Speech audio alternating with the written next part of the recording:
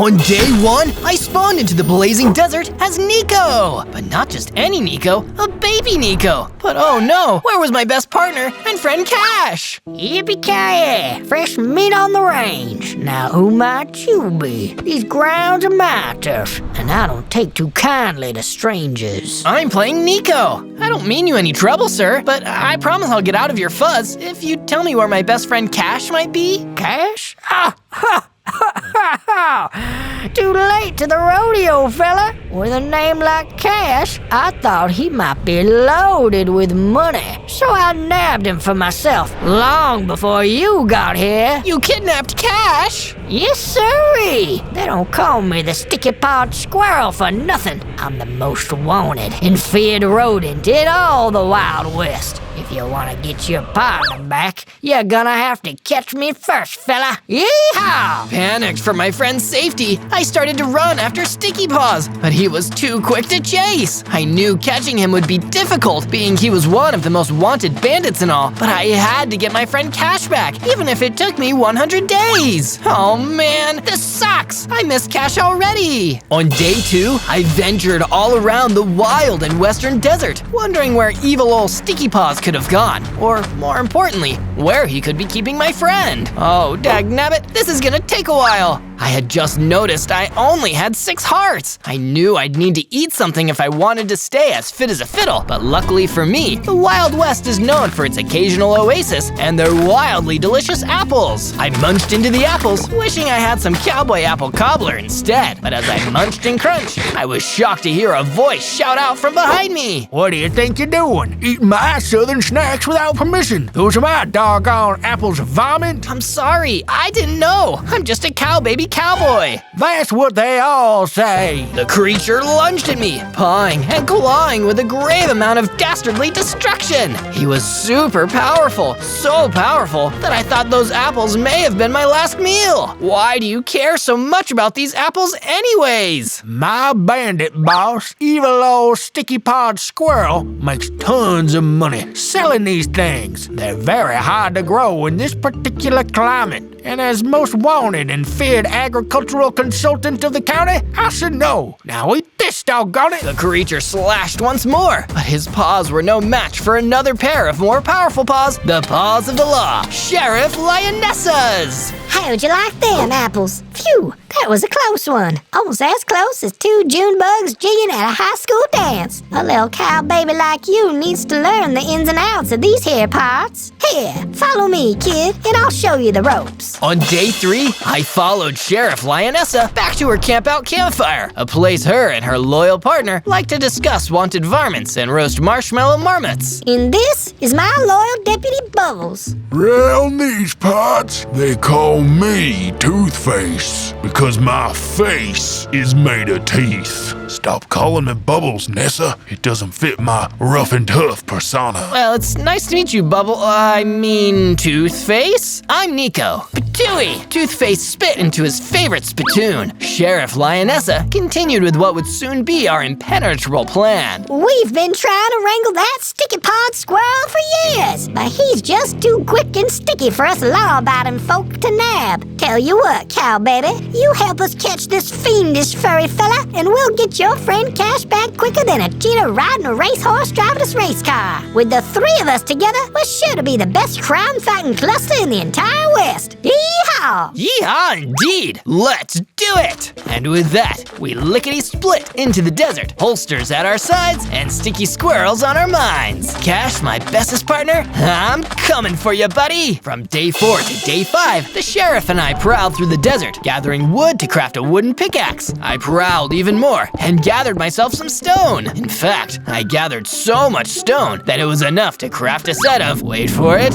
diamond tools! Nah, I'm just kidding. You can't make diamond tools from stone. They were just regular stone tools, a stone pickaxe, and a stone sword. Lionessa was in desperate need of a catnap from all that prowling, so I began to build ourselves a wonderful western base. I made Nessa a nice new sheriff's office with a cool sheriff sign and a nice desk desk and furniture. Then I made myself a cool 2-story Western-themed general store house with a bedroom on the 2nd floor and filled the 1st floor with some candy, everyday utilities, and clothing. Lastly, I set up a couple of small jail cells for the sticky-pawed squirrel for when we eventually catch him with our own sticky paws. My, great work, partner. This place is quainter than a mug bean on a snowflake. But now it's time for this big cat to rest her big feline head. As Sheriff Lionessa drifted off to sleep, probably dreaming off about lassoing salmon to eat or something. With the sheriff asleep, I knew my duty called, so I sat behind her desk, being Nessa's deputy number 2 and all. I heard a knock at the door.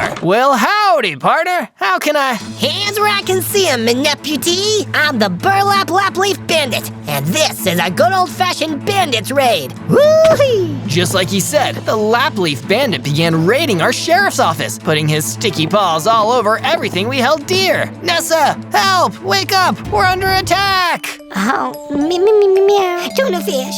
Meow. Tilapia. With Lionessa deep into her slumber, I knew what I had to do. Grabbing my stone sword, I began striking the Burlap Leaf Bandit, relentless with my swings until he was no more. Now make like a tree and lap leaf. With my first victory as 2nd deputy, destroying that dastardly fiend gave me 12 hearts, a growth spurt, and a brand new deputy power, an ice blast. Wow, this'll come in handy when we're trying to catch that squirrel. Just like Scrat, we'll send it back to the Ice Age. From day 6 to day 8, I wandered the eroded Badlands like a desperado, knowing that my authority as 2nd deputy gave me the right to arrest any thieving squirrels I came across. Of course, my secondary objective was to keep the peace in the overworld, and right now, peace was very much disturbed by the yowling screams of one strange old goblin. Help! Help! There's a ghost about. It's hotting up a storm and getting ghost lava all over the sand. Now, I'd seen a lot of crazy things in my time as a Minecraft player, but hearing that goblin say such things immediately seemed suspicious. I was prepared to walk on when the goblin started to shout for help from me directly. Help! Help! Please, Mr. 2nd Deputy, there's a spooky ghost out here, and if you don't get up and stop it, the darn thing is gonna start scaring the sun away and making it all night-like and such.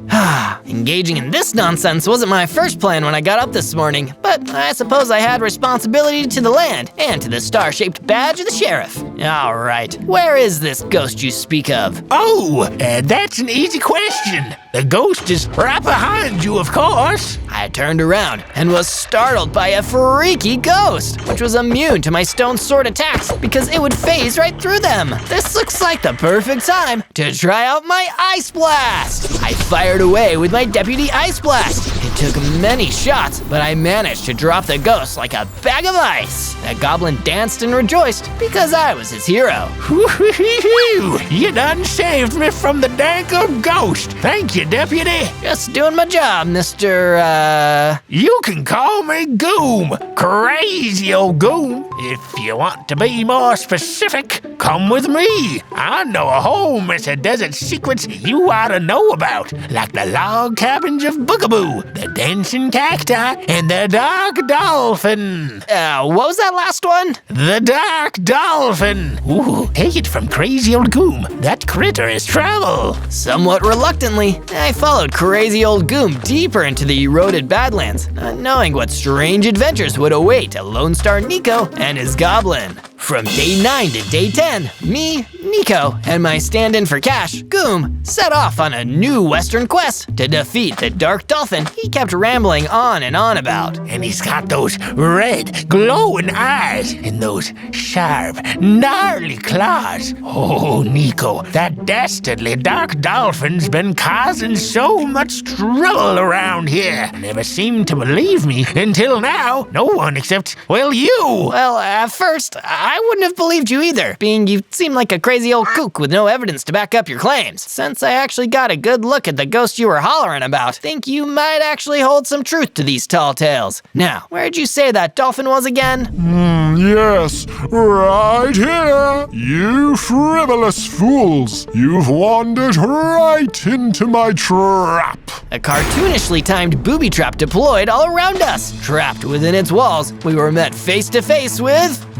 Yes, 'tis I, Dashing Dallas, the dastardly dog dolphin. If I had the ability to grow facial hair, I'd be twirling my mustache right now. What do you want with us, outlaw of the land? Let us go. I want nothing but to cause mischief, malevolent mischief, with my contrary criminal contraptions. Enjoy your treacherous time in your own personal prison, as I am the dastardly dog dolphin, and I defiantly do what I wiggly want. As the dark dolphin land swam away, Goom was able to slip through a crack in the trap, his brittle old man bones allowing him to contort in loads of mildly ominous ways. Come on, Second Deputy Nico. We gotta go get him. He broke the trap for me, allowing for both our escapes. I would, Goom, but Dallas's excess use of alliteration really made my brain hurt. I think it's best if we head back to my base before my brain bursts to bits. Oh no, now he's got me doing it. Anyways, let's go home. From day 11 to day 12, I brought Goom back to my western base and noticed the sheriff built another building. I decided to add a nice wooden porch to it for Goom to sit on, complete with a rocking chair. Now crazy old Goom can sit and mumble things at passerbys to his goblinoid heart's content. As soon as I was done with Goom's porch, I went searching for the gob himself and hoped he didn't wander off.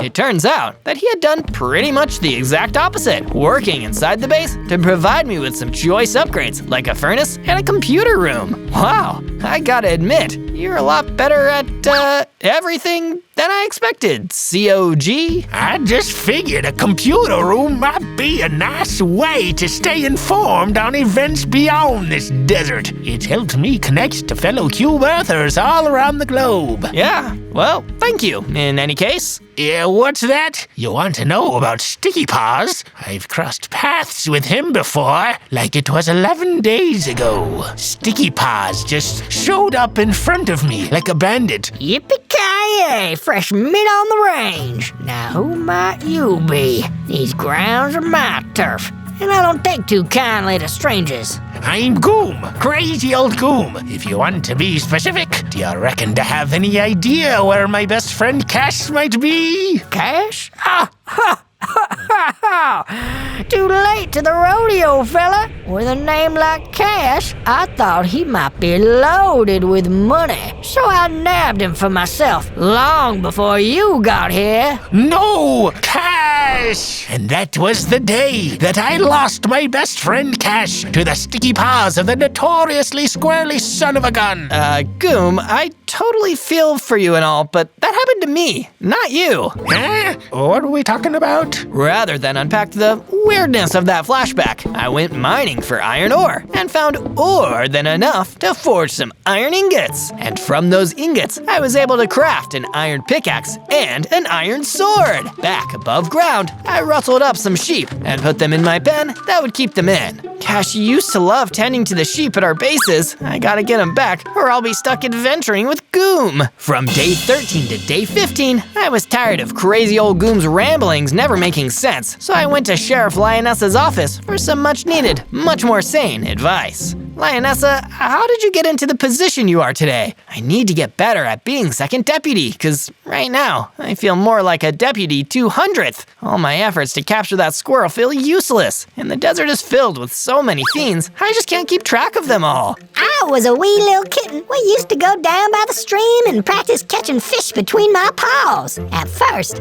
I was real bad at it, but the more I practiced, the more I just made perfect. Everybody's gotta start somewhere, kid, but the more you strengthen your snatching skills, the easier it'll get. Trust me, if you keep at it, you'll be snagging squirrels in no time. You just gotta get through a few dolphins first. Thanks, Nessa. I think I'll go do some practice now. That's the spirit, kiddo. Maybe you'll even become my next first deputy. Bubbles has been considering retiring anyways. I headed off to the Badlands, ready to flex my new and improved deputive self-confidence. But with no surprise to me, in came another one of Sticky Pod Squirrel's henchmen. But this time, I was ready for him. Hold up. This is a robbery. Hey, I came into your domain, so technically, I'm the one doing the robbing. Robbing your life, that is! With a grandiose yeehaw, I charged towards my formidable foe, channeling all the advice Lionessa had given me prior. Like a big cat catching a small fish, I swooped, ducked, and slashed, focusing on my inner second deputiness and drawing forth a large blast of icy pain. Hold up. More like freeze! The henchman fell to the ground, as stiff as a frozen treat. That wasn't the only treat he left me with, as I got 20 hearts, a jump boost, and a crazy new upgrade. Whoa, now I can climb walls, just like how Lionessa can climb trees. Only unlike cats, I can make my way back down again on my own, without the need of a fireman. From day 16 to day 19, I went up north to see the frozen river, a chilly biome where the surface of the water was walkable because it had turned to ice. Ah, what a peaceful snowy place. I walked amidst the trees until I came to a stately log cabin. Seeing the light of fire in the windows, I found my way inside and was treated to a totally empty abode. Nobody. That's what I get for barging into random houses, I guess. I found a book on the wood table and proceeded to read from it because there wasn't anything better to do. Dear journal, and not diary, because I'm a rough and tough outlaw goblin. My partner in crime's training is coming along like a sarsaparilla root in a barrel full of molasses, and by that I mean good. For a squirrely little fella, this kid sure has a knack for stealing. Pretty soon, they're gonna start calling him Sticky Paws. I'm so proud of my dang partner, and I can't wait to spend a long criminal career together. He'd never betray me in a tragic and dramatic fashion. Clever young goom. Clever young Goob? Could he be related to crazy old Goom? I didn't have time to realize the obvious because a big bonanza of Baracco Benditos burst into the cabin and tried to take me out. There he is. That's Nico, formerly of Cash and Nico. Go get him. I iced off some fire blasts. I fired off some ice blasts and ran out the door as quickly as I could. The Baraccos followed me to the river where I drew my iron sword and started hacking away at the ice. They all fell into the frozen river, and that was that. They don't call me Slippery Ice Nico for nothing. In fact, they don't call me that at all. From day 20 to day 22, I returned to my base, proud of all the practice and accomplishments I've made. Lionessa really was right. Practice does make perfect. A perfect second deputy, that is. To keep my squirrel hunting muscles in shape, I decided to go gather more materials, hoping to upgrade my gear and maybe add an extra point to my deputy star in the process. I deserved it. I headed to the caverns and ravaged for more iron, feeling like a true bona fide Western mineral miner. Silver and gold, there's nothing better than mining for iron. Striking gold, iron in this instance, I used my iron ore and ingots to craft myself an iron chestplate, boots, and a helmet, which in my opinion is way cooler than a deputy star you wear on your chest. But even though I was deep into the mines, I heard a maniacal laughter from above that I could only identify as alliteratively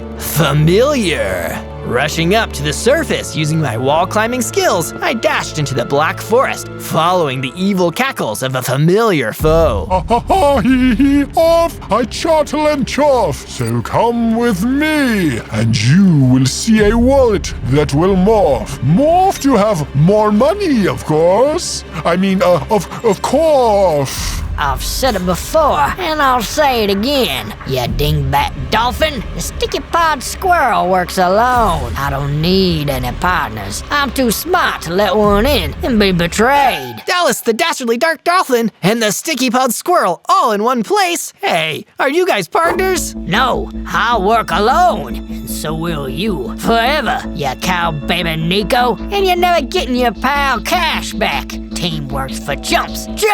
Yee-hoo! As the sticky-pawed squirrel scurried off, I was left with just Dallas, who was already eyeing me up. But I wouldn't let him trap me again, because this time I'd win.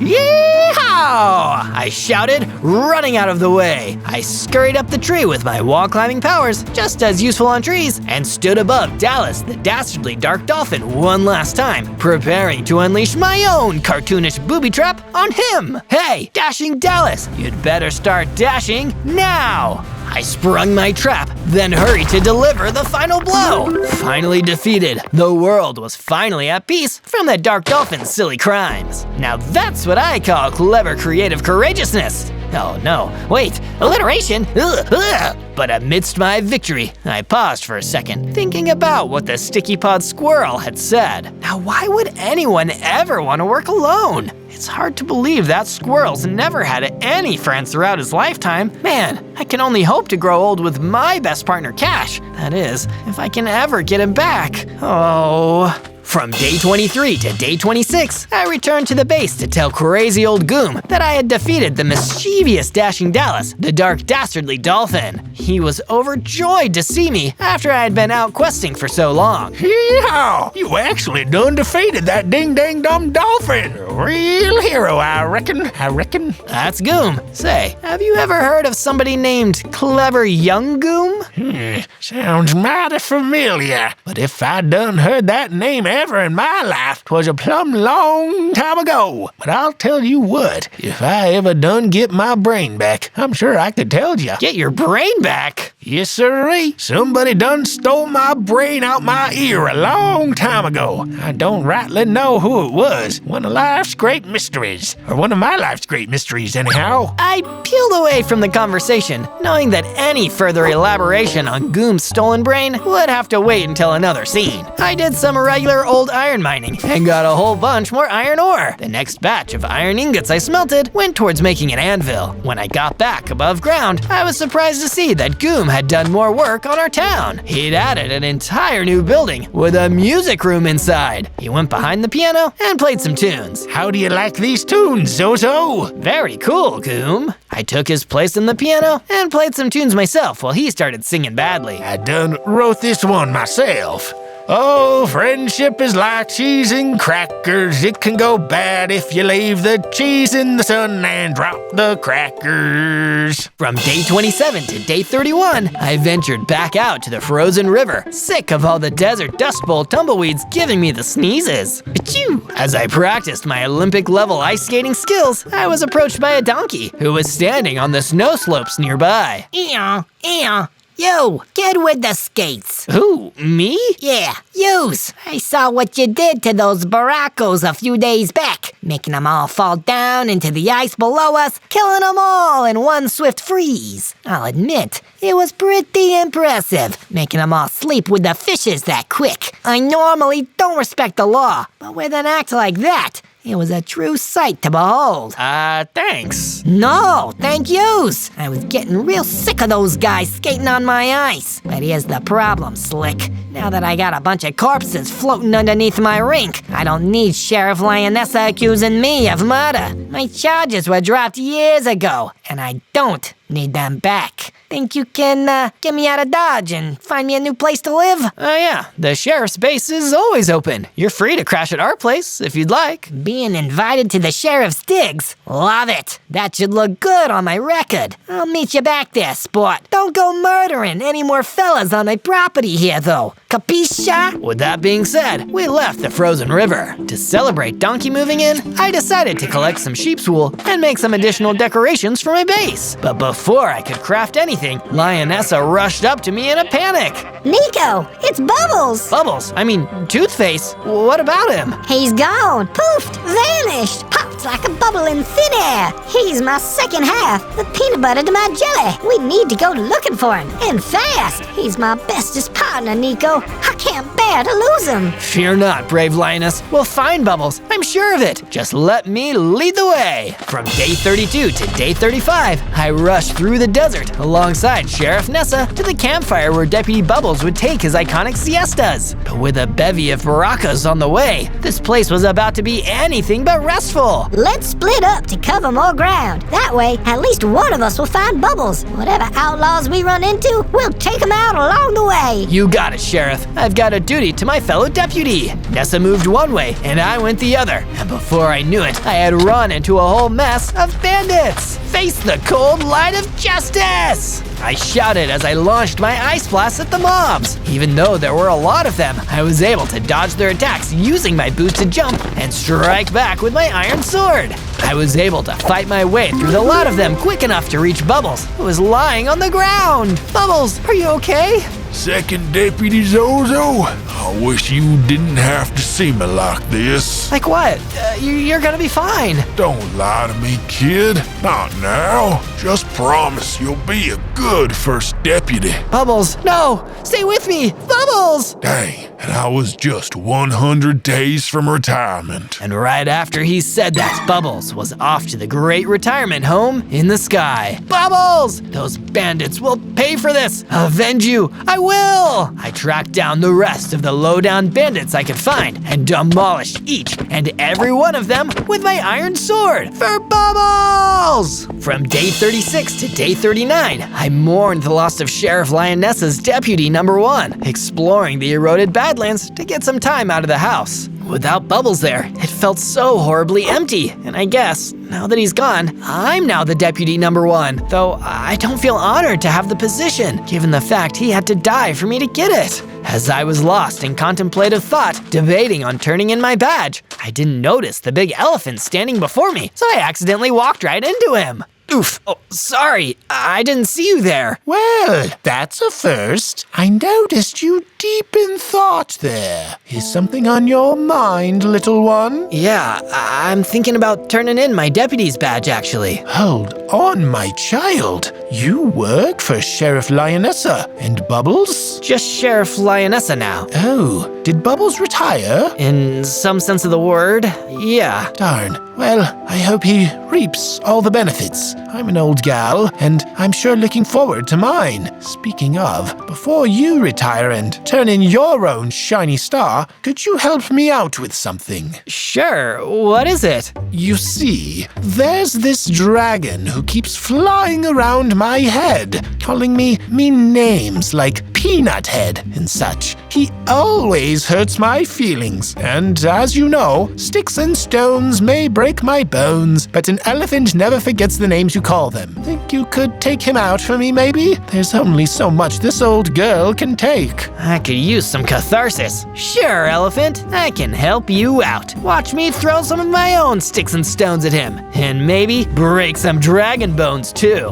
Oh, but be warned, he isn't just any dragon. The dragon emerged from the top of the hill, and she was right. It wasn't just any dragon. It's a fire dragon, the most feared beast on our cubicle Earth. According to the Cube Earther Society I'm deeply involved in, the most evilest of fiends, the most... With one tap of my iron sword, the beast came tumbling down. Oh, adventures just aren't fun anymore. Not without my bestest partner Cash around. If he was here, we would have made this an epic long fight, full of fantastical awe. But now that he's gone, I too feel empty, just like Sheriff Lionessa in the face of No More Bubbles. Thanks for the side quest completely unrelated to our Western theme, Al, but I gotta get him back. How'd you manage to take that fire dragon out so fast? Partnerless woe. From day 40 to day 43, I trudged home to my base with a heavy heart. By now, the word of Deputy Bubbles' death had reached Sheriff Nessa. She had called me back because she missed Bubbles and needed some company. Yes, indeed. Because of what his gang did, Sticky Paws has now made himself the most wanted criminal in the overworld. Again, I'm gonna take a break from the case now, though. It's too soon to get back out there. I'm gonna invite my sisters over so I can spend some time with them. Take all the time you need. Bubbles was one of us, and we'll get that squirrel back when we're ready. Later on, some other lionesses came by the base. They were Nessa's family. I welcomed them in and let them go speak with Nessa so that she wouldn't feel so alone. Everybody needs a partner, and sometimes it's hard to find another one when yours leaves unexpectedly. I wandered around the base, reflecting on the fact that Cash was still many days away from me. I may have become the first deputy, but I didn't feel any closer to catching that squirrel that stole my buddy.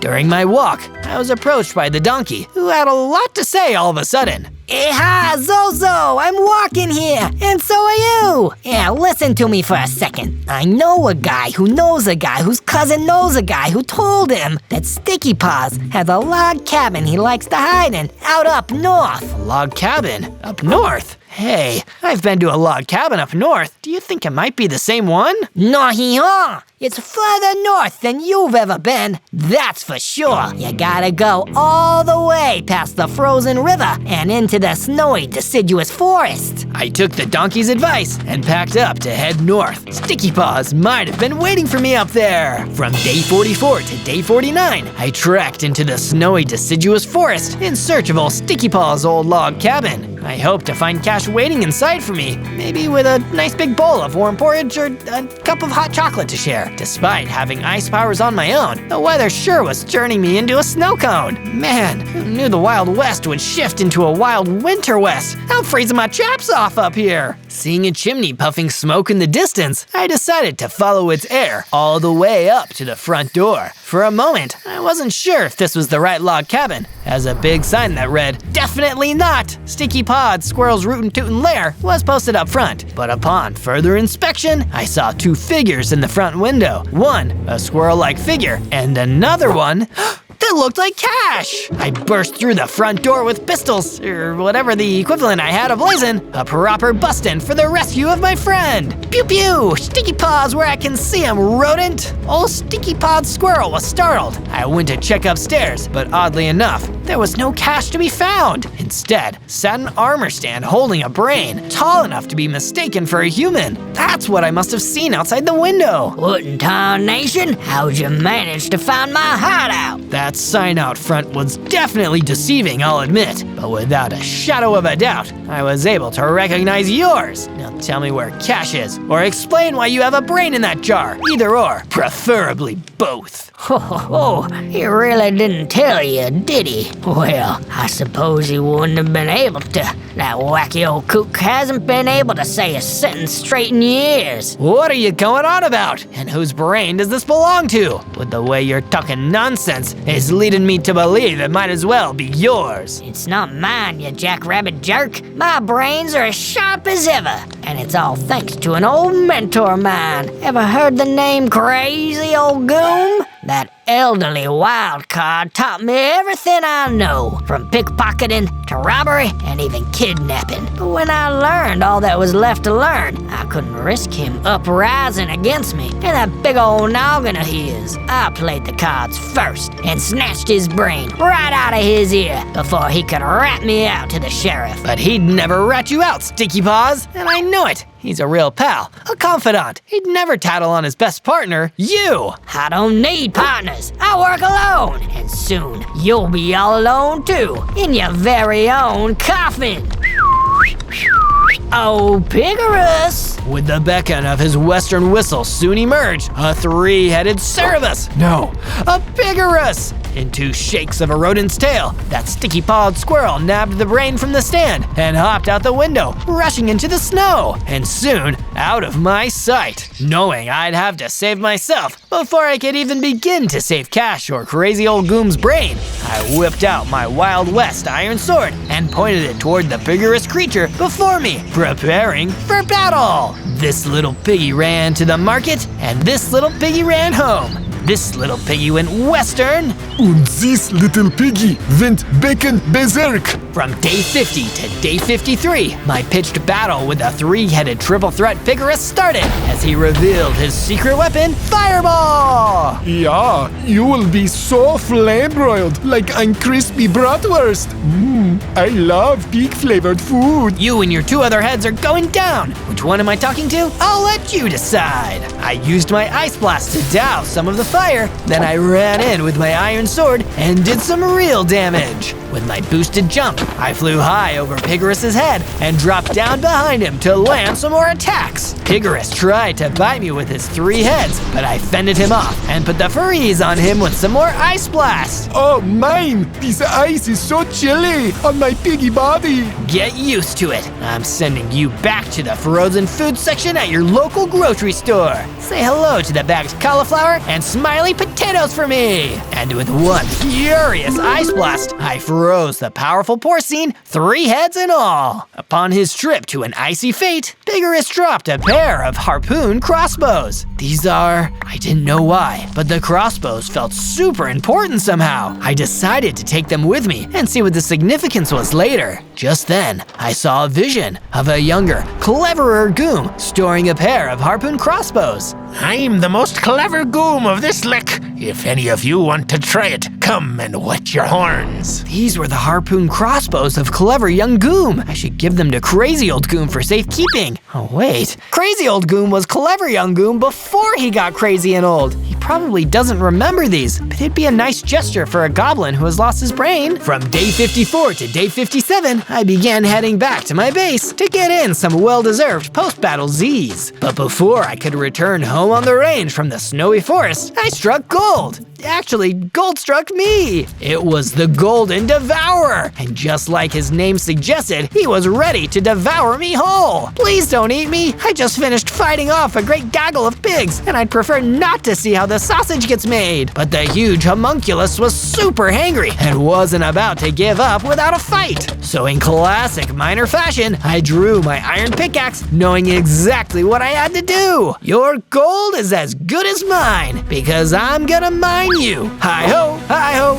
it's off to work I go! It took an awful lot of effort on my end, but listening to crazy old Goom detail the exact methods of correctly panning for gold days on end finally paid off. And with a few final strikes of my pickaxe, I destroyed the Golden Devourer quicker than a fruit bat on a sugar high hyped up on espresso on a Monday morn.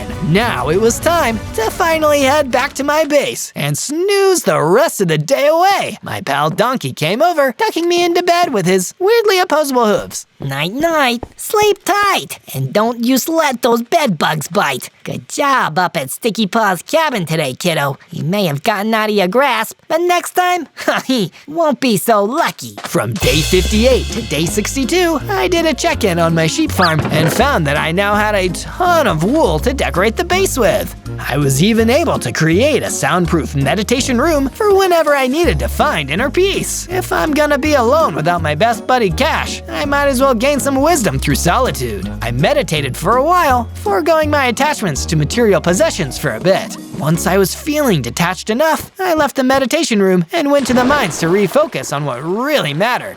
Diamonds, and plenty of them. I dug up a bunch of shinies and used them to craft myself a diamond pickaxe and a diamond sword. The best of the best. I was now balanced perfectly between enlightenment and having cool stuff. I was totally on a roll. When I got back above ground, I was greeted by Sheriff Nessa, who had been making use of the meditation room herself. First Deputy Zozo, my meditation has revealed to me some of the wisdom of the universe. Really? What is the universe saying to you? The universe is saying that we're all connected to somebody, and if you choose to embrace your connections, you'll go farther than you ever could alone. The overworld is made up of all different people, and without friends to share our happiness with, we wouldn't have happiness at all. Oh, that is so wise. I'm impressed. From day 63 to day 66, I took the harpoon crossbows I got from defeating Pigorus and gave them back to crazy old Goom so that he might remember his past. What in tarnation are these?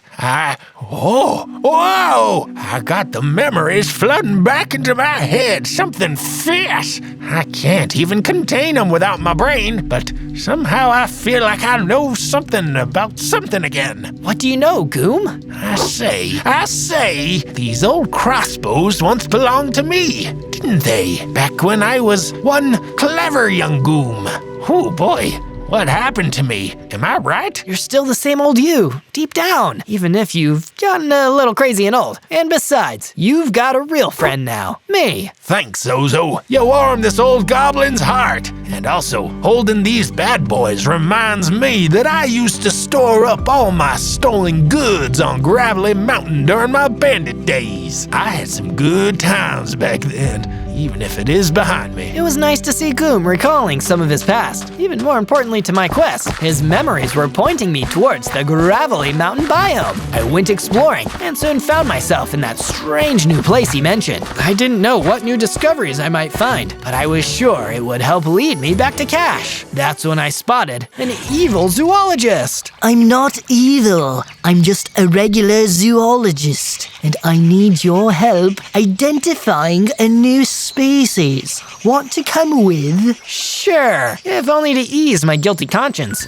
I have to stop making snap judgments of people. From day 67 to day 70, the not-so-evil zoologist and I went walking through the gravelly mountains until we encountered a rare mushroom monster. There it is, the animal that I haven't been able to identify before. I think I know what your problem is. You're a zoologist, which means you study animals. That's not an animal, it's a fungus. Oh, that would explain a lot. Anyway, I'm not interested in fungi. You can totally destroy that mob now. Are you sure you're not evil? I decided to take on the monster mushroom using my fungus-bursting ice blast. There was no way such a weird creature could beat me now, especially when it was fighting all on its own. I had the power of friendship to guide me. Once the loathsome thing was defeated, I took a big look around and didn't see the zoologist anywhere. I guess they really didn't care to stick around. Good friends are truly hard to come by these days. I continued to hike further into the gravelly mountains all by my lonesome. From day 71 to day 74, I came to the top of a great ridge and thought I could see a mountain stronghold in the distance. Could that be where crazy old Goom left all of his treasure? Is the real treasure the friends we made along the way? Or is the real treasure all of the Zozo videos you can find if you search ZOZO to watch more of my wild adventures? That's ZOZO, and don't you forget it. The closer I got to the big fortress, the more creepy it seemed. I could definitely tell it was as old as Goom, and was probably the place he mentioned. That's when Sticky Paws appeared out of nowhere. You got a lot of nerve showing up here, First Deputy Zozo. Where's your boss, the sheriff? She's getting in touch with her spiritual side, and I'm going to send you to the other side. Big talk from some guy who can't do nothing without a partner.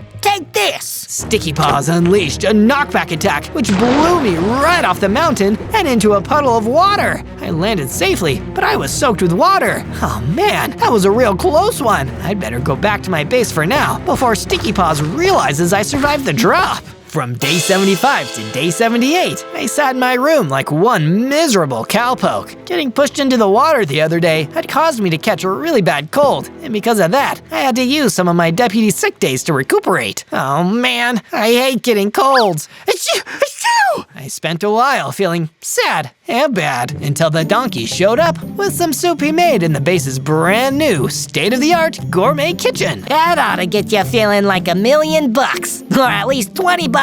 Wow! The soup is nice, but your funny laugh cheered me up even more, donkey. A couple hours later, I was feeling well enough to go visit Sheriff Nessa and tell her that I'd soon be fit to serve again. First Deputy Zozo reporting for duty. Once I get over the last of this cold, I'm going to bring that low-down son of a squirrel Sticky Paws to justice and rescue my good old partner Cash. Glad to hear it, Deputy. By the way, there's a special perk of being a first deputy that I was saving for you when you were ready. That's cool, but why are you telling me now? Because I've determined you're ready, of course. Oh, nice. This is the Nether Strike of the First Deputy. Use it to become your best self. I equipped the Nether Striker, which came with a neato burn effect. It also raised my hearts to a total of 100 and gave me the power to call down the lightning of justice from the skies above. I'm the deputy of deputies now. From day 79 to day 84, with my trusty Nether Striker by my side, I returned to the gravelly mountains to do some more reconnaissance on the area. I didn't see any sign of Sticky Paws, but the mountain was full of wandering witches that terrorized the land. I called down some lightning strikes and hit them with ice blasts, showing off the full skill set that I had acquired on my journey to becoming a first deputy. Wait until Cash sees me. I can't wait to tell him about this whole thrilling adventure. On one of the tallest peaks, I ran into a wind caller who was just chilling outside and enjoying the breeze. Hey there, guy. I'm First Deputy Zozo. I'm on the trail of a notoriously buck-toothed bandito by the name of Sticky Paws the Squirrel. Have you seen him? Nah, man, I haven't. But you know what I have seen? A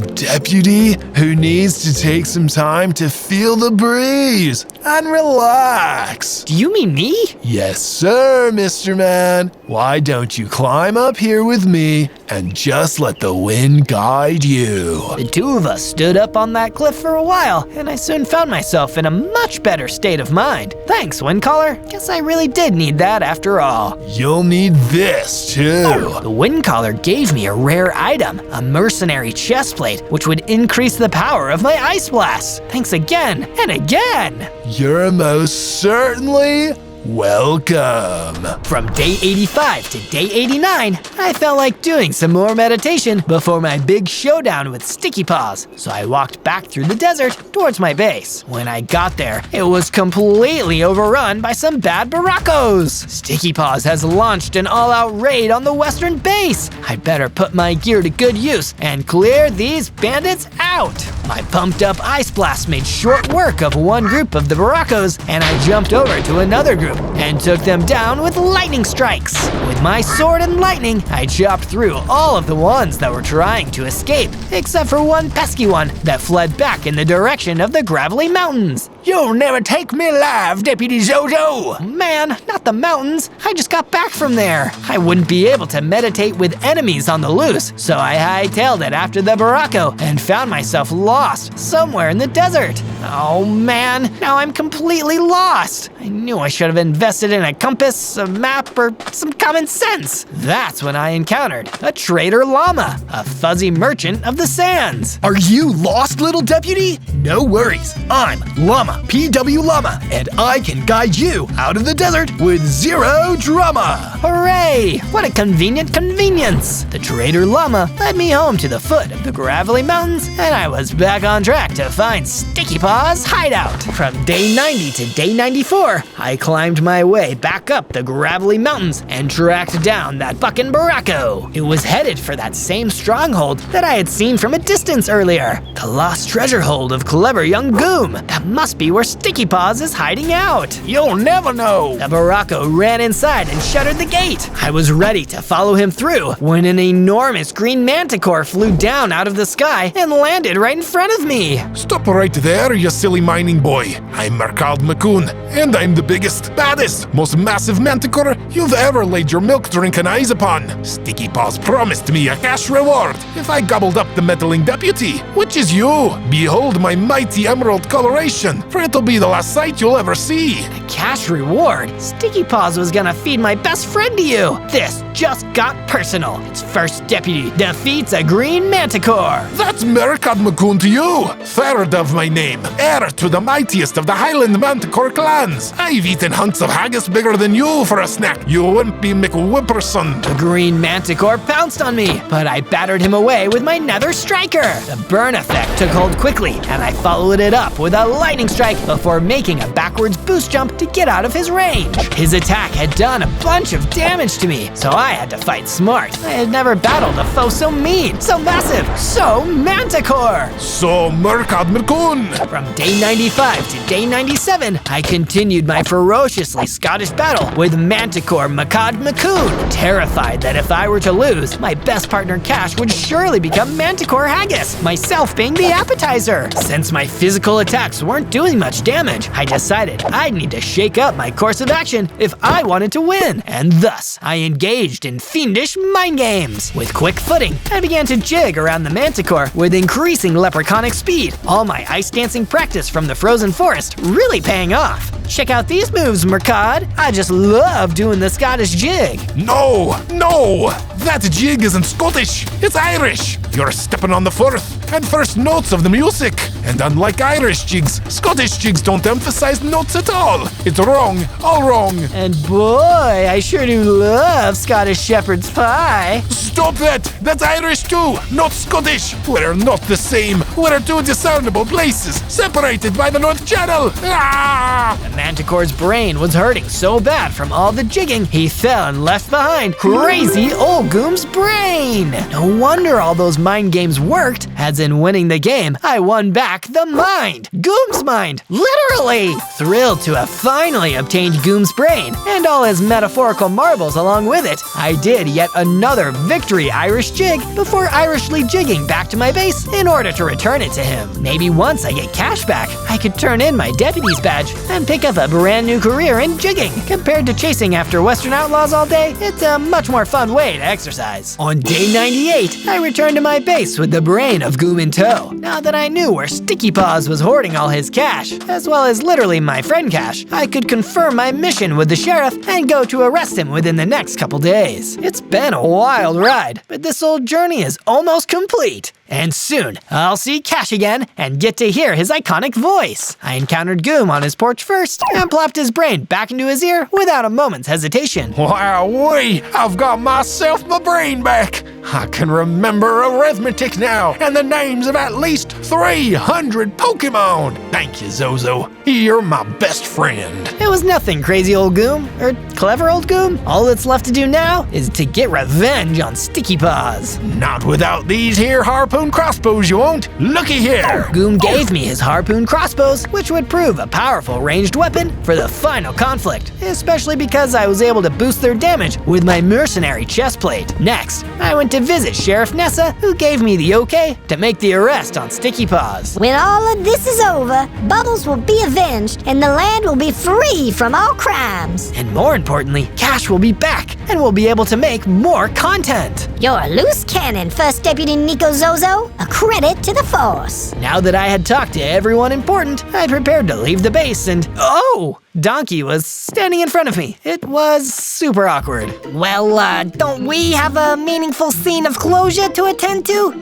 You and me? Wrapping up our subplot? As I was saying, now that I had talked to everyone important, I left the base for the gravelly mountains. On day 99, I was more than ready for my big southern showdown with the Sticky Pawed Squirrel, striding through the desert with immeasurable cowboy swagger. I passed through the eroded Badlands, hearkening to the good old times of when I first met the still old, but now clever, Goom. And as I climbed the big rock gravelly mountains with my western wall-walking powers, I feared not the large horde of bandit baracos awaiting my arrival. Well, if y'all fellers got a bone to pick with me, you'd better think again. I'll soon be picking out all your bones, straight from your baraco bodies. Now draw! A picture? Now, this! I opened fire on the baracos with every power I could muster, not even waiting for them to turn and walk 20 paces like a typical cowboy duel would require. I don't play by the rules of the duel, I play by the rules of partnership, and I'm gonna get my partner Cash back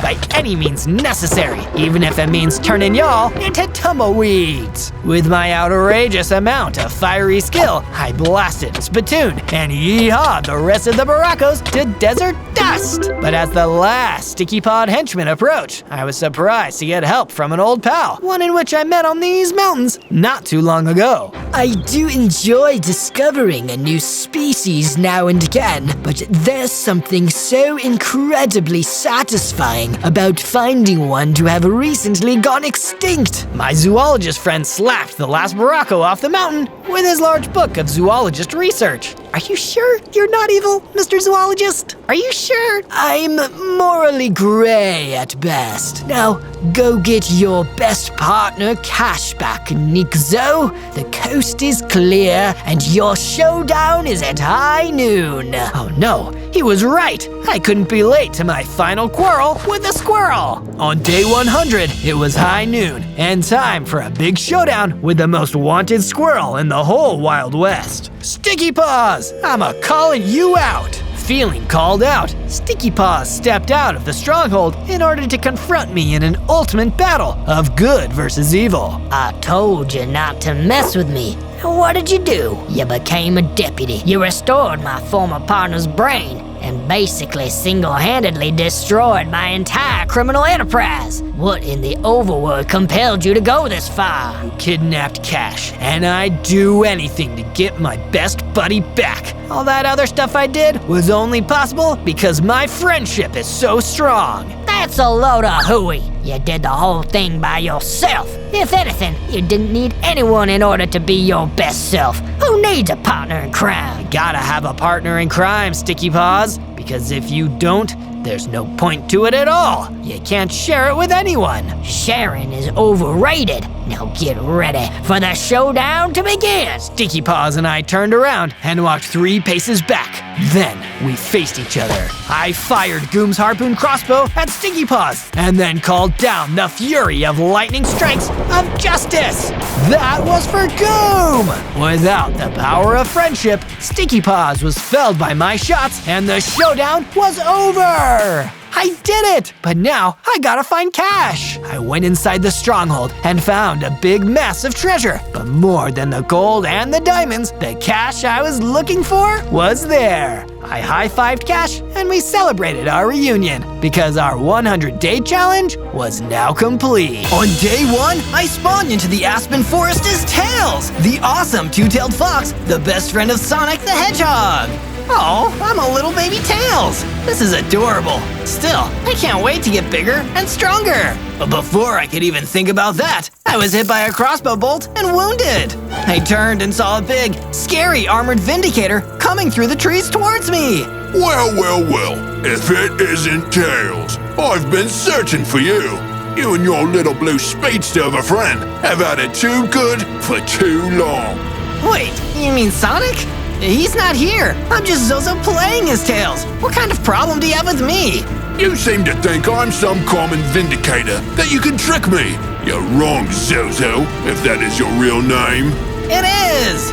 I am a machine designed to destroy pesky little animals like you. And you may know my creator's name, Dr. Robotnik. Oh no, not him. Anybody but him. He gave me a mission. I have to destroy you in 100 days. And believe me, I will never fail my mission. He talked a big game and looked like he could back it up, so I turned and ran for my life. I may not be as fast as Sonic, but that doesn't mean I'm not cool and tough. I'm gonna figure out a way to stop this evil robot from completing its mission. On day 2, I went deeper into the Aspen Forest, keeping a low profile to avoid being spotted by that terrifying armored Vindicator. If he was made by Dr. Robotnik to hunt us down personally, he's gotta be one tough customer. I've got 10 hearts, and I'm already injured, and my hunger bar is way too low. I've gotta get some food immediately. Lucky for me, surrounded by all these trees, it wasn't hard to find an apple tree and fill my inventory with yummy, healthy fruit. An apple a day keeps the armored Vindicator away. But that didn't mean it'd keep every enemy away, because soon enough, a frozen zombie came shambling towards me through the trees. A frozen zombie? What are you doing all the way over here? I'm another one of Dr. Robotnik's experiments. I'm not just a frozen zombie, I'm a cyborg zombie. That's just one more reason to run away from you really, really fast. And so, I did. I ran away, regretting that I didn't have Sonic's super speed. I managed to escape the frozen zombie cyborg, but on the way out, I almost stepped on a blob of slime. Ah, gross. Hey, that's not very nice. Oh, I'm so sorry. I didn't realize you could talk. I'm Zozo. And I'm Blowbert, the conjured slime. You look a little anxious there, pal. A little green around the gills. Have a healing potion. Blowbert gave me a healing potion, which I eagerly drank, feeling my hearts replenish. Phew! That was exactly what I needed. Thank you. It's a relief to know there are some nice people around here. Very kind of you to say so. Come with me. A good friend of mine has a camp around here. You'll want to warm your hands by nightfall. That's an offer I can't refuse. Lead the way, Blowbert. On day 3, I followed Blowbert through the forest as day slowly turned into night. Thank you for being so friendly to me, Blowbert. I feel like all I've done since I've gotten here is run away from scary people who want to hurt me. I know how it is. This may surprise you, but people aren't exactly friendly to us conjured slimes. We have to deal with a lot of meanness from people, so I always try to be kind to others. After a little more walking, I'd found the campfire Blowbert told me about. I went over and saw an icologer warming himself next to the flames. Hello there! I trust you're a friendly one, or you would have started attacking me by now. You're right. I'm Zozo, and I'm on the run from Dr. Robotnik's armored Vindicator robot. Ah, Zozo, it's a pleasure. I'm Ivan the Iceologer. I was here studying the ice caps until that dastardly Robotnik melted them to resurrect the frozen zombies. So now I'm hiding out too. Wow, Robotnik really has ruined everything out here. Is he still in the overworld? Nope. He left this dimension to go and trouble others, and left that armored Vindicator robot to rule on his behalf. Wait, so that means if I defeat the armored Vindicator, not only will I solve my own problems, I'll also save the entire world? Well, theoretically, but surely nobody can defeat the armored Vindicator. That's not gonna stop me from trying. From day 4 to day 5, I left the campfire with Blobert and went exploring for a perfect place to make a base of operations. Why make a base, Zozo? Isn't it better to stay on the move? Rest is important, Blobert. Plus, with a base, we can work on building defenses for ourselves in the event of an attack. That's pretty sound logic. I guess you can have this wooden pickaxe I've been saving for a special occasion. Blobert gave me the wooden pickaxe, and while I didn't want to look ungrateful, I did use it to immediately mine into the ground and gather enough stone to make a stone sword and pickaxe. Sorry, Blobert, stone is just more effective. But to make it up to him, I started building a cool little base with 2 rooms. One for me to sleep in, and another one for Blobert. It wasn't much, but at least it'd be a roof over our heads. Wow, Zozo, this is amazing. With a room to sleep in, I won't need to worry about someone stepping on me while I'm sleeping. But that didn't mean I could afford to stop being alert. Once my base building for the day was done, a vicious leap leaf came running out of the forest towards me. There was no talking it down. Instead, I pulled out my stone sword and started attacking. Soon enough, I defeated the leap leaf and gained enough XP to level up. I got bigger, stronger, jumped up to 30 hearts, and got an all-important new power, flying! This is awesome! Now I'm really just like Tails.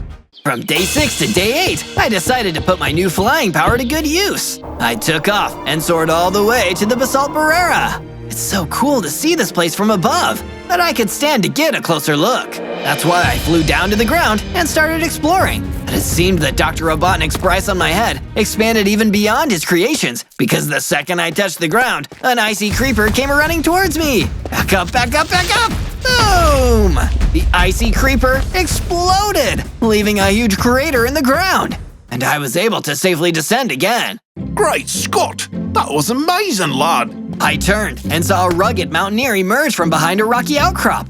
He came towards me, showing no signs of aggression. The name's Michael the Mountaineer. But sadly, I've got a terrible sense of direction, so I still haven't found any mountains yet. Say, would you mind doing me a favor? Does it involve helping you find a mountain?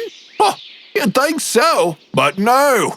This rascal, the Vindicator Chef, used to be the personal chef for Dr. Robotnik when he was still around here. He needs to be taught a thing or two. Well, it's not like Dr. Robotnik and his men could hate me any more than they already do. Let's do it!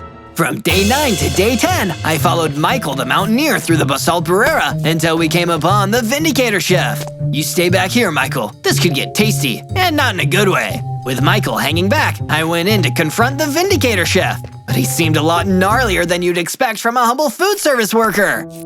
This sad little fox. My brother told me you'd be coming. I'm preparing a special meal for you. 3 courses, an appetizer of surprise, a main course of fear, and humiliation for dessert. All this food for me, and all I'm gonna serve you is your words, Vindicator Chef. But I soon regretted being so arrogant, because the Vindicator Chef was not to be trifled with. He defeated me soundly, and all he could do was run away. Right back to Michael the Mountaineer. Is everything okay, Zozo, old chap? This chef is way more dangerous than I thought. I'm gonna need some better training and weapons before I can take him on. Wanna come stay at my base in the meantime? Happily, I can search for more mountains there. From day 11 to day 12, I returned to my base with Michael the Mountaineer and immediately set about making him a chill little bedroom attached to mine in Blobert's. This is a truly wonderful little abode, Zozo. And in exchange for your hard work, I made a few little upgrades of my own for you. I looked around the base and saw that Michael the Mountaineer had built a new storage room for weapons, armor, and supplies, and a furnace for smelting materials. This is awesome, Michael! Thank you! In fact, you've inspired me to do a little searching. That's why I explored an abandoned mining cave in the depths of the Aspen Forest, which was every bit as deep, dark, and creepy as you can imagine. But lucky for me, I found a vein of iron ore and used my stone pickaxe to dig it up. Once I'd collected enough, I went back to my base and used the furnace to smelt it into workable ingots. I used those ingots to make myself a cool iron chestplate. The best offense is a good defense, I've always said. The only thing the base was missing was some livestock, so I went about finding some sheep in the Aspen Forest and shepherded them back to the base.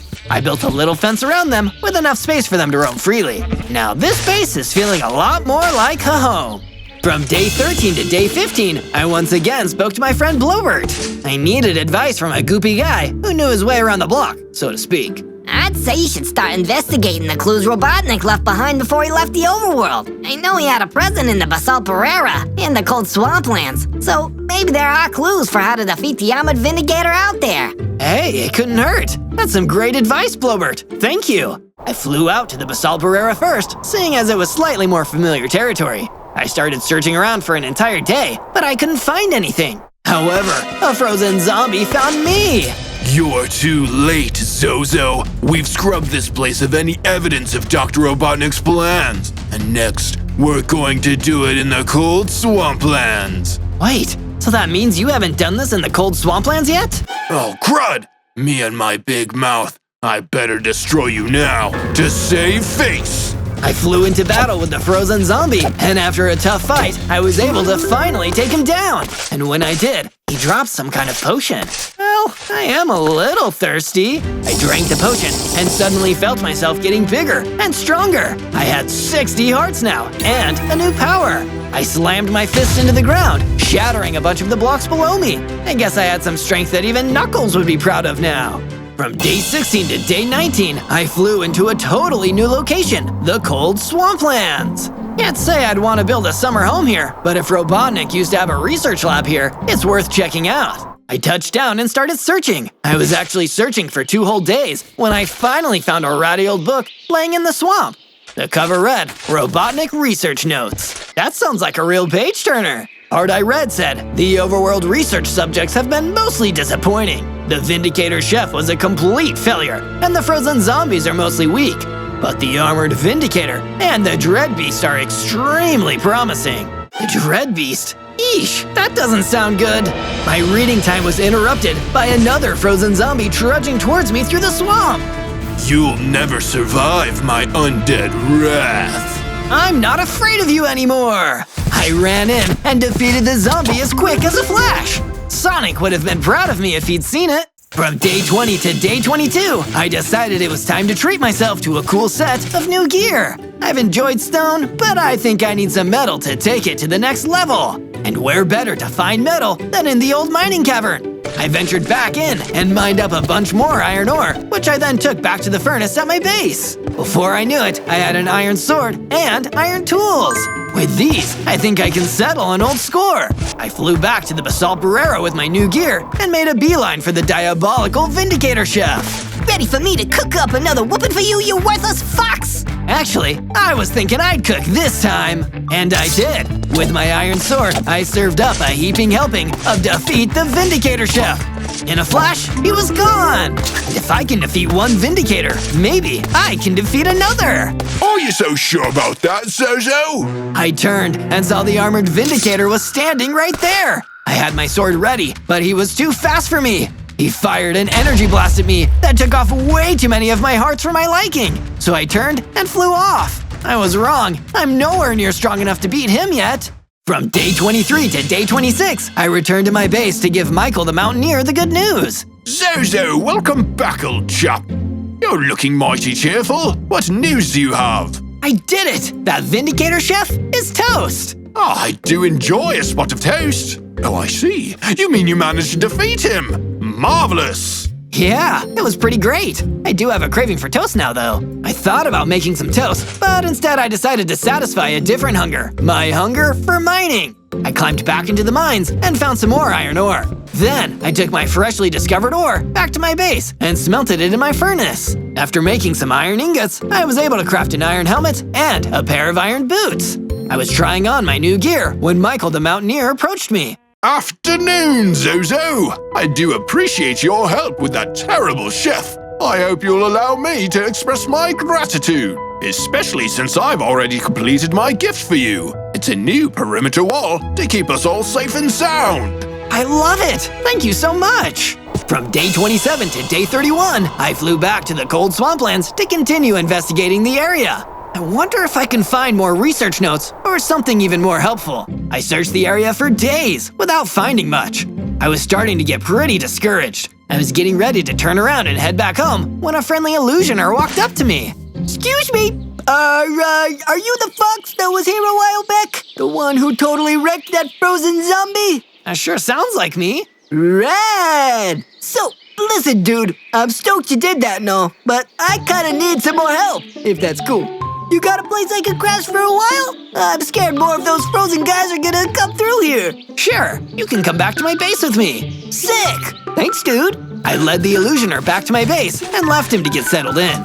Then, I visited my sheep and collected some wood from them. With more people staying here, I want to spruce the place up a bit. I think some decorative banners will do the trick. Putting up all the banners took a little while, but when I was done, I could tell the hard work was worth it. I wish Sonic could see this base. I bet he'd be really proud of me. I'm sure he would, Zozo. Lobert! Uh-oh, you look pretty upset. What's wrong? I'm afraid Ivan's in trouble. He needs our help. I only hope it isn't already too late. From day 32 to day 35, Blobert and I rushed to the aid of Ivan the Iceologer. We followed the glow of his campfire, but when we got to the campsite, the cozy hideout was overrun with Dr. Robotnik's frozen zombies. Where's Ivan? I don't see him. Don't worry, Zozo. I'll look for him. You handle these horrid creatures. While Blobert continued searching for Ivan, I ran as fast as I could and started slashing my way through the horde of zombies. When you're in a situation this dire, you've got to go fast if you want to survive. Take that, and that, and that! It was tough fighting so many of them, but I was a much better fighter than I was when I first spawned, and I was able to defeat almost all of them. I was about to finish off the last zombie when he started laughing. What's so funny? An eye for an eye, Zozo. You may have destroyed my friends, but we destroyed one of yours too. What? No, not Ivan! Look at you, so sad. Are you gonna cry about it? Maybe, but right now, I'm gonna do this! And with one final blow, I destroyed the last frozen zombie! From day 36 to day 39, I was desperate to get my mind off of losing Ivan. So I took off and flew all the way back to the Basalt Barrera. As I looked down at the landscape, I could see a geomancer trying to get my attention. Hey, you, over here. I began my descent and landed right in front of him. Hey, did you want to tell me something? More like ask you something. Hi, I'm Jeff. I've been studying rock formations around here for a long time now, and my research has been going pretty well. Or at least it was, until this super aggressive Cyclops showed up. He's been stomping all over the area and refusing to let me take any samples. He threatened to squash me if I tried again. Yikes, that's no good. Think you could help me get him out of here? I'll give it my best shot. I took off into the air again, and with such a great vantage point, it wasn't long before I spotted the Cyclops. Hey, any chance you'll leave if I just ask really nicely? He didn't say anything, he just tried to attack me. Okay, well, I tried the easy way. Time for the hard way. This looks like a job for my Hulk Smash. This time, it was the Cyclops who got crushed. Jeff the Geomancer was so relieved when I told him. Thank you. I can't wait to continue my research. I'm trying to find new ways for people to protect themselves from the Armored Vindicator, you see. He and his frozen zombies just destroyed my friend, and they're trying to get me next. Oh dear, you'd better be careful. If you think his frozen zombies are bad, then you don't want to meet the Dread Beast. I keep hearing about this Dread Beast. I really don't like the sound of him. Nor should you. He's a vile creature and an extremely difficult force to defeat. Be careful out there. If you're taking on the Armored Vindicator, you'll certainly cross paths with the beast too. From day 40 to day 43, I soared through the sky all the way back to my base. When I landed, I saw Blobert waiting for me. Zozo, welcome back. Look what I've been up to. I added some bookshelves and couches to the base. It looks pretty cozy, right? Sure does. What gave you the idea to do all of this? Well, if it isn't too much trouble, I was hoping we could invite some of the other conjured slimes to stay with us. It's a pretty dangerous world out there for a slime, and you've given me a really safe home. I'd love to share it. Go for it. They're welcome here. The next day, a whole group of conjured slimes arrived at the base. Make yourselves comfortable, everybody. I love making new friends. After I greeted the slimes, the illusioner came to speak with me. Hey man, I could use your help with a, gnarly problem of mine. You think you could fight a Gorgon for me? Once stole my pet axolotl and took him out to the cold swamplands. And I'm not strong enough to, well, get that little dude back on my own. Sure, I'll do my best. From day 44 to day 49, I flew to the cold swamplands in search of the missing axolotl and the gorgon who took him. This place is starting to give me the creeps. I hope I don't run into any more trouble out here. A foolish hope, Tails. Your days are numbered, and soon I will fulfill my purpose and rid the world of you and your little hedgehog friend. Ah, the armored vindicator! I keep telling you, Sonic isn't here, and I don't have anything to do with this. No more lies. Your days are numbered, Tails, and soon they will run out. Mark my words, before they do, I will have destroyed you. If I don't, Dr. Robotnik will deactivate me for failing my mission, so I must not fail. Pretty harsh. Maybe you should fight him instead of me. Silence! I've had enough of you. Deathworm, handle this pathetic fox. As the armored vindicator ran off, a huge, terrifying Deathworm slithered towards me. From day 50 to day 53, I faced off against the super intimidating Deathworm. With a name like Deathworm, I'm guessing you're not just looking for a hug. I will destroy you, Tails.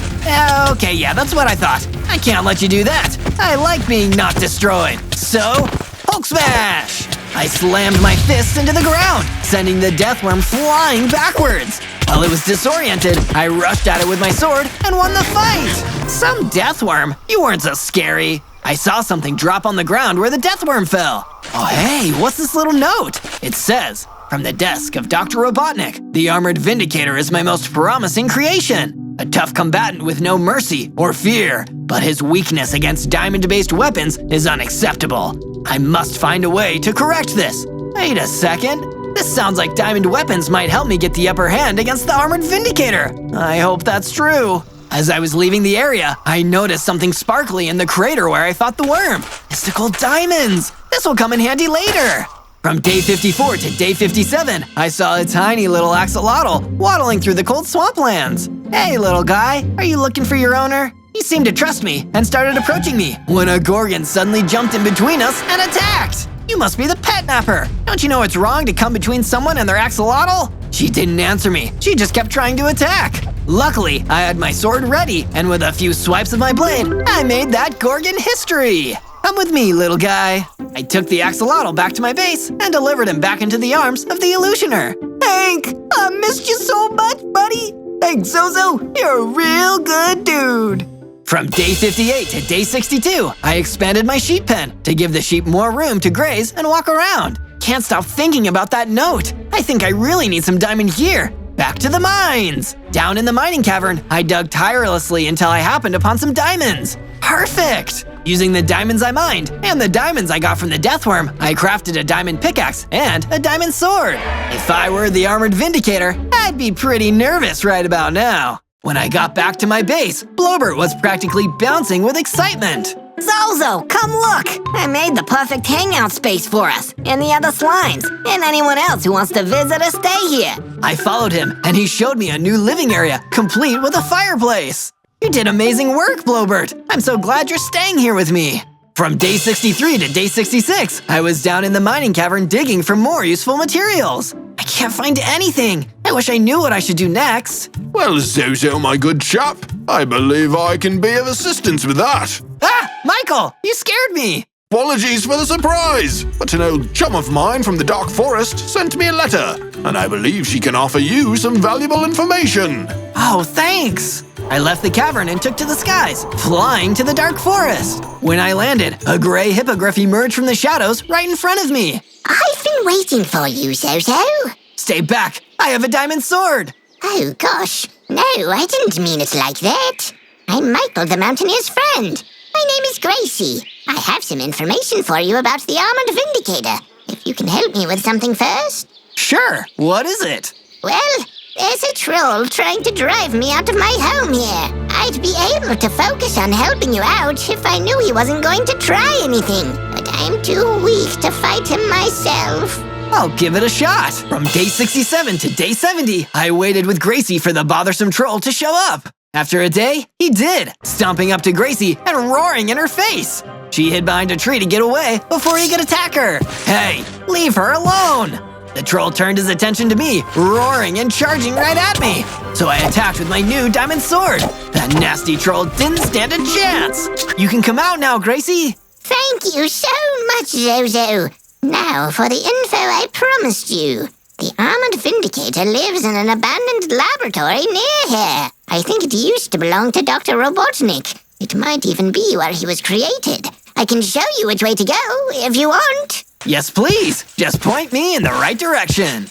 From day 71 to day 74, I followed Gracie's directions and began my search for the abandoned laboratory. I don't see anything but trees. I wonder where the laboratory is. It's so hard to find what I'm looking for. But it's not hard to find more Zozo videos. All you have to do is search ZOZO, and there they are. Finally, I spotted it. A big, creepy abandoned laboratory.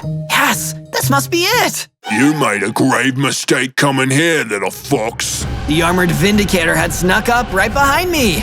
I tried to attack him with my diamond sword, but he was still too strong. Uh-oh, I guess my diamond weapon isn't enough. I'll need to get stronger too. I didn't want to, but I had to run away before he did too much damage to me. From day 75 to day 78, I ran all the way back to my base and stopped only when I reached my room. Can't believe I had to run away. I thought I was ready. I guess I was wrong. I didn't want to face my friends while feeling like a loser, so I just went to lie down in my room. Sometime later, I heard someone entering my room. Who is it? Hey, dude! We wanted to give you some good vibes, so we made some rad improvements around the pad. Come check it out!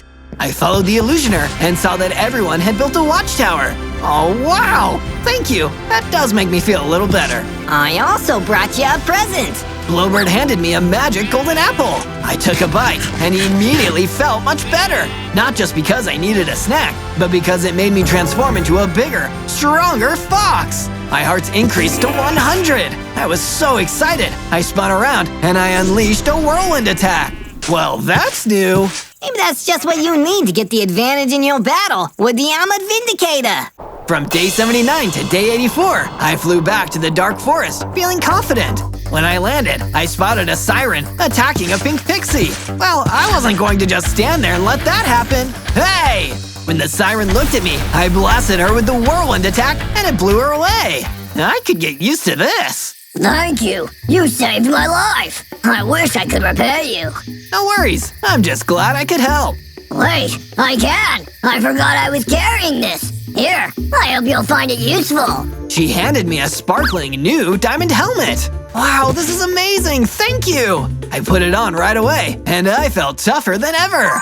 From day 85 to day 89, I flew back to my base in a really great mood. I had a new ability, a new helmet, and a new confident attitude. When I landed though, I got a feeling that something was really, really wrong. I was right. As I approached my base, I could see a horde of frozen zombies crawling all over it.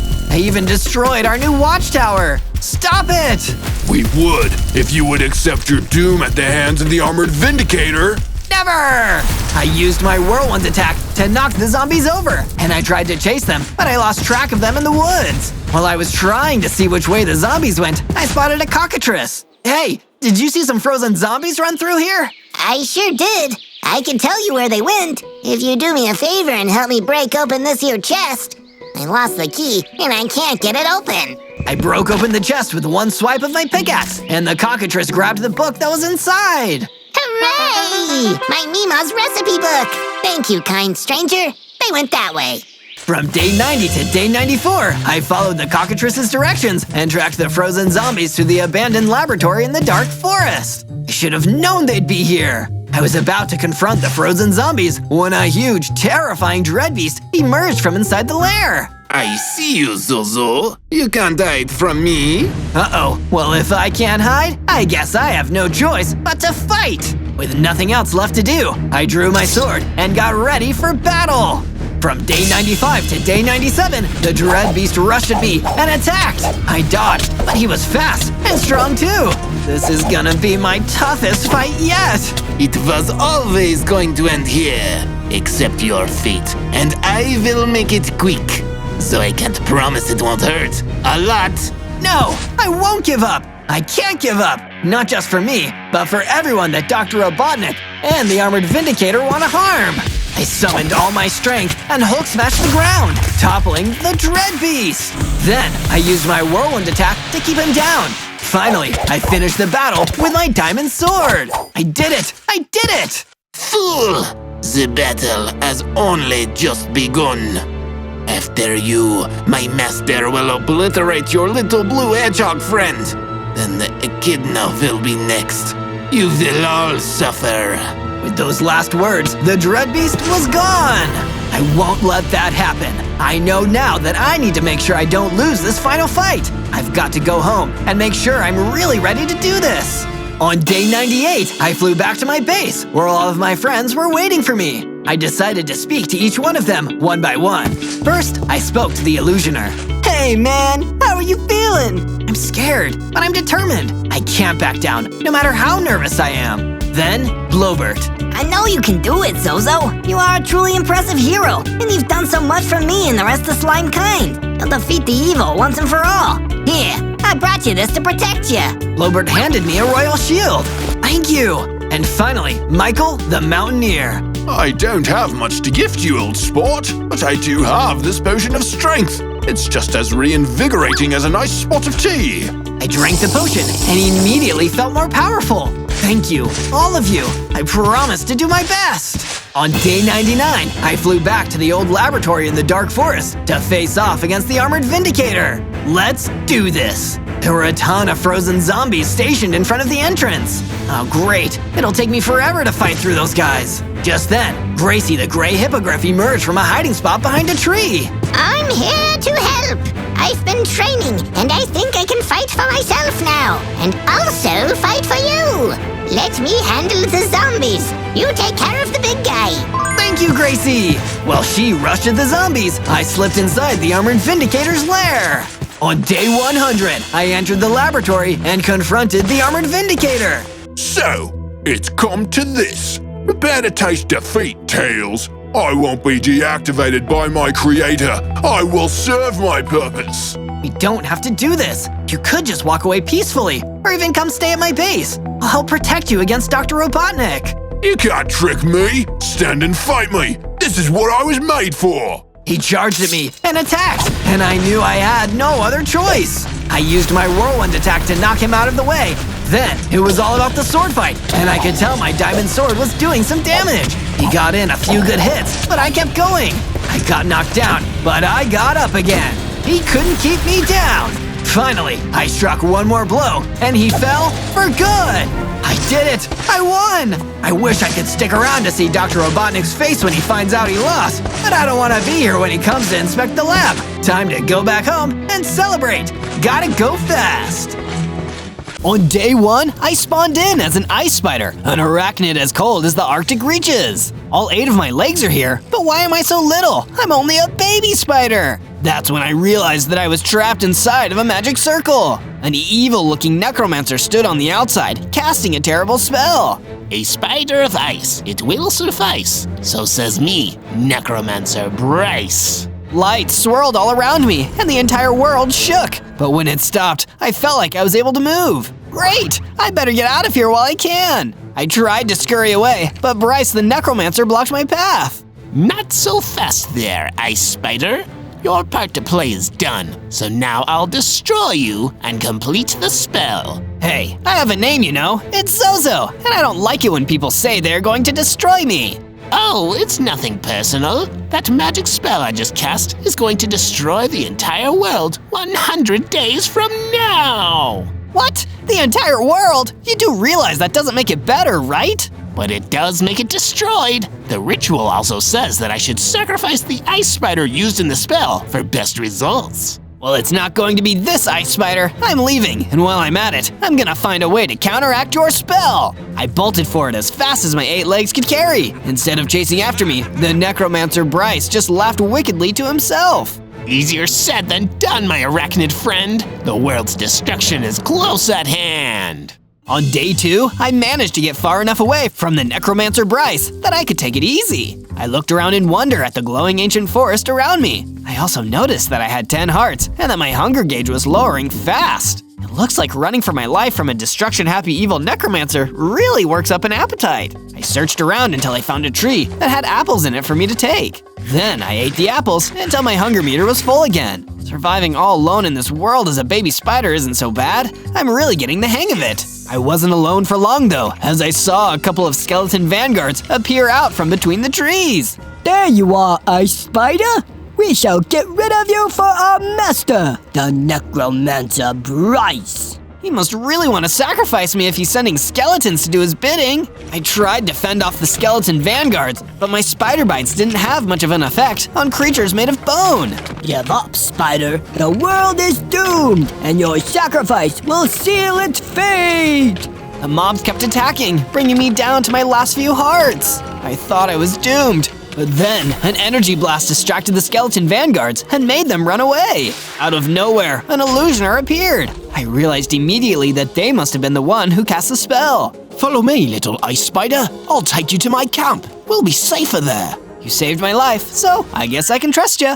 On day 3, the illusioner took me to his campsite and cast a protective illusion barrier around both of us so that the mobs wouldn't find us. You're pretty good at casting spells, illusioner. Please, call me Alan. Illusioner Alan. Okay, Alan, you're pretty good at casting spells. Thank you for saying that, but unfortunately, there are mages far more powerful than me in the world, and some of them are using their gifts for evil. You mean like Necromancer Bryce? Is it true that his spell will end the world? Not if we good mages have anything to say about it. Soon after, another mage arrived at the campfire. This one was a wind caller with the power to, well, call wind. I'm Wind Caller Windy. I'm here to see the Ice Spider. That's me. I'm Ice Spider Zozo. Oh, the winds are truly blowing in our favor. You, my amicable arachnid, might be the key to saving the entire world from destruction. Necromancer Bryce's ritual can be stopped by a more powerful spell as long as he doesn't sacrifice an ice spider. So as long as I'm alive, there's a chance that you mages will be able to stop him. We'll need your help too. We can battle his henchmen and travel to places which would be too dangerous for us. You can count on me. I might still be a baby spider, but I won't let the entire world down.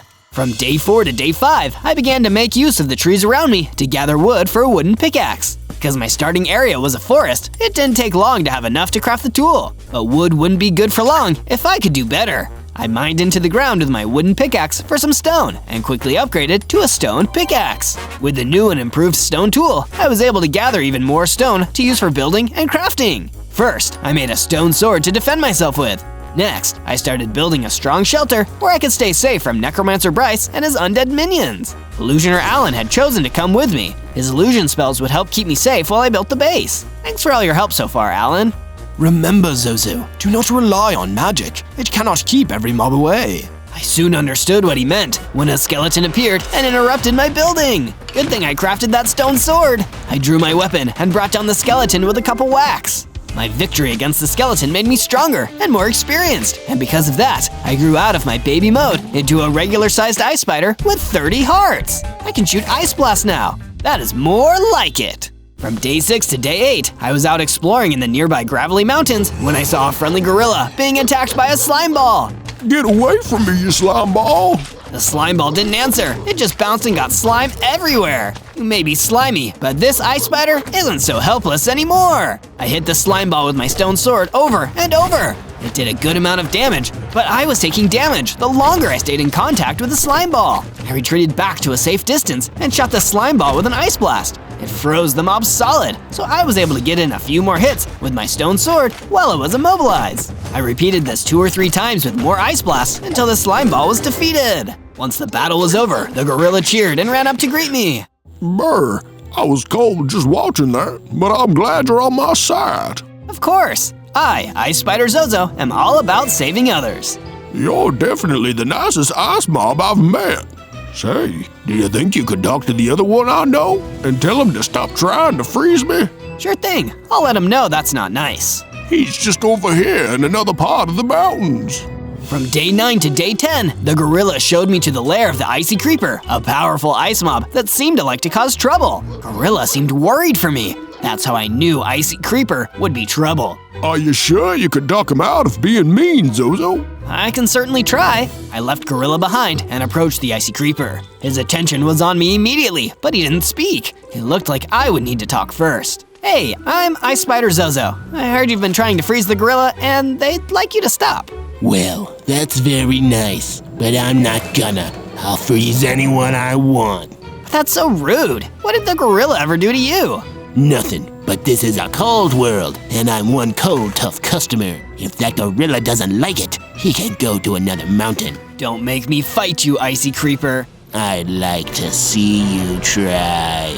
I fired my ice blast at the icy creeper, but it seemed like he was even colder than me because it barely did any damage. His own ice blast took off a bunch of my hearts. In a battle between ice creatures, I was definitely the loser for now. I ran back to the gorilla, sad that I couldn't defeat the icy creeper. I promised Gorilla that I'd let him stay in my base for now and come back to the Gravelly Mountains to defeat Icy Creeper at a later time. From day 11 to day 12, I returned to my base and began renovating the living space so that the gorilla had a place to live. I used a lot of stone bricks so it wouldn't be too different from the mountain he had left behind. Once I had built the room, I went to see the gorilla and showed him where he could stay. Thanks for letting me stay here, Zozo. I thought you could use some more storage space, so I did a bit of building on my own. It turned out that the gorilla really had built a room that was perfect for storing extra items. He also built a furnace that would heat up the room where he and the mages would be staying. Oh yeah, I guess you guys need to stay warm. Either way, that's very impressive work. I call it the home away from home. Oh, I hope I get to see the mountains again before the world ends. It's not going to end. I'll stop it. I hope so. That necromancer Bryce has been plotting world destruction for a long time, actually. He's tried all sorts of spells to do it, and they've never worked. This one might, though, and the idea of that is really scary. It did sound scary, and I wasted no time getting better materials to help defend myself in case Bryce showed up. Down in the mining area of the base, I went digging for some iron to upgrade my tools. I found some iron ore, which I smelted into iron ingots, then crafted into an iron pickaxe and an iron sword. Back on the surface, I tamed some sheep from the nearby glowing ancient forest and built a farm for them. If that furnace fails, there's always wool sweaters. From day 13 to day 15, I sought out Illusioner Alan for some more advice on how to complete Necromancer Bryce's challenge. I want to save the world as soon as I can, Alan. Is the spell ready yet? If only magic were that simple, Zozo. The truth is that Bryce's destruction spell is linked to you now. The only way to weaken it is for you to become stronger. How do I do that? When you defeated Bryce's skeleton henchman before, some of the spell's magic transferred into you. If you could defeat a more powerful one, it could happen again. I went back to the Gravelly Mountains in the hopes of finding another undead mob to fight. Come and get me! I don't fear you, skeletons! As if answering my call to battle, a skeleton vanguard came charging across the mountain terrain towards me. Spider of Ice! Spider of Ice! The time has come for sacrifice! I hit the advancing skeleton vanguard with an ice blast, which slowed the undead down. I was able to hit him with another before he got into melee range. Time to get a taste of my new weapon. At that point, I brought out my iron sword and slashed the skeleton vanguard with some powerful hits. The skeleton vanguard crumbled and dropped a health potion to boot. This potion must contain some more of Bryce's magic. I drank the potion and felt my power increase dramatically. My number of hearts doubled and became 60, and I gained the magical ability to turn invisible like see-through ice. From day 16 to day 19, I continued my exploration into a brand new part of the world that I'd never seen before, the Great Lake Isles. As I crawled around this breathtaking new biome, I came across an abandoned book that contained information about the destruction spell that Necromancer Bryce had cast. A spell of destruction cast by a necromancer must be confirmed with the sacrifice of an ice spider. For this reason, an ice spider that survives the casting of the spell can prevent the destruction of the world by being at the center of a spell of life, which is made to protect the world. I wasn't sure exactly what that meant, but it sounded like there was a way to turn the tide of destruction. I excitedly began to leave the Great Lake Isles when some more skeleton vanguards ambushed me to try and get me to be sacrificed. Spider of Ice! Spider of Ice! The time has come for... Yeah, sacrifice. You creeps must have followed me from the mountains. I used my iron sword and I pelted the mobs with ice blasts until they were all destroyed. From day 20 to day 22, I realized that my powers were far stronger now that I had grown into a bigger ice spider. I tested my mettle against some specters in the glowing ancient forest, chopping them down with my iron sword. They weren't that difficult to defeat, but the fact that they were here meant that bad omens were on the horizon. Dead becoming more common could be a sign of world destruction being on its way. I did some more mining for iron in the base cavern and grabbed enough ore to make the ingots for an iron chestplate. Now that I'm this much stronger, I bet I could stand up to the Icy Creeper. I returned to the Icy Creeper's lair in the Gravelly Mountains to confront the mob with my new abilities and gear. Have you learned how cold the world is yet, Zozo? No, I have learned that the world has good people in it that don't deserve to be frozen or destroyed. I fired my icy blast at the icy creeper, and this time, I was the one dealing damage. I had become a colder, more powerful being. Never freeze the gorilla or anyone else ever again. All right, Zozo, I give. I'll be nice. The icy creeper ran away, never to be mean again and never to be seen again. Upon driving away from that other ice mob, I saw a flashback to Bryce as a younger necromancer, just learning his first spells.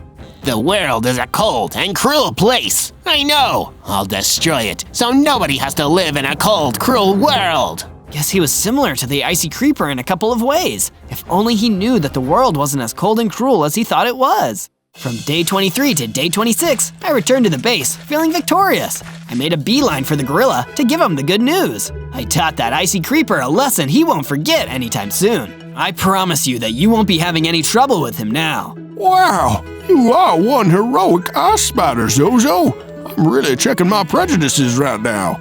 Also, I made you a gift. In case you didn't notice it on the way in, I made a perimeter wall to defend the base. Somehow, I totally had missed the perimeter wall. It was awesome and would do a great job at repelling the roving hordes of the undead. The base is well defended. Maybe now it's time to make sure my body is better defended. I went back to the mining cavern and collected up some more iron ore that I then took back to my base and smelted into iron ingots. I used these to make the rest of my armor set. You may not be able to see the armor on me, but believe me, it's there. From day 27 to day 31, I returned to the Great Lake Isles, wanting to make sure that I'd wiped out the Skeleton Vanguard Scourge completely. The more territory I can take back from the Necromancer Bryce, the less power and resources he has to complete his dark ritual. And it seems like my earlier work had paid off, because I couldn't see a Skeleton Vanguard anywhere. Instead, what I found was a large and smart-looking golem.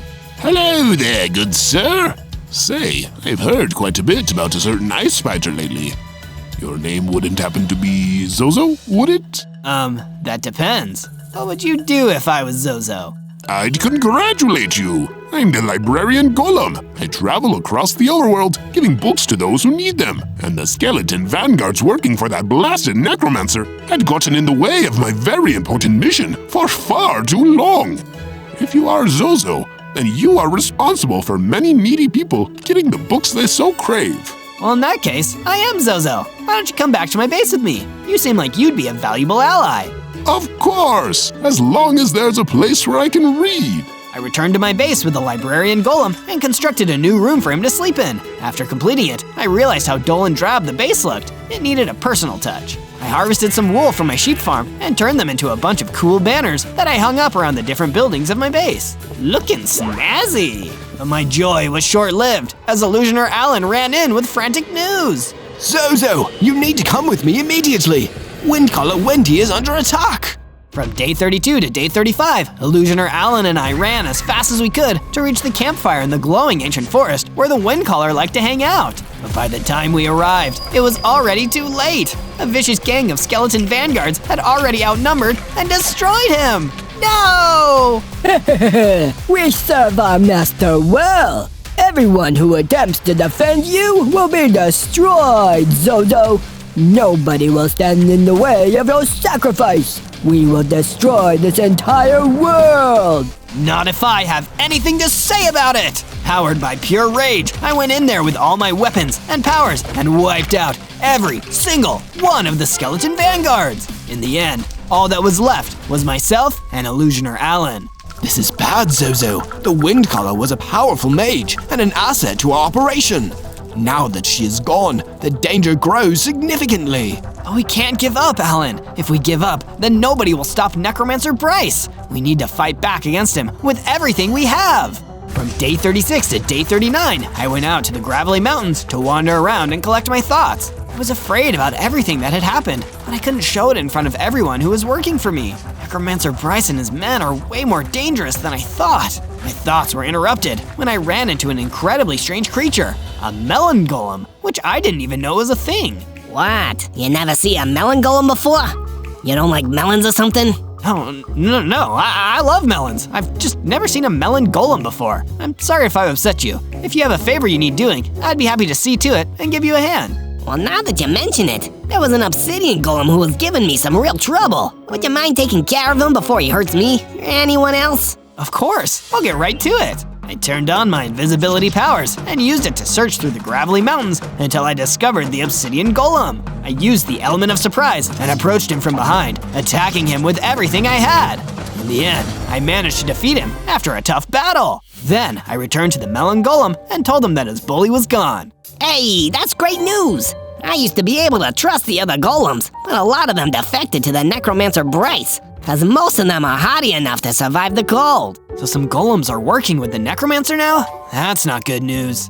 You point out the obvious a lot, you know. From day 40 to day 43, I returned back to my base, pleasantly surprised by some improvements that Illusioner Alan had made to the base. Zozo, I've made very good friends with the librarian golem. He's a wonderful chap, and we've been doing lots of discussions around the arcane arts. So I installed a sizable collection of bookshelves and couches so he can really enjoy himself here. It's incredibly wholesome that you two have become such good friends.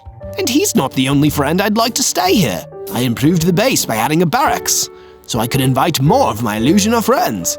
The more mages we have at the base, the easier it will be to defend you from the necromancer. That sounds like a good idea to me, Alan.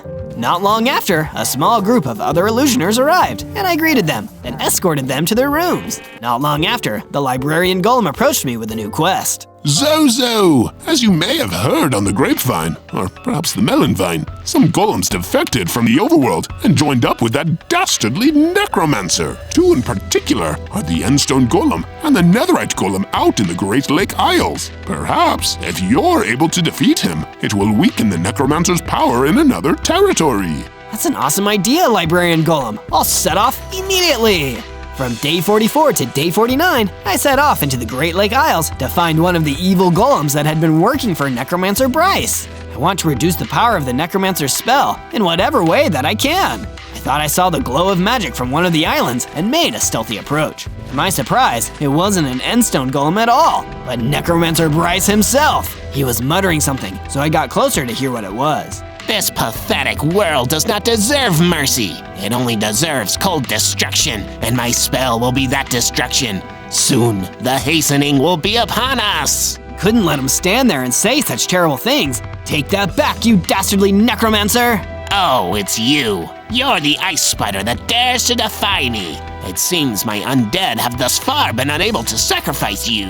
Why do you need to sacrifice me so badly anyway? What's in it for you if the entire world is destroyed? Destroying the entire world is a thankless job, but somebody has to do it.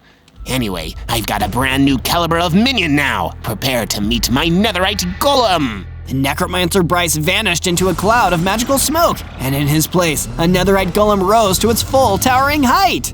Greetings. I am the Netherite Golem, and I will be sacrificing today. The other golems told me that baddies like you were bad news. Put up your big netherite dukes, and let's have a good clean fight, said the spider to the golem. I ice blasted my opponent and scurried around, avoiding his attacks. I used my invisibility to sneak in close and attack with my iron sword. The netherite golem was very strong, and he managed to hit me a couple times, dealing many hearts of damage. But I had hearts to spare now, and this fight was far from over. From day 50 to day 53, we briefly stopped to talk.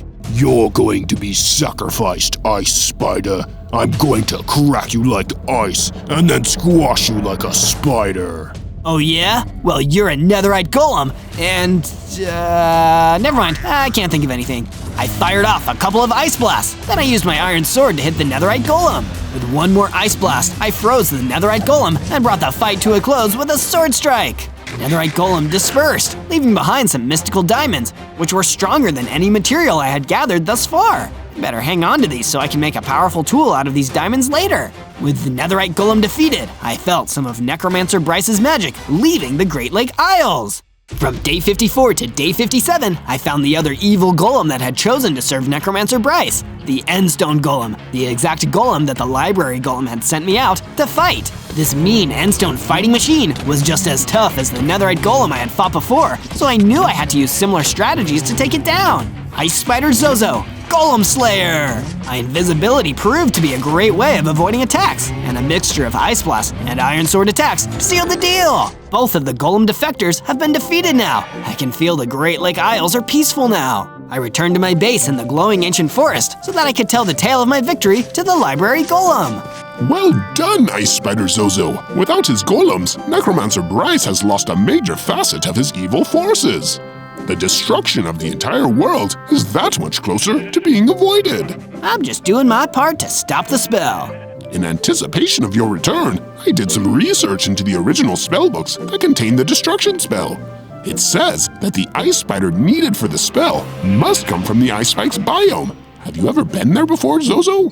Not that I can recall, but if it's my homeland, maybe I can learn something more about the spell by going there someday. From day 58 to day 62, I used the mystical diamonds that had been dropped by the netherite golem to make myself a diamond sword. Once crafted, the librarian gave me a Frostwalker enchantment book to enchant my new diamond sword with frost. What a neat enchantment, and very fitting for an ice spider. I guess magic comes naturally to me. Because of my new sword, I was inspired to seek out more diamonds down in the mine. Using my iron pickaxe, I dredged up a few more diamonds and made myself a diamond pickaxe. I decided that was enough mining for now, and I came back to see that the living area looked much nicer, and there was even a brand new fireplace. Illusioner Alan was standing by the fireplace, feeling its warmth. It looks amazing here. Is this an illusion?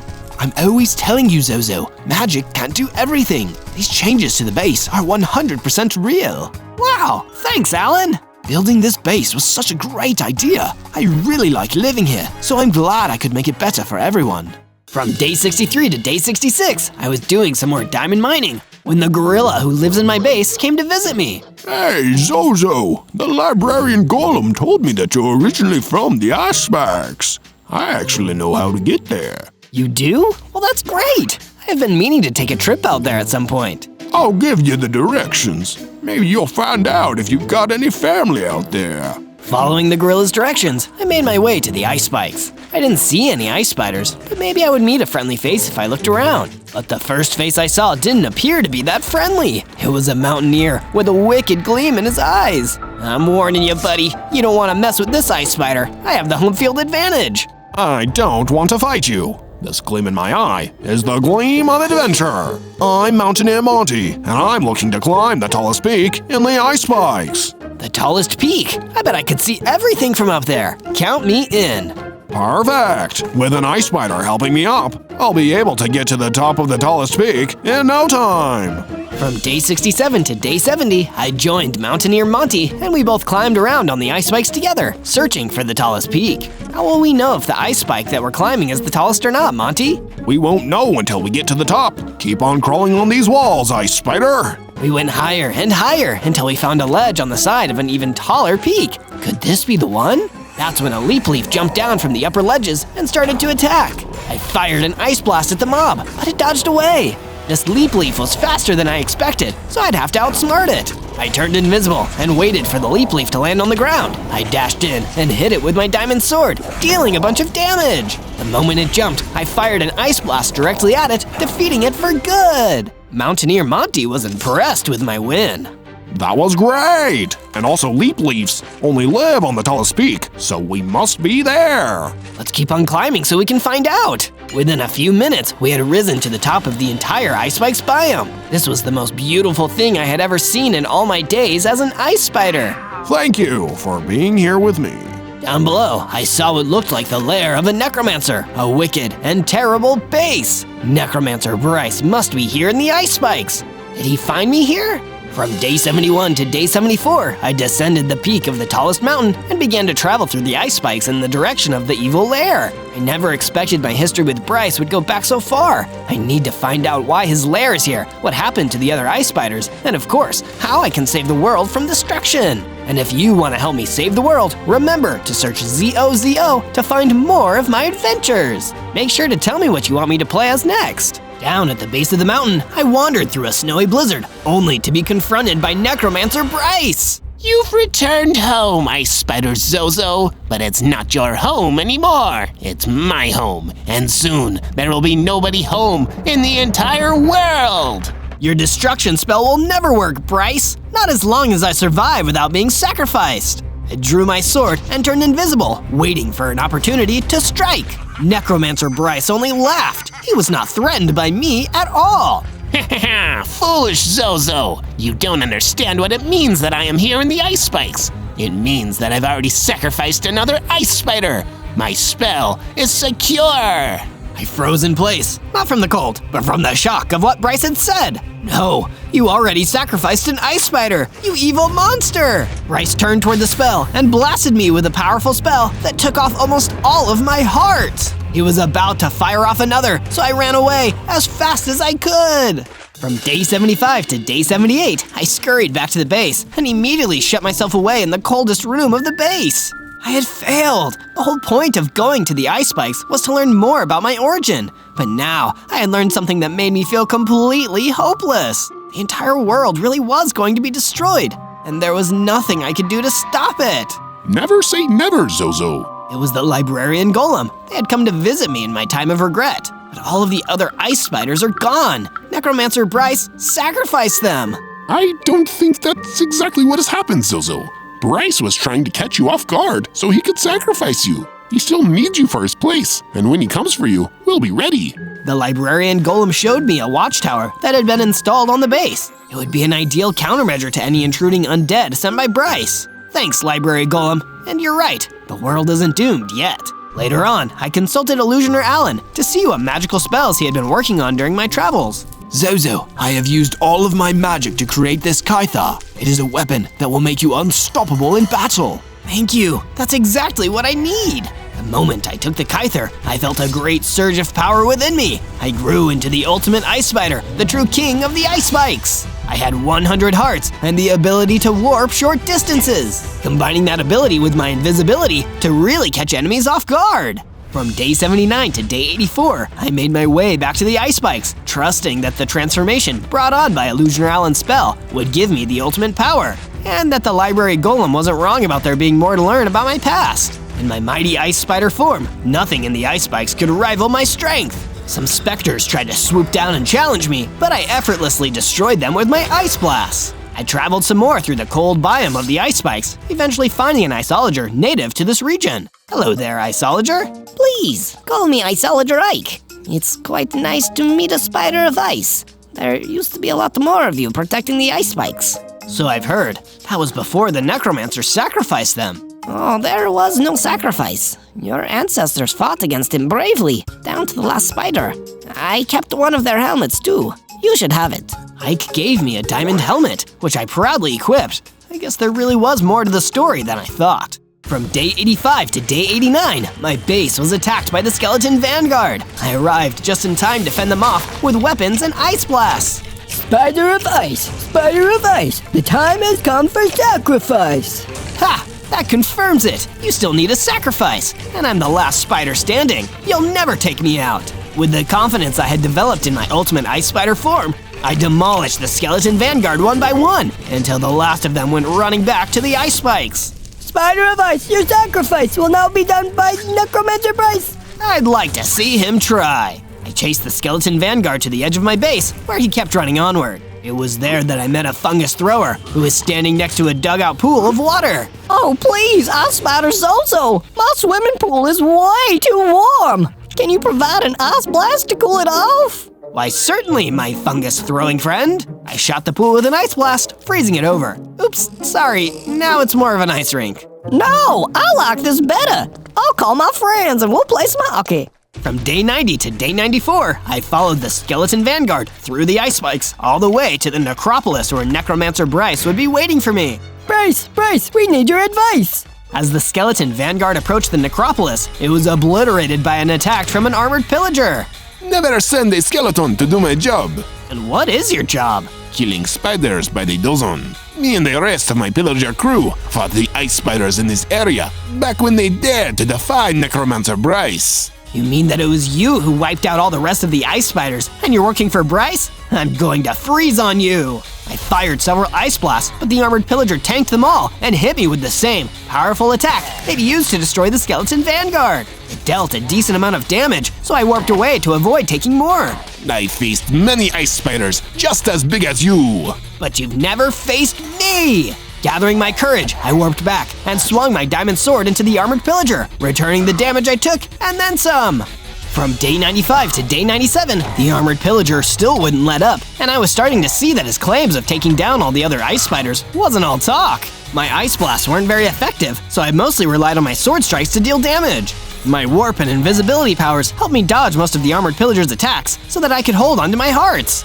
Why can't you let me crush you like those other worthless ice spiders? It's time you learned that those lives you trampled were never worthless. I warped all around the armored pillager and barraged him with sword attacks until he collapsed at long last. Darn it, you have beaten me. Truth is, you spiders fought very well. I was the only survivor among the pillagers. If you lost everyone too, why are you being such a mean guy about it? We could have talked this out. Necromancer Bryce was going to destroy the world anyway. We thought we had to listen to him, or he'd destroy us first. That Bryce is ruthless beyond anything you've seen. After he hired us pillagers to wipe out the spiders, he had them save one remaining ice spider egg so that he could use the ice spider that hatched for his destruction spell. That ice spider must have been you. The armored pillager died, leaving behind a key to the lair. At that moment, I realized I had avenged my people. Well, almost. Bryce stole me away, planned to use me for his spell, and destroy the world I've only now come to know. I will stop him!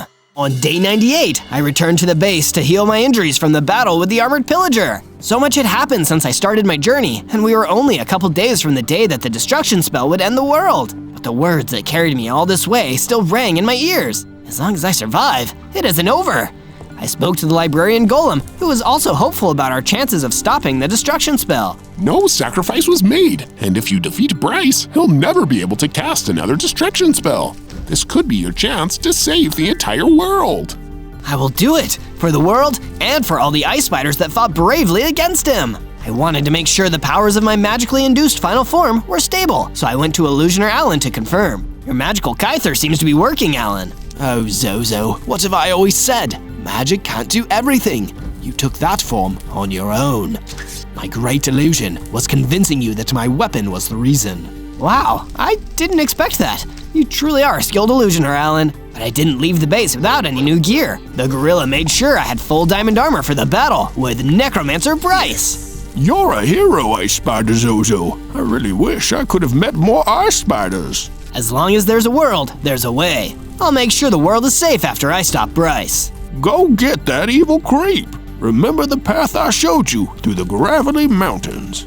On day 99, I was traveling through the Gravelly Mountains toward the ice spikes on my way to the showdown with Necromancer Bryce. I was intercepted by a whole bunch of skeleton vanguards who seemed really eager to sacrifice me as always. Bryce really rolled out the welcome mat early, huh? Spider of ice, must we say it thrice? It has to be time for your sacrifice. Even though my strength, my hearts, my gear, and my magic all surpassed theirs, the skeleton vanguards descended on me in great numbers. They're slowing me down. I won't be able to reach Bryce by the day of destruction. I had to retreat as quickly as I could. That's when I ran into the Mountaineer, and he wanted to fight those nasty skeletons for me so I could take down the big boss who started it all. Go on now, Ice Spider. We climbed the tallest peak together. Now face your greatest challenge with pride.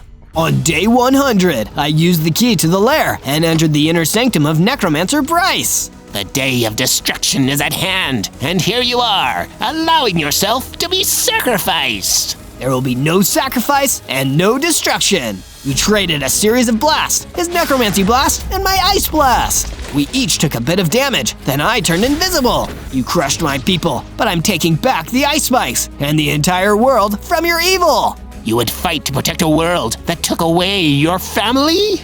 The world didn't do that, Necromancer Bryce. That was you! I reappeared and attacked his blind spot with my diamond sword. He began charging up his most powerful spell yet. It was the same spell he almost defeated me with the last time we fought. Necromancer Bryce let the spell of doom fly at me. I waited until the very last second, then I used my warp ability to move out of the way and appear right behind him. You missed me, and now it's over for you. I swung my diamond sword repeatedly with all my might, destroying the necromancer before he could destroy anything else. This world would live on, and so would I. On day 1, I spawned into the alien fields as a Charmander. Oh wow, I'm a fire-type Pokemon! This is awesome! I wonder if I can collect enough XP to evolve into a Charizard! But before I knew it, something wet hit me in the face! It was some kind of water blast, so strong that it felt like it was shot out of a cannon! This could only mean one thing! I turned around and saw a big, powerful Blastoise laughing at me from a treetop! I knew I'd find a fire type around here somewhere. You'll make perfect target practice. Wait, so you're the one who hit me with that water blast? Why? I don't even know you! You don't need to know me, and I don't need to know you. You're a fire type, and I'm a water type. We're opposites, and that's why we should be natural enemies. That doesn't make any sense! Why can't we be friends just because we're different types? No, I think being enemies is way more fun. Now run away before I drown you in water blasts. And then he started blasting at me, so all I could do was turn and run away as fast as I could before his water blast could do too much damage to me. That guy has some really scary beliefs. There's gotta be some way I can stop his ideas from spreading before everyone hates each other. On day 2, I traveled away from my spawn point through the alien fields in search of experience points. With only 10 hearts, I wouldn't be winning any Pokemon championships. I'm also one hungry Charmander. Better find some food. I did some scrounging around the trees and managed to get some apples to refill my hunger bar. I do like them apples. Shortly after my meal, I was approached by a group of Squirtles, water-type turtle Pokemon that evolve into Blastoise. Hey, fire type! You aren't welcome around these parts. If you don't get lost, we'll spray you with water. Oh no, all of you must be listening to the hateful words of that narrow-minded old Blastoise. Don't diss Blastoise! We're the Squirtle Squad, and we make sure everyone knows that water types are the best. Why are you being so mean? All I was doing was eating apples. Doesn't matter what you were doing. You're not the same type as us, so you're our enemy. Get 'em, boys! The Squirtles attacked all together, and I started losing hearts. I couldn't even fight back because they outnumbered me. Just then, I heard a voice from nearby. Hey, Squirtle Squad, leave him alone. It was a Bulbasaur, a grass-type Pokemon known for having a sprouted plant on its back. No, a grass type! We're afraid of those because they're strong against us! The Squirtles ran away, leaving me hurt but alive, with half a heart remaining. I turned to the Bulbasaur and expressed my gratitude. Thank you for saving me. Those guys were going to tear me apart just for being a fire type. You don't have to worry about that from me, new Charmander friend. Follow me. There's someone you should meet. On day 3, Bulbasaur led me to a campfire where another fire type, a Flareon, was waiting. Boy, am I happy to see another fire type. No offense, Bulbasaur. You've been through a lot, so I forgive you. How about you go talk to Flareon? I listened to Bulbasaur and approached the campfire. Flareon greeted me with a nod, and I told him everything about what had happened to me because of Blastoise and his Squirtle Squad. That Blastoise is fully evolved. He should know better than to pick on Pokemon of different types, especially Pokemon of the fire type, because of how few of us there are compared to water types. Trust me, I felt that part firsthand. Those Squirtles totally outnumbered me. How am I supposed to get a moment's peace? It can be difficult, young Charmander Zozo. I've struggled a lot in my life because of how some other Pokemon have treated me, but I also have many friends who are different types than me, like Bulbasaur, who you've met. The more we get along, despite being different types, the less the beliefs of Pokemon like Blastoise can affect us. So, you're saying I should go out into the world and make friends with lots of different types of Pokemon? Precisely. And if you see another Pokemon being bullied because of what type they are, you should stand up for them. Pokemon of different types make a more balanced team after all. Wow, thanks Flareon. I think I know how to make life a little bit easier for all types of Pokemon. I'm gonna get out there and stop the hate. I left the campfire and returned to Bulbasaur, telling him about my new quest to stop the spread of Blastoise's terrible ideas. So that's why I'm going to find different types of Pokemon and get to know them.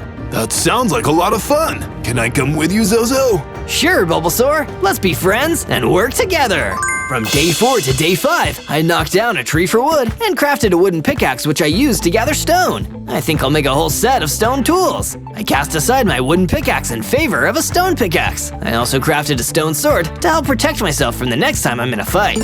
Hey, Zozo! We should build a base around here. That way we'll have a place for all our new friends to hang out in. Great idea, Bulbasaur! It'll be a Pokemon home that welcomes all types. I laid the foundation for the base in stone and built 2 different rooms designed for Bulbasaur and myself. For Bulbasaur's room, I added lots of plants and green textures that were fitting for a grass type. My room had a fire pit and a bunch of coal to keep it warm. A fire-type Pokemon needs to have fire after all. While our rooms were really different from each other, they were still close enough that we could visit each other. How do you like the room, Bulbasaur? It's very nice, Zozo. I'm glad you made it specially for me. It shows you're really accepting of different types of Pokemon. Awesome! I want everyone to feel welcome when they come to live here. I went outside to search for more materials. I was digging another hole when out popped a Sandslash, a fully evolved ground-type Pokemon. Before I could offer a friendly greeting, the Sandslash attacked me. It must have thought I was easy pickings because fire types are weak against ground types. Why can't we get along? I fought back using my sword and drove the Sandslash back underground. Before I knew it, I had won the fight, and the experience points from the, experience. And it caused me to evolve into a Charmeleon. I learned how to use Fire Breath, and my number of hearts increased to 30. From day 6 to day 8, I traveled to the Black Forest in search of new Pokemon friends. Woods that are this deep and dark have to be hiding some truly mysterious Pokemon. And now that I'm a Charmeleon, I'm sure I can protect myself if I need to. It turned out that the one I needed to protect was another fire-type Pokemon known as a Vulpix. Stop it, Beedrill. Leave me be. I ran to where I heard the Vulpix's cries and saw that she was fending off a Beedrill, a poison bug Pokemon with powerful stingers. Buzz off, Beedrill! I dove into the fray and hit the Beedrill with my stone sword, which gave the Vulpix a chance to get to a safe distance. Beedrill tried hitting me with its needle stingers, but I dodged and hit it a few more times with my sword. Just as the Beedrill started to use its poisonous ranged attacks, I attacked with my Fire Breath, dealing super effective levels of damage. The Beedrill fainted, so I went to go check on Vulpix. Are you okay, Vulpix? I've had better days. I'm really lucky that a Charmeleon like you came along. Call me Zozo. I'm on a quest for all kinds of Pokemon friends. Hi, Zozo. Would you be able to help me one more time? I was poisoned by that Beedrill, and I need some help getting Pecha Berries to work like antidotes. Count on me. Flareon told me that us fire types have to stick together too. From day 9 to day 10, I walked through the Black Forest with Vulpix until we reached a berry bush that was covered in Pecha Berries. I grabbed one of the berries off the shrub and fed it to Vulpix. How do you feel? I feel great, which means the poison status effect is cured. Thanks, Zozo. Sweet! We should stock up on some of these berries for the base, just in case anyone else is poisoned. I went back to the Pecha Berry bush to gather more, but I was stopped when the ground shook. A Dugtrio burst up from the ground and stared me down with its 3 heads. And no stomping around above my home. I'll have you earthquaking in your boots, Charmeleon. I didn't mean to disturb you, Mr. Dugtrio. I'll just take the berries and be on my way. You'll take nothing but a beatdown, you fire-type brat. Dugtrio hit me with its powerful ground-type digging moves. I used my Fire Breath, but it barely did any damage. The ground Pokemon was also way too fast to hit with my sword. The only thing I could do was run away, back to Vulpix. I didn't get the berries. That's all right. You saved me at least. You're a real friend, Zozo. Thanks, Vulpix. I'm heading back to my base now, and you're welcome to tag along. From day 11 to day 12, I constructed another room fit for a fire type so that Vulpix could live comfortably inside the base. It was nice to know that there was one more fire type friend who would be safe from the Squirtle Squad and Blastoise. Once I was finished with the room, I went to see Vulpix, who had been doing some building of her own. Hey, Zozo. I made us a storage room to store all of our food and other supplies. I looked around at the base and saw that Vulpix had done exactly what she said. The base was looking more like a home than ever before. That's really nice, Vulpix. Did you do this because you already like living here? You got it. I wanted to thank you for all you've done for me. I really look forward to seeing this place full of new Pokemon friends. It will be, Vulpix, and you're one of us now. Thank you. Truth is, I've needed a place to belong. For a while, I've been struggling because other types of Pokemon have picked on me. Especially because I was a fire Pokemon. Especially Blastoise and his Squirtle Squad. Don't worry, Vulpix. I'll make sure to create a world where nobody is picked on because of their types. After the base was renovated, I went down into the mines to get some stronger materials. I dug for iron ore and found enough to make some iron ingots. With that, I upgraded my stone sword and stone pickaxe to an iron sword and an iron pickaxe. Back on the surface, I discovered some sheep in the alien fields and went to work creating a pen to keep them in. Kinda weird that these are regular old non-Pokemon sheep, but oh well, I have sheep. From day 13 to day 15, I went to talk to my first Pokemon friend, Bulbasaur, about how I could evolve even further. Right now I'm a Charmeleon, but if I can become a Charizard, I'll be able to face that Blastoise on the same level. It's not that easy, Zozo. That Blastoise still has lots of experience, and his type is strong against yours. I still have to try. That big brute nearly waterlogged me when we first met, and now that I know he bullied Vulpix too, I'm all fired up. Maybe you should try facing off against the Squirtle Squad to gain experience fighting against water types. That's a great idea, Bulbasaur. Away I go. I returned to the Black Forest where I met Vulpix and called out for Squirtles to test my strength against. Come on out. You weren't so afraid of me when I was a Charmander. And we're not afraid now. Get set to get splashed, Fireboy. A lone Squirtle appeared, ready to take me on. I was game, so I drew my iron sword and fought against the turtle-like Pokemon. Now armed and evolved, I was having a much easier time holding my own, even though I was still taking a bit of damage. Give up, Charmeleon. A fire type can't beat a water type. Stop thinking about other Pokemon just in terms of types. I used my Fire Breath to deal a bit of damage and distract the Squirtle, before I swung the iron sword and finished him off like it was a metal claw attack. He dropped some experience, which I utilized to fully form into my most iconic form, the fire-flying Pokemon, Charizard! Yeah, Charizard! I had 60 hearts and a brand new Fireball attack that could be launched even farther than my Fire Breath and dealt way more damage. From day 16 to day 19, I took my newly evolved Charizard self on a trip to the Crag Gardens biome. I was feeling strong, getting used to being an evolved Pokemon. I couldn't wait to use my new Charizard powers to defend all types of Pokemon from those who would hate and divide them.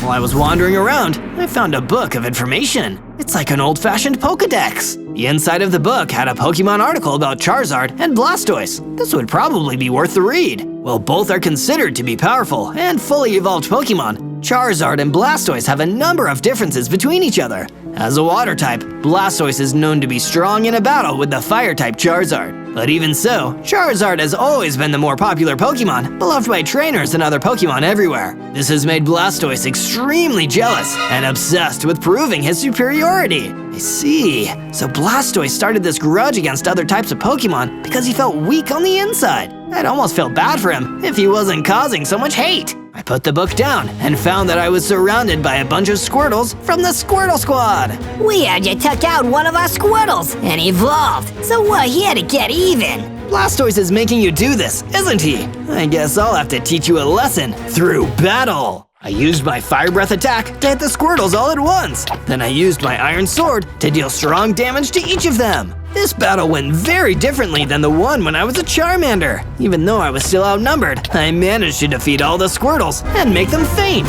Oh yeah, I'm strong enough to protect myself now. From day 20 to day 22, I gathered more iron from the mines so I could craft my first piece of iron armor, and decided to take the iron ingots I made from the iron ore and create an iron chestplate. Now I could have defenses where it counts. Now, for the true test of my fully evolved power, I'm gonna go see if I can defeat that mean Doug trio in the Black Forest. I went to the same bush where the Pecha berries were and waited for that wild Doug trio to appear, and soon he did. Hey, aren't you that Charmeleon? Looks like you've evolved, but you're still no match for me. We'll see about that. Charizard, attack! I opened the battle with my brand new Fireball. It didn't deal too much because Dugtrio was a ground type, but it got his attention. His melee attacks and speed were still a force to be reckoned with. But with my newly improved defenses, I was able to tank several hits and deal damage back with my sword. Before long, Dugtrio was begging for mercy. Please, Charizard, no more. I didn't know a fire type could be this strong. You're about to see how strong I really am. I spare you, Dugtrio. Really? You're not gonna knock me out? Of course not. All I wanted to do was show you I could protect myself. We could even be friends now. Well, you're all right, Zozo the Charizard. Have the berries if you want. Dugtrio disappeared back underground. I was about to celebrate my victory and the fact that I resolved the battle peacefully when Blastoise appeared. Blastoise! Looks like the little Charmander has grown up into a Charizard. I knew I should have gotten rid of you when you were small. Now we're destined to be rivals. You can stop this now if you want to, Blastoise. Water types and fire types don't need to be enemies. You think you're better than me, don't you? Well, you're not. Charizard might be a lot of people's favorite Pokemon, but there are more water types than any other type of Pokemon. Your fire type should leave us alone and stop stealing our spotlight. Then Blastoise stomped away, furiously. We didn't end up fighting this time, but unless he let go of his hatred towards fire types, someday we would have to. From day 23 to day 26, I returned to base with several bushels of Picha berries, which I planted outside the base so that any Pokemon living here could cure poison status effects. Vulpix was very happy since it was her who had trouble getting the berries when she was poisoned. Now that you're a Charizard, it seems like there's a chance for things to get better for fire types. It'll take a lot more than me to make the world a place where all Pokemon can live in harmony, but I'll keep on doing my best. And part of doing my best was adding to my suit of iron armor. So I went back to the caverns and mined until I had enough iron material to craft myself an iron helmet and iron boots. With all this iron I'm wearing, I'm practically a steel type. When I was done crafting, I went outside to see that there was a great big wall built around the entire base. Vulpix was standing nearby, looking proud. Did you do this, Vulpix? Yes, I did. What you said about doing your best struck a chord with me. I wanted to do my best too. You did awesome, Vulpix. I'm so glad you're living here with us. From day 27 to day 31, I was exploring the Crag Gardens when I met a type of Pokemon I had never seen before. Lapras, the Ice-type transportation Pokemon known for swimming along the waterways. Actually, Lapras had two types. It was a water type too. Hello? Are you that same Charizard that fought with the Squirtle Squad? Yep, that's me. Please don't tell me you want to get revenge for your fellow water types. Not at all. I'm glad that someone is teaching them not to mess with other types of Pokemon. That kind of thing gives us water types a bad name. Well, that's a relief. Good to know there are water types out there who don't listen to Blastoise. Blastoise doesn't even consider me a true water type because I'm part ice type. I get bothered by those Squirtles too. So sorry. Come to my base. It's welcome to all types of Pokemon. I returned to the base with Lapras and let them settle in. I decided I should make the base more inviting to outsiders, so I harvested some wool for my sheep and placed down some decorative banners. As soon as I was done, Bulbasaur ran up to me, looking panicked. Zozo, quick! It's the Squirtle Squad! They're attacking other types of Pokemon again! From day 32 to day 35, I ventured out into the alien fields to find the Squirtle Squad and stop them from causing trouble. I recognized the area as near the campfire where we had met Flareon many days prior. Oh no, Flareon, he's probably in trouble. And so are you! A bunch of Squirtles jumped out to attack me, but I managed to fend them off with my iron sword. Afterwards, I saw Flareon getting hit with attacks from other members of the Squirtle Squad. This'll show you, Flareon! Squirtle Squad for life! The Squirtles attacked again and destroyed Flareon right before my eyes! Flareon, no! I blasted the Squirtle Squad with fireballs and cut the rest of them down with my sword. If I see any more of you Squirtles on the Squirtle Squad again, I'm fighting you right then and there. From day 36 to day 39, I was in the Black Forest when I met a Caterpie, a friendly bug-type Pokemon who was crawling along through the tall grass. You startled me. I saw your wings and thought you were the flying type Pokemon who had been attacking me. Charizard is a flying type as well as a fire type, but this one doesn't mean you any harm. Honest. That's good. It seems like Pokemon like me always have to worry about Pokemon of stronger types. Do you understand how that feels? I do understand, Caterpie. Take me to this flying type bully of yours so I can settle the score. Caterpie showed me to a clearing in the forest where a Pharaoh was swooping around. That must have been the fire type he mentioned. The Pharaoh turned towards me and charged right at me. I shot a few fireballs at the Pharaoh, defeating the bird in a single attack. I returned to Caterpie and told him that he wouldn't need to worry about Pharaoh anymore. Thanks, Zozo. I knew I could trust a Charizard, even if you are a fire and flying type. Why's that? I know I'm nice, but still, how did you know you could trust me? Because everyone knows Charizard is a heroic Pokemon who defends the weaker Pokemon from danger. You're a hero, Zozo. I'm glad everyone thinks so highly of me, but being a Charizard doesn't make me better than anyone else. Is that what Blastoise thinks? From day 40 to day 43, I went back home to the base to check in with Bulbasaur about what we should do next regarding the Squirtle Squad. When I arrived, I noticed that Bulbasaur had added a bunch of couches to the base in order to make it look nicer. What's all this for, Bulbasaur? I'm inviting another Bulbasaur to the base so we can talk about Flareon. I wasn't the only other Bulbasaur he was friends with. Of course, you can have another Bulbasaur visit. I didn't know Flareon for very long, but he was a good Pokemon and had lots of friends. What happened to him wasn't fair. The Squirtle Squad has crossed a line that we can't forgive. If we don't fight them, there will never be peace between different types of Pokemon. You're right. We have to make it impossible for them to hurt any other Pokemon. Bulbasaur and I talked for a while longer before the other Bulbasaur showed up. I could tell the grass types wanted to be alone for a bit, so I went outside. There, I was greeted by Lapras. Hey Zozo, have you decided to take on Blastoise in the Squirtle Squad now? Yeah, the hate in some Pokemon goes too deep.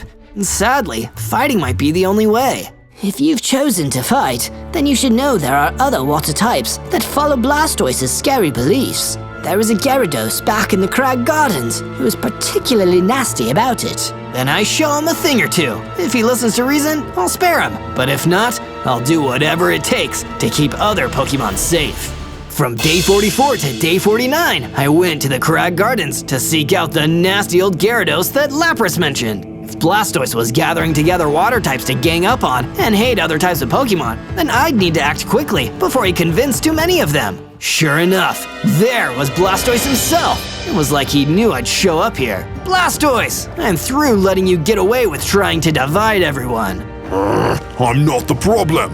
Charizard's like you are. Lapras must have told you I have friends out here, the traitor. Lapras was just trying to keep you from brainwashing more innocent water types into hating fire types. And now, your Squirtle Squad has destroyed one of my friends. Take responsibility! No, you're a Charizard, not a Blastoise. You don't know how easy you have it. And now I'm gonna make sure you never will. Starmie, I choose you. Blastoise withdrew from the area, leaving behind Starmie, the water and psychic type starfish Pokemon, to face me. Bring it, Cheapazard. You are no match for my dazzling water-type moves. That's what you think. I'll teach you to judge me by my type, Starmie. From day 50 to day 53, I started my struggle against Starmie. This was the first time I had faced off against a fully evolved water-type Pokemon, and as I expected, it was tricky. But even so, I refused to back down in the face of one of Blastoise's followers. Why aren't you dead yet? I thought you fire types were supposed to be pushovers for us water types. Looks like you don't know as much about Pokemon as you think. Now check out my moves. I launched a few fireballs, then finished the job with my Fire Breath. After those fire-type attacks, Starmie was weak and unable to fight, so I decided to attempt to communicate with the water-type Pokemon. Why do you work for Blastoise in the first place, Starmie? Don't you know that he's hurting people? Yes, of course I know that. But if I defied him, I'd be cast out by the other water-type Pokemon. I'm already part psychic, and that means I have to be loyal, or else. That's just living by his narrow view of what Pokemon types are, which you know is wrong. Yes, I know. But what can I do? You can run away for now. I'll deal with Blastoise, and then you can return to this land when there is harmony between types. Starmie understood and fled, but before they ran away, they dropped a diamond, which I could use to make a stronger weapon. I thought a bit more about how Blastoise and his beliefs were making the world a more difficult place to live in. Even other water types weren't safe. Onwards to Gyarados! From day 54 to day 57, I searched through the Crag Gardens until I found the Gyarados that Lapras had mentioned. Sure enough, Gyarados attacked me on sight with a water blast. It then bit me, so I drew my iron sword and hit back. It was clear that this Gyarados really didn't like any other type of Pokemon and just wanted to hurt me. So I showed no mercy!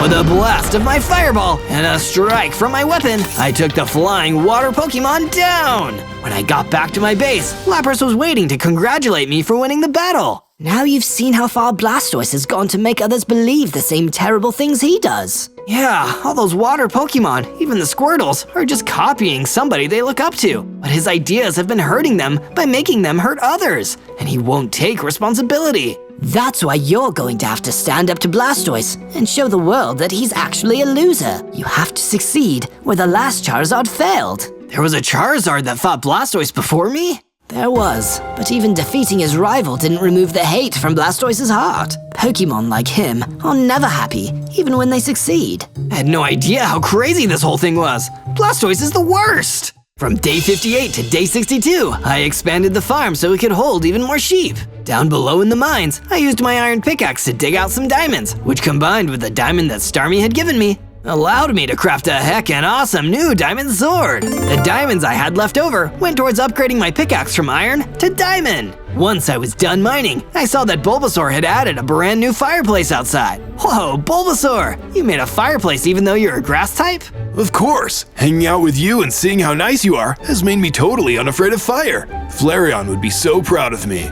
I guess the Pokemon who are living here had started to adapt to being around each other's types, so being comfortable around fire had become no big deal. The harmony between the types that we've been striving for feels closer every day. From day 63 to day 66, Vulpix came to visit me in the mine. She had a hint about a biome I hadn't yet explored. The Dead Sea is home to a bunch of Pokemon I used to be friends with before the Squirtle Squad chased me away. You think we might be able to recruit any of your old friends? I don't know. The Squirtle Squad is pretty unforgiving and might have already chased them away, or worse. But you should try anyway. I went to the Dead Sea and looked around, but at first, there didn't seem to be any Pokemon there. Then, I heard a buzzing noise from behind me. I finally found you. I turned around in shock and saw a bug-type Pokemon, Butterfree, flying in the air. Do you know Vulpix? Huh? Who's that? Okay then, this is about me. Are you an enemy? What? No, Zozo, it's me, Caterpie. I evolved into a Metapod and then a Butterfree. Oh, good to see you. I've been so on edge lately that I guess I was expecting a fight. You're right to be careful around here. I've heard Blastoise's base is here in the Dead Sea somewhere.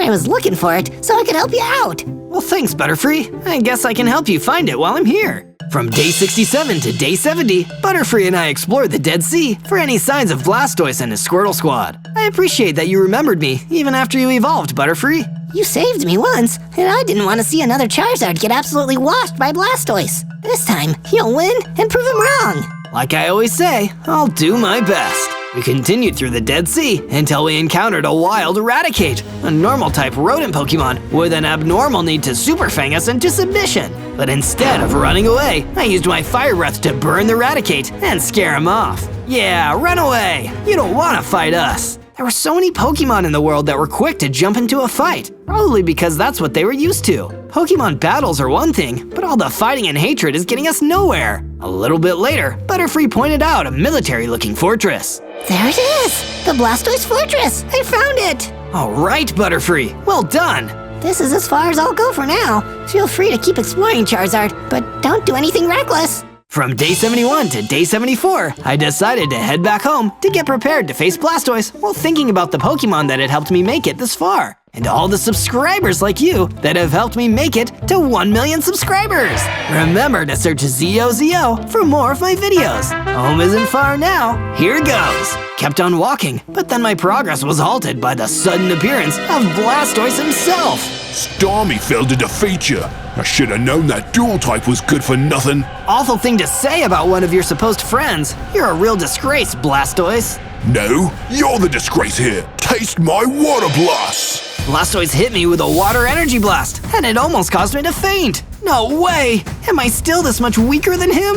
That's what you get, Charizard. You think you're so popular, but I'm gonna make sure you face the same fate as the last Charizard. I was still too weak, so I ran away as fast as I could. From day 75 to day 78, after my crushing defeat at the hands of Blastoise, I hid myself away inside the base in complete shame. That was my chance to take him on and prove in front of the whole world that his beliefs were wrong. If I couldn't defeat him, he'd still be out there, making trouble for other Pokemon, and fire types especially would get hurt because of me. I was still a crying Charizard when Lapras came to visit me to cheer me up. It's okay, Zozo. Nobody expected you to be able to beat him on the first try. Plus, what's more important is the friendships we build with each other. That's the real way to stop Blastoise from winning. Come on, out of your room. I listened to Lapras and walked outside to see the watchtowers that had been added to the base. Even now, the Pokemon who had come to live here were together to make it better. Thanks, Lapras. I just remembered what is really important. Sometime later, Bulbasaur handed me an item of mysterious power. What is this, Bulbasaur? It's a lava bottle, but all of us here at the base made it stronger by adding our elemental energies to it. If you drink it, you'll be able to gain the power of our friendship. Wow, I might even be able to evolve past my limits with this. I drank the lava bottle, and the power of friendship caused me to Mega Evolve into the mighty and unstoppable Mega Charizard X! I'm a Fire and Dragon type now! My Fireball upgraded even further into a Dragon Fireball, and I had 100 hearts to boot! From day 79 to day 84, I went through the Dead Sea with my new Mega form and fought against some pure Water-type Vaporeons who were loyal to Blastoise. The Dragon Fireball's power was many times stronger than the regular Fireball and hit with Dragon Energy, so it was effective against Water types too. Now this is the power of friendship. I'll be able to use this form to defeat Blastoise. I just know it. As I took stock of my surroundings, an energetic Electric-type Pokemon approached, Jolteon! Hey, nicely done. Those Vaporeons were not nice to anybody. By the way, I'm Jolteon. You might have met my brother Flareon. He was a good guy. Shame what happened. But hey, you'll do something about it, right? Right? Whoa, slow down. You talk so fast. But yeah, I'm looking to bring peace between the types by facing off against Blastoise. Oh wow, you're a good guy too. Just like Flareon. Boy, that's just incredible. Flareon would have been so very proud. I hope so. A lot of people miss him. And I've been fighting this whole time to make sure what happens to him isn't going to happen again. That's excellent! Stupendous! Super duper cool! Here, take this diamond helmet. It'll guard your head from Blastoise's attacks. Jolteon gave me some diamond leggings, which I immediately equipped. This would come in handy in the next battles. Thanks, Jolteon. I consider you a friend. And soon, Pokemon of all types will be able to be friends. From day 85 to day 89, I went back to the Alien Fields to check in with the others at the base. They'll be so excited to hear that I met Jolteon. But when I arrived, things were not as I had left them. The wall and watchtowers had been damaged, and the Squirtle Squad was wreaking havoc inside of the base. Yeah, Squirtles! Take down this place! Pokemon of different types shouldn't live together! That's not true! This base is for everyone who wants to live here, regardless of type. I hit one of the Squirtles with a Dragon Fireball, taking him down with one hit. Oh no, it's Mega Charizard X! We gotta get out of here, boys! Where do you think you're going? I rushed at the Squirtles and used my Diamond Sword and Fireballs to hew through their ranks. A few managed to escape, so I followed them through the Alien Fields until they were nowhere near the base. Looks like the coast is clear. I better return to the base and make sure nobody was hurt. While I was walking through the fields, I noticed an incredibly rare Pokemon floating around in the air. No way! Is that? It was Mew, the mythical Psychic-type Pokemon that has almost never been seen before. Mew! That's me! Mew, the world is full of danger right now. I'm trying my best to bring harmony to the world, but it's really hard to change people's minds. Don't worry, Zozo. I've been struggling with the same problem. I have the psychic power to talk to many people in their dreams, but I never know what to say. Tell them this, Mew, that we should all try to be friends, no matter what type we are. Yes, I like that. That just might work. I'll try to remind everyone what is the same, rather than what is different. Thanks, Mew. From day 90 to day 94, I trekked back through the Dead Sea and got a better look at Blastoise's fortress. There were some formidable-looking cannons mounted on the side of the fortress that would probably blast me if I got closer. I could see Squirtle Squad patrols all across the base. But all that doesn't scare me. I'm gonna use my Mega Evolved power to bulldoze through anything in my way. A water Pokemon came careening towards my location. It wasn't a Squirtle, but it looked slightly similar, only larger and more warlike. So I ran away, but he caught up to me. Attention!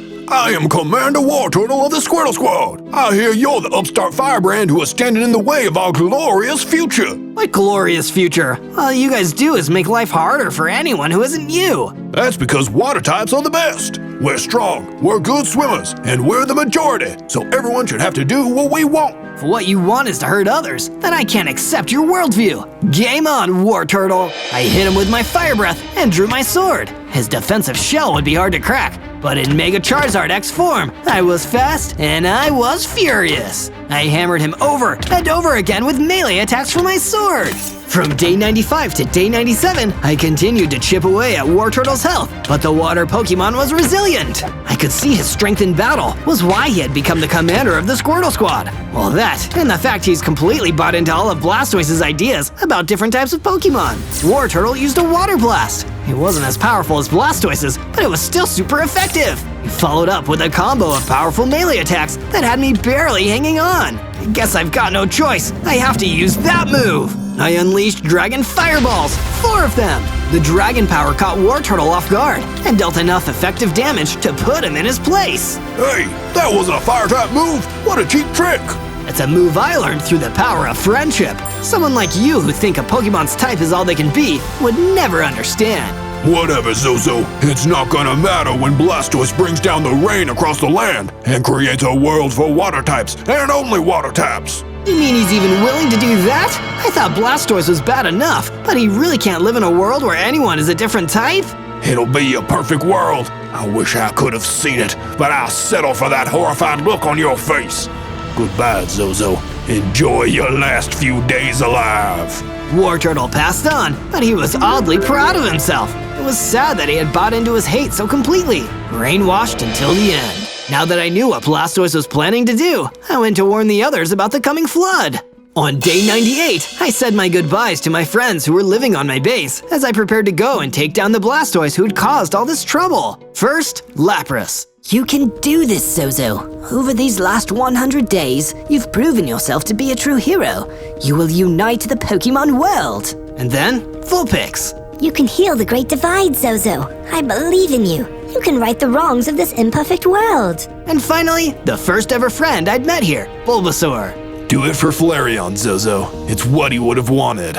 On day 99, I made my way back to the Dead Sea. I needed to conserve every ounce of my strength if I wanted to defeat Blastoise and his agenda of hate. But when I reached the outside of Blastoise's fortress, I saw a large gang of Squirtles. This was extremely bad news. If I fought those Squirtles, I'd lose energy and be weakened in my fight against Blastoise. Oh, this is terrible. I don't know what to do. That's when I heard a fluttering sound and saw Butterfree floating next to me. This is where I may be of assistance, Zozo. You helped me, now I'll help you. Let me distract the Squirtles while you take on Blastoise. It'll all be worth it if you can bring peace to the land. Thank you, Butterfree. I'll make sure that your risk won't be in vain. On day 100, Butterfree rushed in and distracted the Squirtles, while I entered the fortress and came face to face with Blastoise for the first time in quite some time. Finally, you nasty little fire type! You've grown the courage to come and fight me! This is the final battle. Whoever wins will decide the fate of all the Pokemon in the overworld. I'm not here to fight you, Blastoise. What? This is impossible. It must be some kind of dirty fire type trick. You just want me to let my guard down so you can burn me to a crisp. Don't be silly, Blastoise. Aren't you tired of all this fighting, all this hate? Haven't we both lost too many people? But, I'm a water type. That makes me better. If I don't have that, what do I have? You can have anything you want, Blastoise. You can decide who you are, not just what you are. We can all be our own people and be friends. You just need to let all this hate and pain go. Blastoise thought about it for a long moment before sighing. I'm so sorry for everything I've done. Can you ever forgive me? I can try, and you can try too. Come back to my base with me, Blastoise. We'll get it all smoothed over. Thank you, Zozo.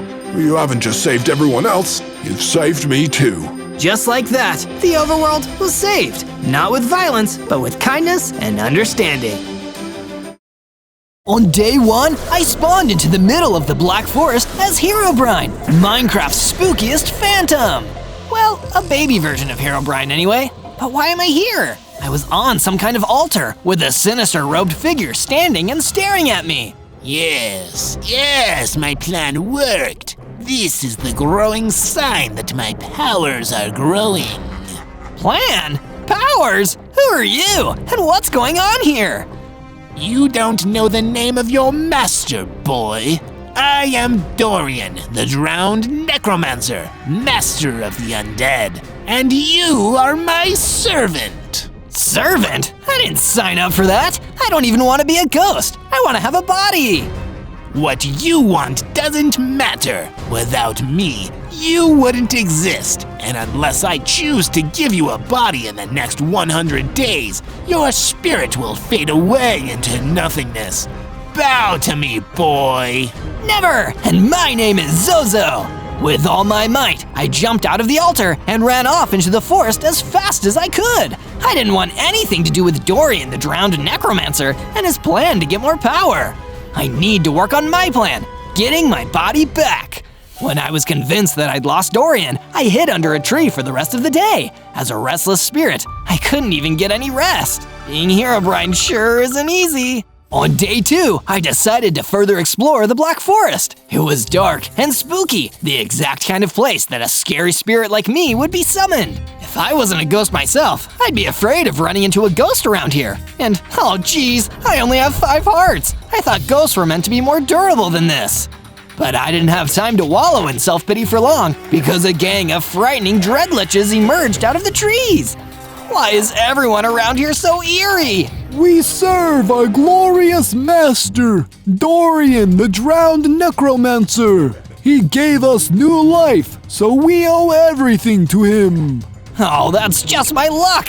And I guess you want to kidnap me and take me back to him for his sinister plans? Huh. We didn't expect you to already know this. I guess it saves us some explanation time at least.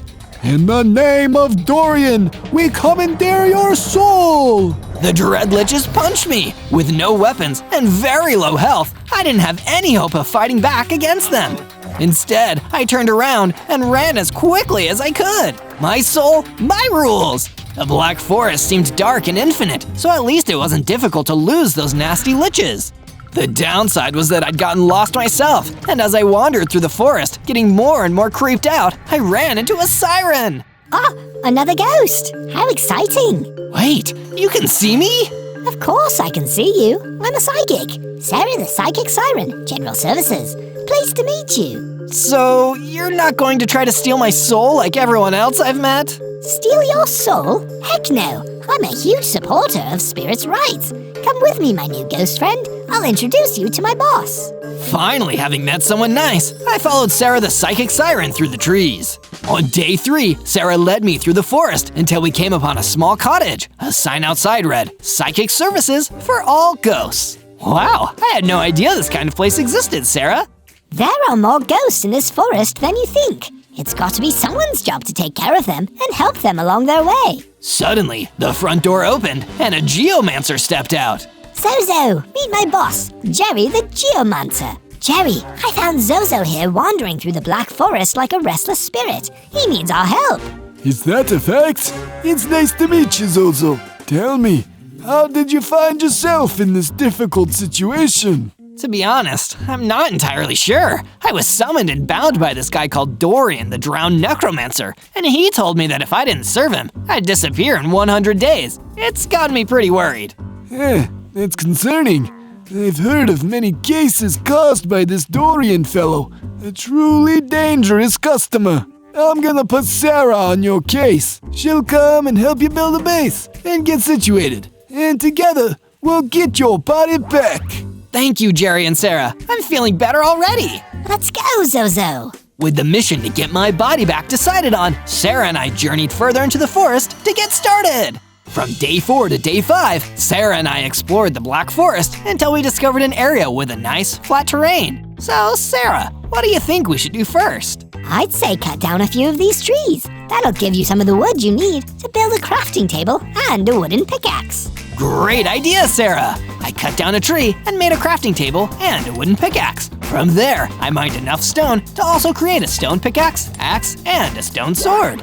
It's difficult to hold this stuff, being a ghost, but I'll try my best. That's the spirit, Zozo. I cleared enough space in the forest to start laying down a basic base, collecting some extra wood along the way. It started off with a pretty basic setup, with just a room for me and a room for Sarah. Oh, this is a nice setup, Zozo. I guess living with you technically means we're living in a haunted house. Yeah, I guess so. Say, this is probably a pointless question to ask, but is it possible for ghosts to eat? Because I'm getting really hungry right now. You're in luck, Zozo. I have an enchanted apple that ghosts can eat in my inventory right now. Enjoy! Sarah gave me the apple, and I ate it. Instantly, I felt my power starting to grow. I had 20 hearts now, and I developed a new ghost ability, warping from place to place. This is fascinating, Zozo. I feel so lucky that I'm getting to see it. From day 6 to day 8, I went wandering around the nearby Twilight Valley, looking for more rare enchanted food. As a ghost, my ghostly hunger was really difficult to satisfy,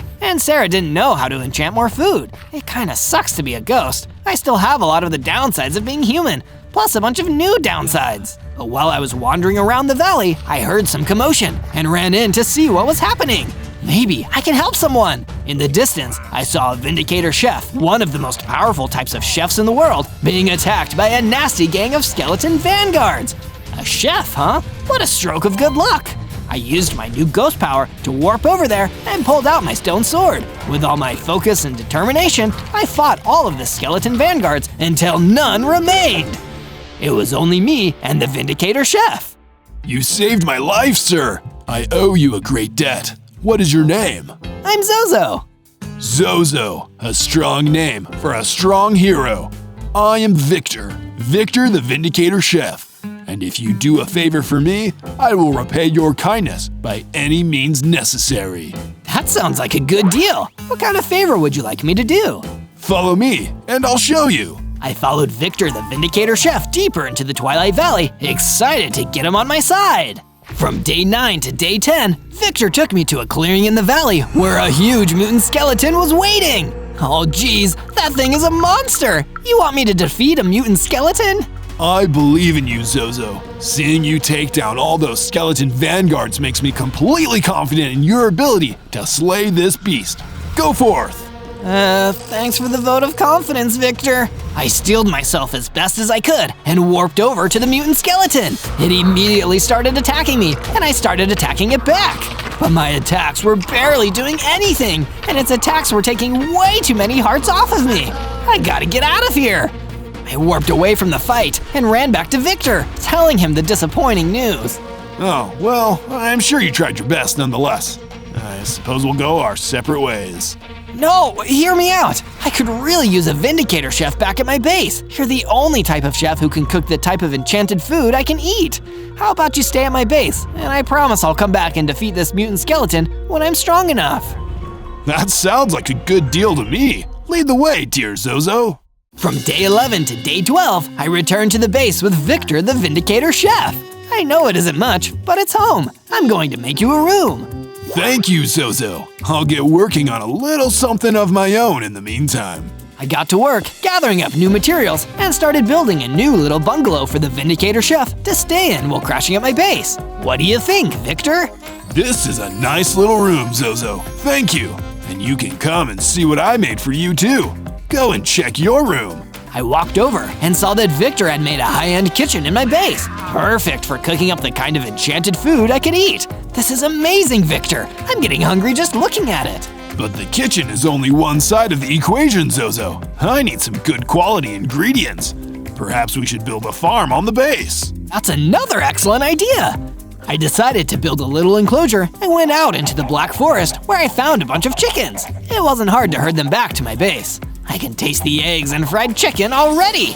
When I returned to my room to relax, I found that Sarah the Psychic Siren was waiting for me with some new information. I did some research into Dorian the Drowned Necromancer, Zozo, and found some interesting information.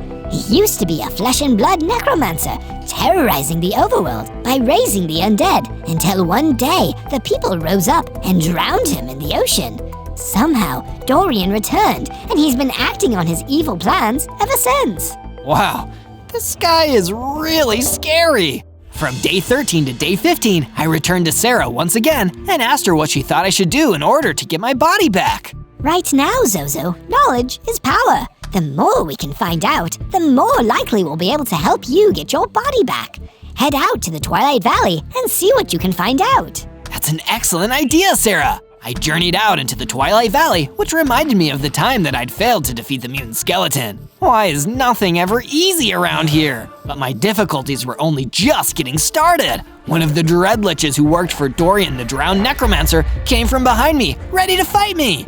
I serve my glorious master, Dorian the Drowned Necromancer, yeah, I get it. Let's just fight. Fine, but way to take all the fun out of this. I battled the Dreadlich with all my might. He was a formidable opponent, but in the end, I defeated him all the same. And that gave me the XP I needed to level up again. I got bigger, stronger, rose up to 40 hearts, and gained a new offensive power, Lightning Strikes. Finally, some actually cool ghost powers. From day 16 to day 19, I found my way into the wooded Badlands, where I continued my search for any useful information that could help me defeat Dorian the Drowned Necromancer and get my body back.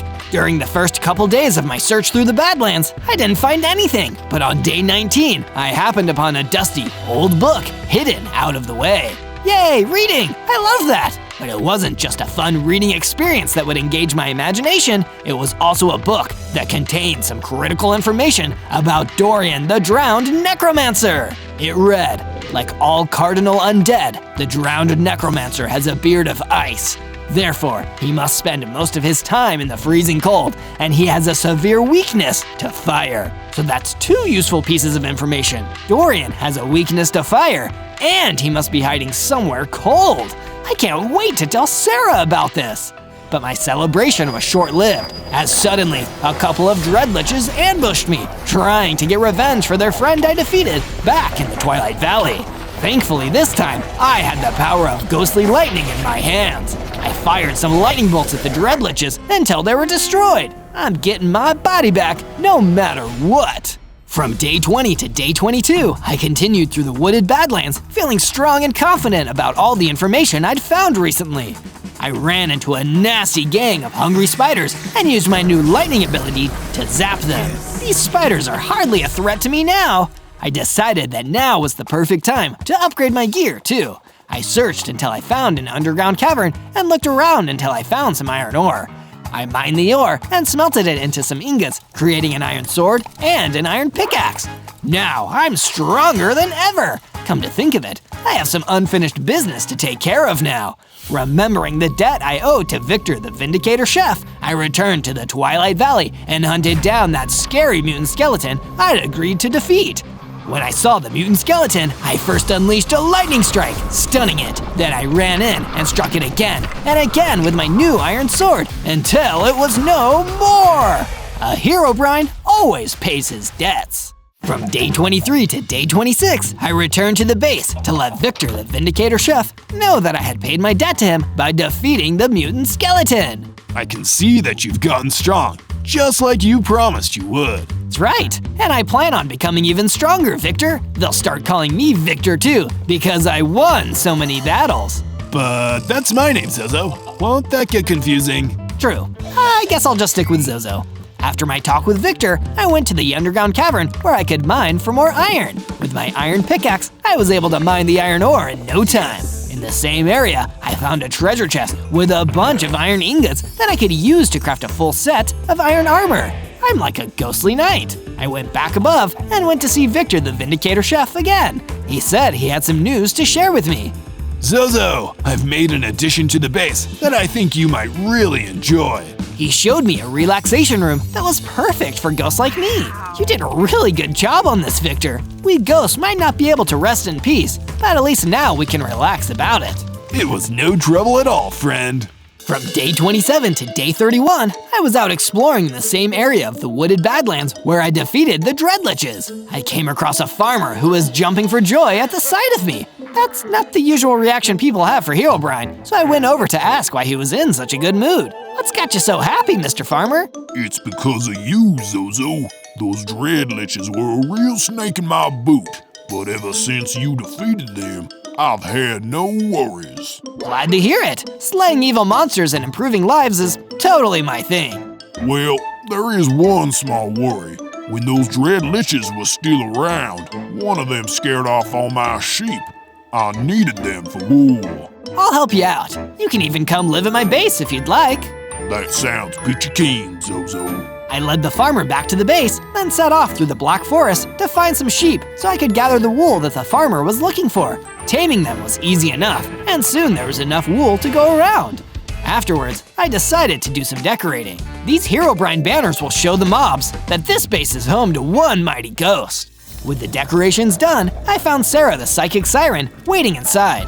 There you are, Zozo. You have to leave the base with me now. It's an emergency. What's going on? Come on, I'll explain when we get there. From day 32 to day 35, I left the base with Sarah and traveled through the Black Forest. Along the way, we were ambushed by a small gang of dreadliches. Boy, does this feel familiar. I should have seen this coming. I am a psychic after all. We serve our glorious master, Dorian the Drowned Necromancer. They really do say it every time, don't they, Sarah? They sure do.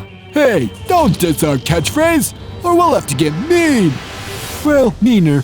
The Dreadliches began to attack, so I zapped them with my Ghost Lightning Strikes. None of the Dreadliches I had fought before had seen that ability, so it took them by surprise, and I was able to quickly defeat them. We traveled on, and I soon noticed that Sarah and I had come to the place where Jerry the Geomancer had resided before. This time, it was completely destroyed, and the area was full of Dorian's Dreadliches. Hey, this is Jerry's place. Get out of here! It looks like we were too late, Zozo. This is exactly what I foresaw in my psychic vision. I knew what Sarah meant when I saw Jerry backed against a corner. He had tried to fight the Dreadliches on his own, but he was about to die. Zozo, is that you? It seems I won't be able to see you get your body back. Jerry, I'm sorry. We got here as fast as we could. Don't worry about me. Dorian will surely pay for this. Make sure you and Sarah protect each other. We will. Rest well, Jerry. I was so enraged by Jerry's death that I destroyed the Dreadliches with my lightning strikes until there were none left in the area. From day 36 to day 39, I made a return trip back to the Twilight Valley. It hadn't changed much since the other time I was here, but there was a fisherman at the local pond who I hadn't seen before. Hello there, I'm Zozo. Well, hi there, Zozo. I'm fishing. Oh, I'm just kidding. My name is Fred the Fisherman, and I could use a hand. Sure, Fred. What seems to be the problem? I know I'd be able to catch more fish if I had some twilight worms as bait, but they're all way up there in the higher parts of the valley. Can you go get a couple for me? You can count on me, Fred. I climbed up the terrain of the Twilight Valley, enjoying the view along the way. With all that happened recently, it was nice to gather my thoughts for a moment. The moment didn't last long though, because I was attacked by a giant. Even though it was big, it had gotten the drop on me. I took a few swings with my iron sword to make it think twice. Then I warped back a short distance and hit it with a few lightning strikes. I closed the distance back into melee range and finished it off with my sword. Soon after, I returned to Fred the Fisherman with the bait he was looking for. Happy fishing. Hope you catch a big one. Thanks. I only came here to the valley because the fishing in the ocean ain't that good anymore. Ever since that drowned necromancer rose from the sea, people have been afraid that he might have left a curse on it. He is really evil, that Dorian. A curse on the place he was drowned. Sure sounds like him.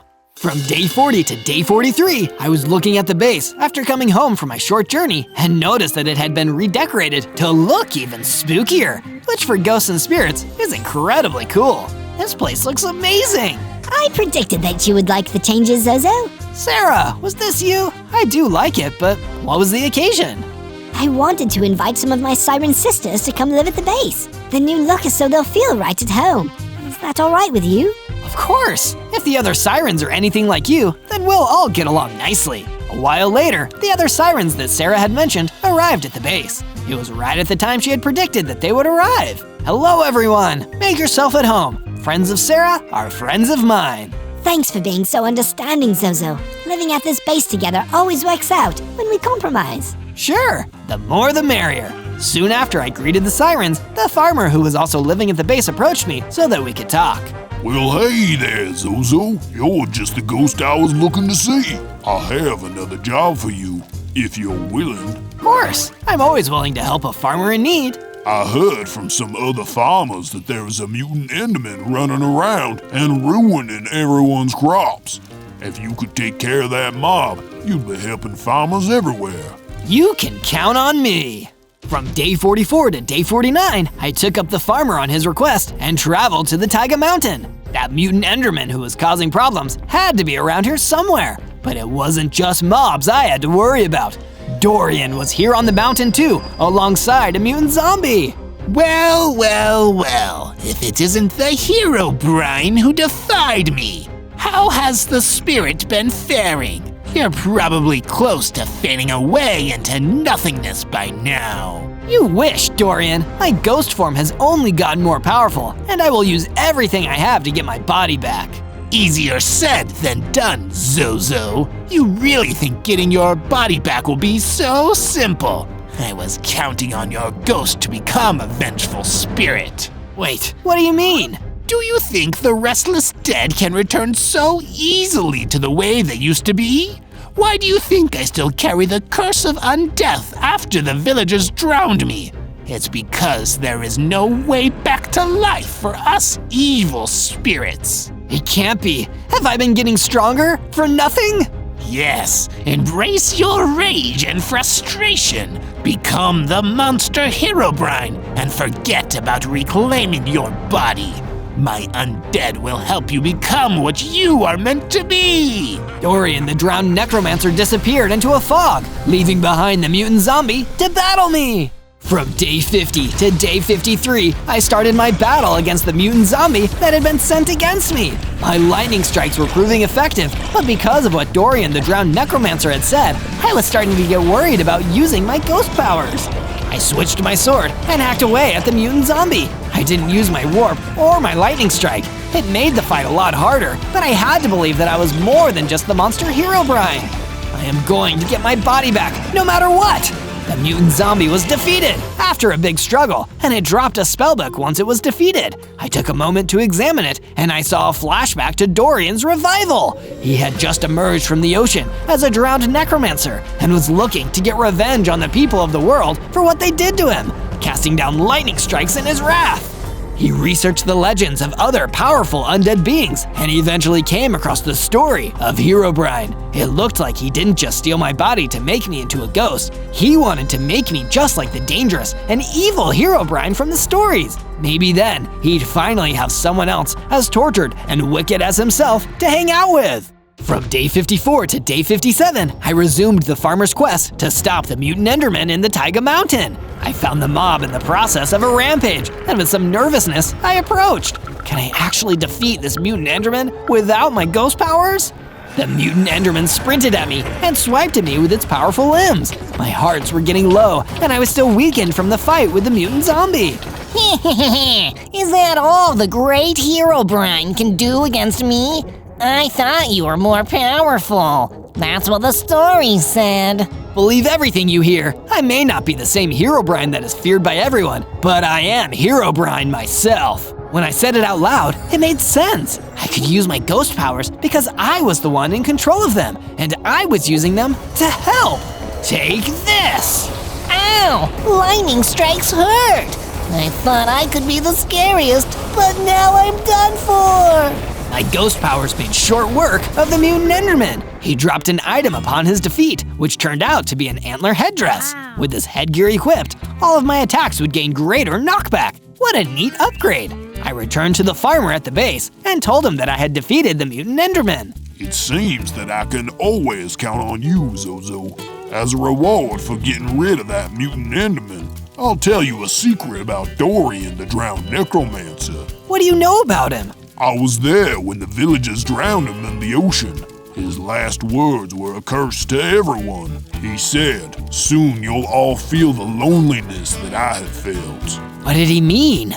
I don't know, but he probably had something real evil in mind when he said it. From day 58 to day 62, I managed to herd some more chickens into the base just to make sure we had a big enough food source for everyone. Then, I made my way deep into the underground cavern so I could do some mining for better materials.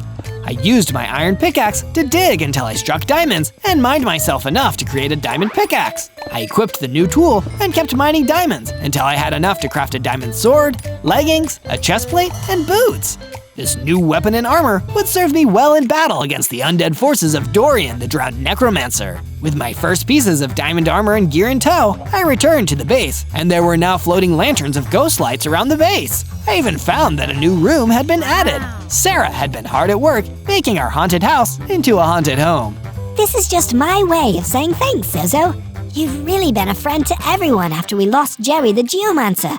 I feel like I could stay here for a very long time. Thanks, Sarah. That means a lot too, because for ghosts like us, a really long time might mean eternity. From day 63 to day 66, I was down in the underground cavern making some expansions to the mine when Victor the Vindicator Chef came to see me. Hey Zozo, I heard that you were still looking for your original body. There's a biome nearby where you may not have looked yet. Oh really? Well, I'm glad you thought to tell me about it, Victor. I went back above ground and traveled to the place that Victor had told me about, the Wooded Badlands. I looked around for any signs of necromancy magic or a gravestone, anything that might lead me to my body. That's when I noticed a scary Gorgon sneaking up on me. Boo! Hey, don't say boo to me. I'm a ghost. That's our thing. Sorry. I thought it would be fun to startle you. I didn't mean any offense. It seemed like she meant it. That was a relief, because I thought I would have to fight this Gorgon. You're a lot nicer than you look. I could say the same thing about you. You're the HEROBRINE, aren't you? Sorta. I'm the new HEROBRINE. My name is Zozo. Zozo, huh? I'm Morgan. You could still help me with a HEROBRINE quest, right? I think so. What did you have in mind? How? You agreed! This way, a new ghost friend. From day 67 to day 70, I followed Morgan the Gorgon through the wooded Badlands to find out more about this HEROBRINE quest she had mentioned. So, aren't you curious about this HEROBRINE quest of ours? Yes, actually. I was waiting for you to tell me more. Well, according to the scary stories about HEROBRINE, he is supposed to be the most powerful undead because of his ability to rebuild and destroy. Rebuild and destroy? Yes, HEROBRINE can destroy and rebuild the world however he wants, and anyone who is able to control him would be able to gain the same power. I don't have that kind of power. Not yet. That's why we're on this quest. You need to regain your power by facing down another being that HEROBRINE fought. That's why we're headed to the lair of the Dread Beast. We soon arrived at a part of the wooded Badlands where the dangerous mob, known as the Dread Beast, was known to have her lair. Come on out, Dread Beast. I am Zozo the HEROBRINE, and I challenge you. The Dread Beast soon emerged and roared with anger.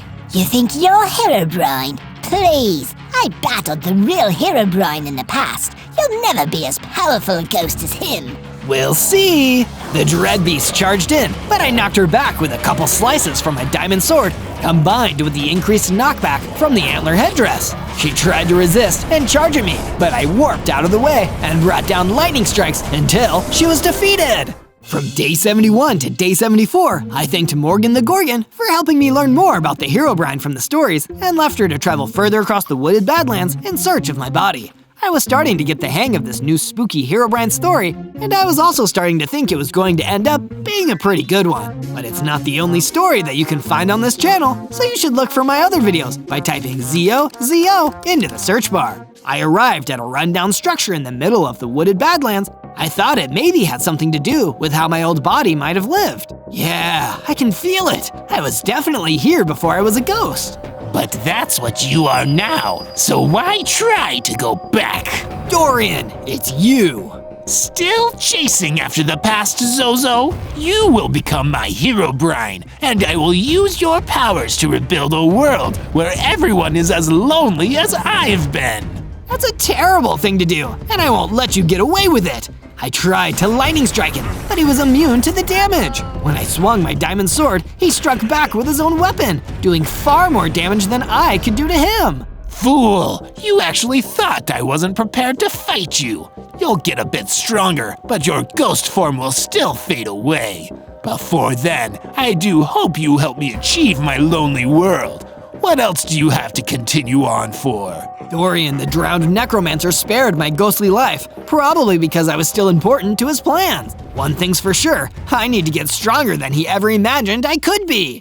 From day 75 to day 78, I kept thinking about how I should face Dorian the drowned necromancer. He had been a restless spirit for a lot longer than me, and maybe I'd have to become just as evil as him to have a fighting chance. But I don't want to be evil. I don't want to be that kind of HEROBRINE. Seeing that I was down, Sarah the psychic siren came to my room to cheer me up. Zozo, I foresaw that you would be sad, so I made sure to give the base an almost invisible enchanted mist so it'd be hidden from attacks. That way, nobody will disturb us without us expecting it. That's really good, Sarah. Thank you. Let me tell you, Zozo, in my professional opinion as a psychic, I don't predict that you'll turn evil. I hope I can live up to your predictions. I went outside for a bit to get some air, and shortly after, Victor the Vindicator chef joined me with a fresh new magic cake that he had just baked. Give this a try, Zozo. I think it might just pick you up. Thanks, Victor. I gobbled up the cake and felt a transformation coming on. I doubled in size, and my heart gauge increased to contain 80 hearts. Victor sure knows how to cook. From day 79 to day 84, I went back to the wooded Badlands to see if I could face Dorian the drowned necromancer again. I knew this whole thing would be over if I could just shut him down. Dorian wasn't here himself, but it seemed like he might have used some of his necromancy to mobilize a few random skeletons to fight me. With my lightning strikes, I was easily able to blow away these weak undead. I wasn't satisfied with the amount of searching I'd done here, so I examined the structure more closely. That's when I noticed doors that led to a dwelling where a pink pixie was staying. Hello there, I'm Zozo. Do you know anything about who used to live here? Yeah, I do. There was a village here that was destroyed by storms, a blizzard, and a thunderstorm. There was only one surviving villager, and he was really alone. Was that villager HEROBRINE? Yeah, this is the place where HEROBRINE's story began. The land has been cursed, and plants have never grown as well here since. It's just like that curse that Dorian put on the ocean. I've got to put the hero in HEROBRINE and find a way to lift both of those curses. This may help you in your journey, Zozo. Pixie gave me a netherite helmet, an extremely durable piece of armor that would certainly give me a fighting chance the next time I saw Dorian. From day 85 to day 89, I returned to my base, excited to show my friends the awesome netherite helmet I'd been given. Instead, I found a bunch of dreadliches invading my base, trying to find and attack those same friends. Oh, I can't let this slide. I don't want to overuse my ghost powers, but for the sake of my friends, it's a risk worth taking. I started firing lightning blasts left and right, destroying them quickly and dropping their morale. The rest saw my skills and took off running, but I wasn't going to let an attack on my own base slide. I came running after them. But while chasing them, I ran into a troll who seemed to be crying. As much as I wanted revenge, I didn't want to leave a clearly distressed guy on the hook like that. So I asked him what was wrong. I've been working on my novel, but I can't seem to get through it. I'm losing confidence in myself. You can do it, Mr. Troll. Just believe in yourself and try to get past the first draft. I'll be excited to read it when it's done. Thank you, kind stranger. I'll never forget this.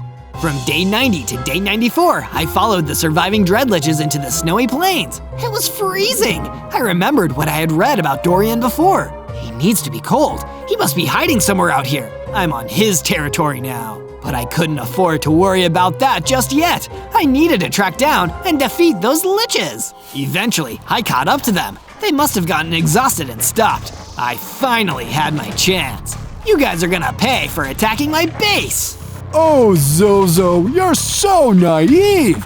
Dorian knew everything. He predicted exactly what you'd do. And now you're going to get destroyed. You've never been able to destroy me before. What makes you guys think you're gonna be able to do it now? Oh, it won't be us, Zozo. It'll be him. A huge, terrifying Dread Knight stepped out, and the Dreadliches all ran off. He must have been one of Dorian's most dangerous henchmen yet. Even as a ghost, I think I'm gonna ache after this one. From day 95 to day 97, I went head-to-head with the Dread Knight. And he was as fast and as powerful as I'd feared. And as the battle went on, I was worried I might be doomed until I got a second wind and fought back with all of my might. Soon enough, I defeated even the terrible Dread Knight, the deadliest of Dorian the Drowned Necromancer's henchmen. I'm stronger than I've ever been, but does this mean I'm doomed to become evil and end up serving that monster? But my worried thoughts were interrupted by a new discovery. When the Dread Knight was defeated, he dropped a notebook containing instructions direct from the enemy. Destroy Zozo. He is unworthy of the title of HEROBRINE. Return to the ice cave when you are done. If you need anything extra to finish the job, check the chest behind the broken boulder. So now I knew that Dorian was hiding in some kind of ice cave, and that note about the chest really intrigued me. I searched the snowy plain until I found a boulder that looked half shattered, and then I found a chest behind it. And inside the chest was a battle axe. This belongs to Dorian. I can't wait to give it back to him. On day 98, I returned to my base to tell everyone who'd helped me how all of this was going to unfold. For all I knew, it might be my final chance to speak with them. Guys, I wanted to thank all of you for how much you've helped me. I never could have gotten this far without you. This final part is so dangerous that I have to do it alone. Dorian is more powerful than ever, but I'd rather be destroyed than let him use me as an evil tool. There's no way he'd destroy you, Zozo. You're too powerful and too good-hearted. And in the end, the good guys always win, and the bad guys always lose. Here, here. After you defeat him, Zozo, I'll bake a mighty cake that we can all enjoy. And I'll farm all the best quality ingredients. You've got this, Zozo. I have full confidence in you. You're all the best. I'm gonna defeat him for you. all of you, and I'm going to get my body back. On day 99, I ventured back to the snowy plains with everything I needed to finally take on the big, bad beast of a necromancer who stole my body. It's time for me to show you the door, Dorian. Didn't actually take me that long to find the ice cave that was Dorian's hideout because I spotted a large guard force of dreadliches waiting outside, keeping a lookout. Talk about an undead giveaway. There were so many of them, and they looked better armed and armored than usual. Dorian must have known I was coming and put them here to slow me down before the final battle. It's an ingenious plan. What can I do? I think I may be of service. I turned and saw that Morgan the Gorgon was behind me. Morgan, what are you doing here? Sorry for following you. I was gonna yell boo again, but it didn't seem like the right moment. I feel like I've been missing out on all the action. Let me distract these undead creeps, and you can go in there and take down the big bad guy. Sounds like a great plan, Morgan. Let's do this. On day 100, while Morgan was distracting the dreadliches outside, I entered the ice cave and found Dorian the drowned necromancer waiting for me. You made it through my servants. How? It's because I don't have servants. I have friends. Oh, spare me all that self-righteous foolishness. You can't talk your way out of serving me. I brought you back. I bound you. You belong to me, Zozo, and nothing will change that. I'm going to keep fighting, no matter what, for myself and my friends. And when I'm done, all you're going to be is a bad memory. Then let's see. Time to go back to the void, silly little ghost. I unleashed everything I had onto Dorian, not giving up, even as he fought back against me. I could tell as the battle went on, he was getting weaker and weaker. I pulled out the battle axe that Dorian had left for his Dread Knight to destroy me. I'm sure the void will welcome you, Dorian. And with one more strike, Dorian was no more. There was a tremendous flash, and in the moment that Dorian was destroyed, my body was returned to me. Wow, it feels amazing to be back. On day 1, I spawned in as a noob dragon with a gang of angry villagers surrounding me. Hey look, another dragon! We better get that nasty beast before it gets us! What? Mister, I just got here. I don't want to get anyone. More draconic lies! You're not gonna pull one over on us! Let's get him, boys! The gang of villagers all started to chase me across the valley. I didn't understand why they were so angry at me. I was just a baby noob dragon. I only had 5 hearts. Luckily, I was still pretty fast for being a scaly noob, and I managed to outrun them, reaching the aspen forest and leaving all those villagers to eat my dust. With them gone, for now at least, I took a moment to rest amongst the trees and catch my breath. Boy, these guys sure know how to roll out the welcome wagon. I have no idea why dragons have such a terrible reputation around here. And I didn't get much pondering time. Before I could pick myself back up and run off, I was surrounded by those same villagers again. They caught up with me and emerged from between the trees, completely surrounding me. Tag him and bag him, boys. One less dragon out here makes our villages just that little bit safer. On day 2, after the villagers captured me, they took me straight to Dragon Jail and threw me into my cell. They didn't even take time to hear me out. What about due process? Don't I have a right to a trial? Those are human rights, noob dragon, and you're not human. Darn it! At least I wasn't alone in my cell. There was also a bored-looking Komodo dragon lounging around. I was happy to have someone in the same boat that I could talk to. Hey, I'm Zozo. All those villagers captured me pretty much as soon as I arrived, just because I'm a dragon. I don't understand. Nice to meet you, Zozo. I'm Carl, Komodo Carl. I've given up on trying to understand why the humans do what they do. I'm not even a real dragon. I'm just a Komodo dragon. I can't even breathe fire. Breathe fire? Wait, Carl, you're a genius! I am? Thank you. I'm happy to finally have my genius recognized. I turned to the door of my cell, summoned up all of my might, and blasted a fireball at the door. It wasn't all that powerful, but it was powerful enough to at least set us free. Let's go, Carl, before the villagers realize we're gone. You don't have to tell me twice, buddy. Carl and I ran out of there, going our separate ways. Now we both at least had a fighting chance out here. On day 3, after escaping from the dragon jail, I fled to somewhere that the villagers would have a lot harder time finding me, the Black Forest. By the time I'd gone deep enough into the forest to feel safe from the villagers, I was so hungry I could barely stand it. I guess using my fireball power and then making a daring escape really works up an appetite. There wasn't a huge amount of food around, but I at least gathered up as many sweet berries as I could, eating some and storing the rest away for safekeeping. Suddenly, a huge shadow passed over. I looked up and saw something amazing. It was a huge, fully grown ender dragon soaring right above me. When she spotted me, she turned herself towards me. I looked so tiny compared to her. Hello, little one. I didn't expect to see another dragon down here, even a teeny tiny noob dragon such as yourself. Hi, Miss Ender Dragon. My name's Zozo, and I'm pretty surprised to see you too. People aren't very kind to us dragons around here. Ah, so you've encountered all the cruel, small-minded humans who are out here threatening to ruin our way of life. You're lucky you escaped with your life. Wait, you know about all of that? Please tell me more. I'd love to understand everything that's going on here. You'll understand it all in due time. Fly with me, little one, and I'll take you back to my lair. So me and the Ender Dragon used our dragon wings to take off into the sky. At least it'd be a lot harder for humans to get us up there.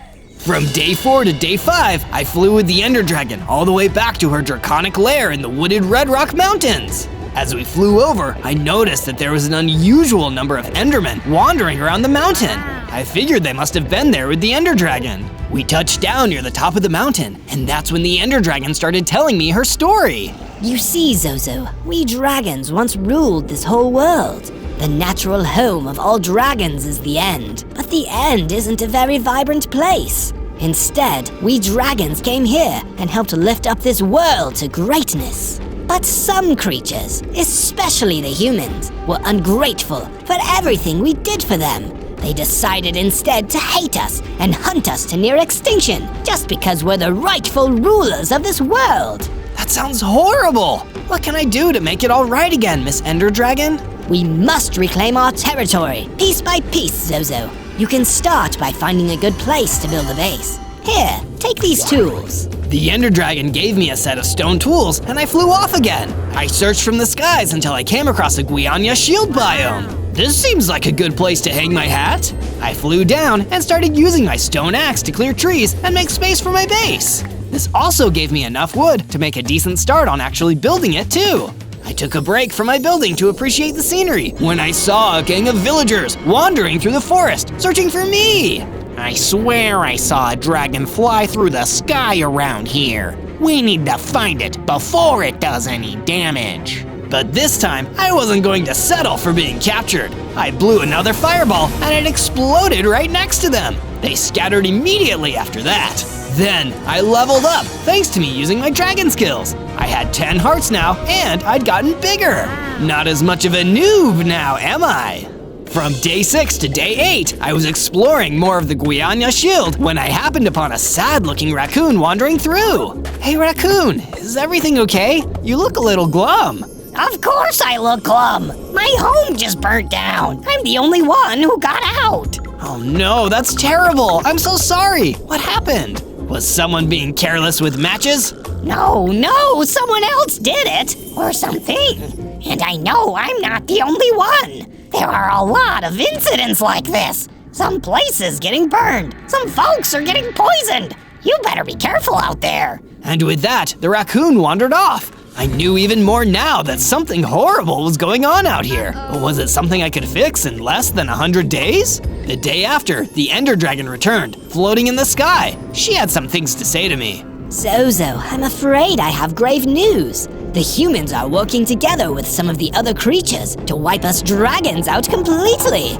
We need to find and crush their resistance movement completely. But where would we start, Ender Dragon? I need information first and foremost. Make your way to the Jacaranda Forest. I believe there may be some people of interest there. Find out all that you can, and while you're there, if you can find an old chest of mine, I left an echolocator inside. It'll help you find caves. Without any delay, I set off to the Jacaranda Forest.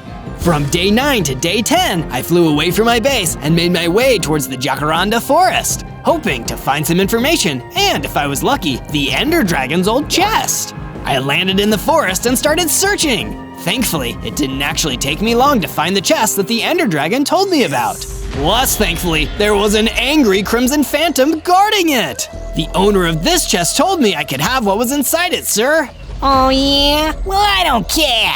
It's my chest now, and if you want it back, you're gonna have to fight me for it. The fight began, and because I was still technically a real noob dragon, the Crimson Phantom was stronger than me. His attacks were powerful, and he seemed to be good at tanking mine. I pulled out of the fight and tried to collect myself. I was worried the Crimson Phantom was going to attack me until a Phantom Fox ran in and distracted him for me. Hey, Crimson, don't you know why you shouldn't fight with dragons? You'll get burned. This was just the distraction I needed to fire a fireball at the Crimson Phantom, destroying him for good. Thanks for the assist, Phantom Fox. No problem, Noob Dragon. With the Crimson Phantom gone, I easily searched the chest and grabbed the echolocator. The Phantom Fox was still there, waiting for me. Say, want to come visit my friend, the Elder Guardian? I think he'd like you. Sure, he might be able to help me with some information I need. We traveled deeper into the forest until we came upon the Elder Guardian. All three of us sat down to chat, and I asked the Elder Guardian if he knew anything about the human resistance groups. Resistance groups? Where have you heard of such a thing? I don't know of any resistance groups, just people trying to do their best to survive hard times. Interesting. I'll report back with that. From day 11 to day 12, I flew from the Jacaranda Forest back to the wooded Red Rock Mountains, where the Ender Dragon was waiting for me. Well, do you have anything to tell me about the resistance groups? Our continued survival depends on it, Zozo. I spoke to some people, and the funny thing is, nobody seems to know about any resistance groups, just people trying to survive. Fools! All of them fools! Do I have to do everything myself? Gather up some iron from a cave to create some iron armor, then find a remote village to the south of here. You'll see evidence of the human resistance with your own eyes, since you seem to have so little trust in me. I had no idea why the Ender Dragon seemed so mean and angry with me all of a sudden, but I figured I still better do what she said. I flew down from the mountain and used the echolocator to find the nearest cave. I headed inside and started mining until I found some iron ore. This would be perfect for armor and tools. But when I left the cave, some angry dread thralls were waiting for me. Can't you guys give me a break? I've been having kind of a rough week. They didn't listen. Instead, they attacked. Luckily for me, it was easy to make short work of them with my fire breath attack. Now I need to go find that remote village.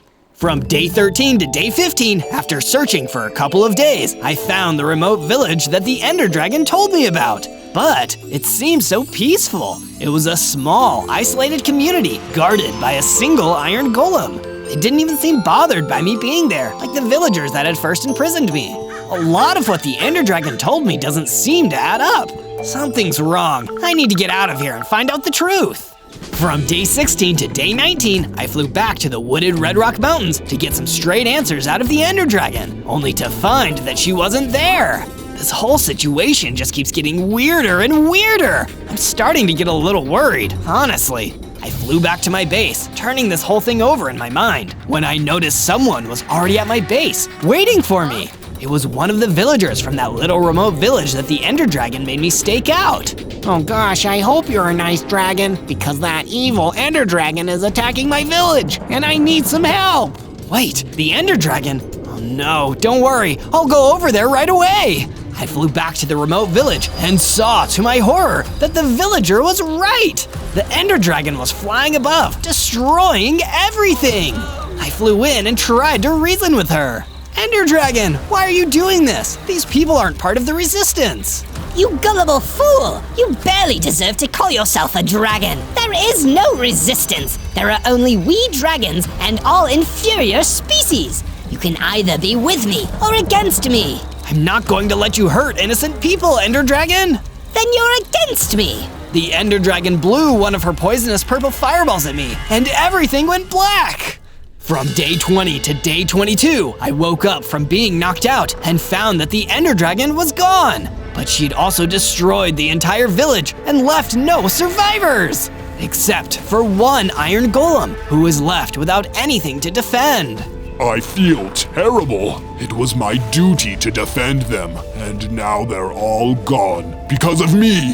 It isn't your fault, Iron Golem. It was the Ender Dragon's fault. Come back to my base with me. We'll work together to defeat the Ender Dragon and avenge everyone she hurt.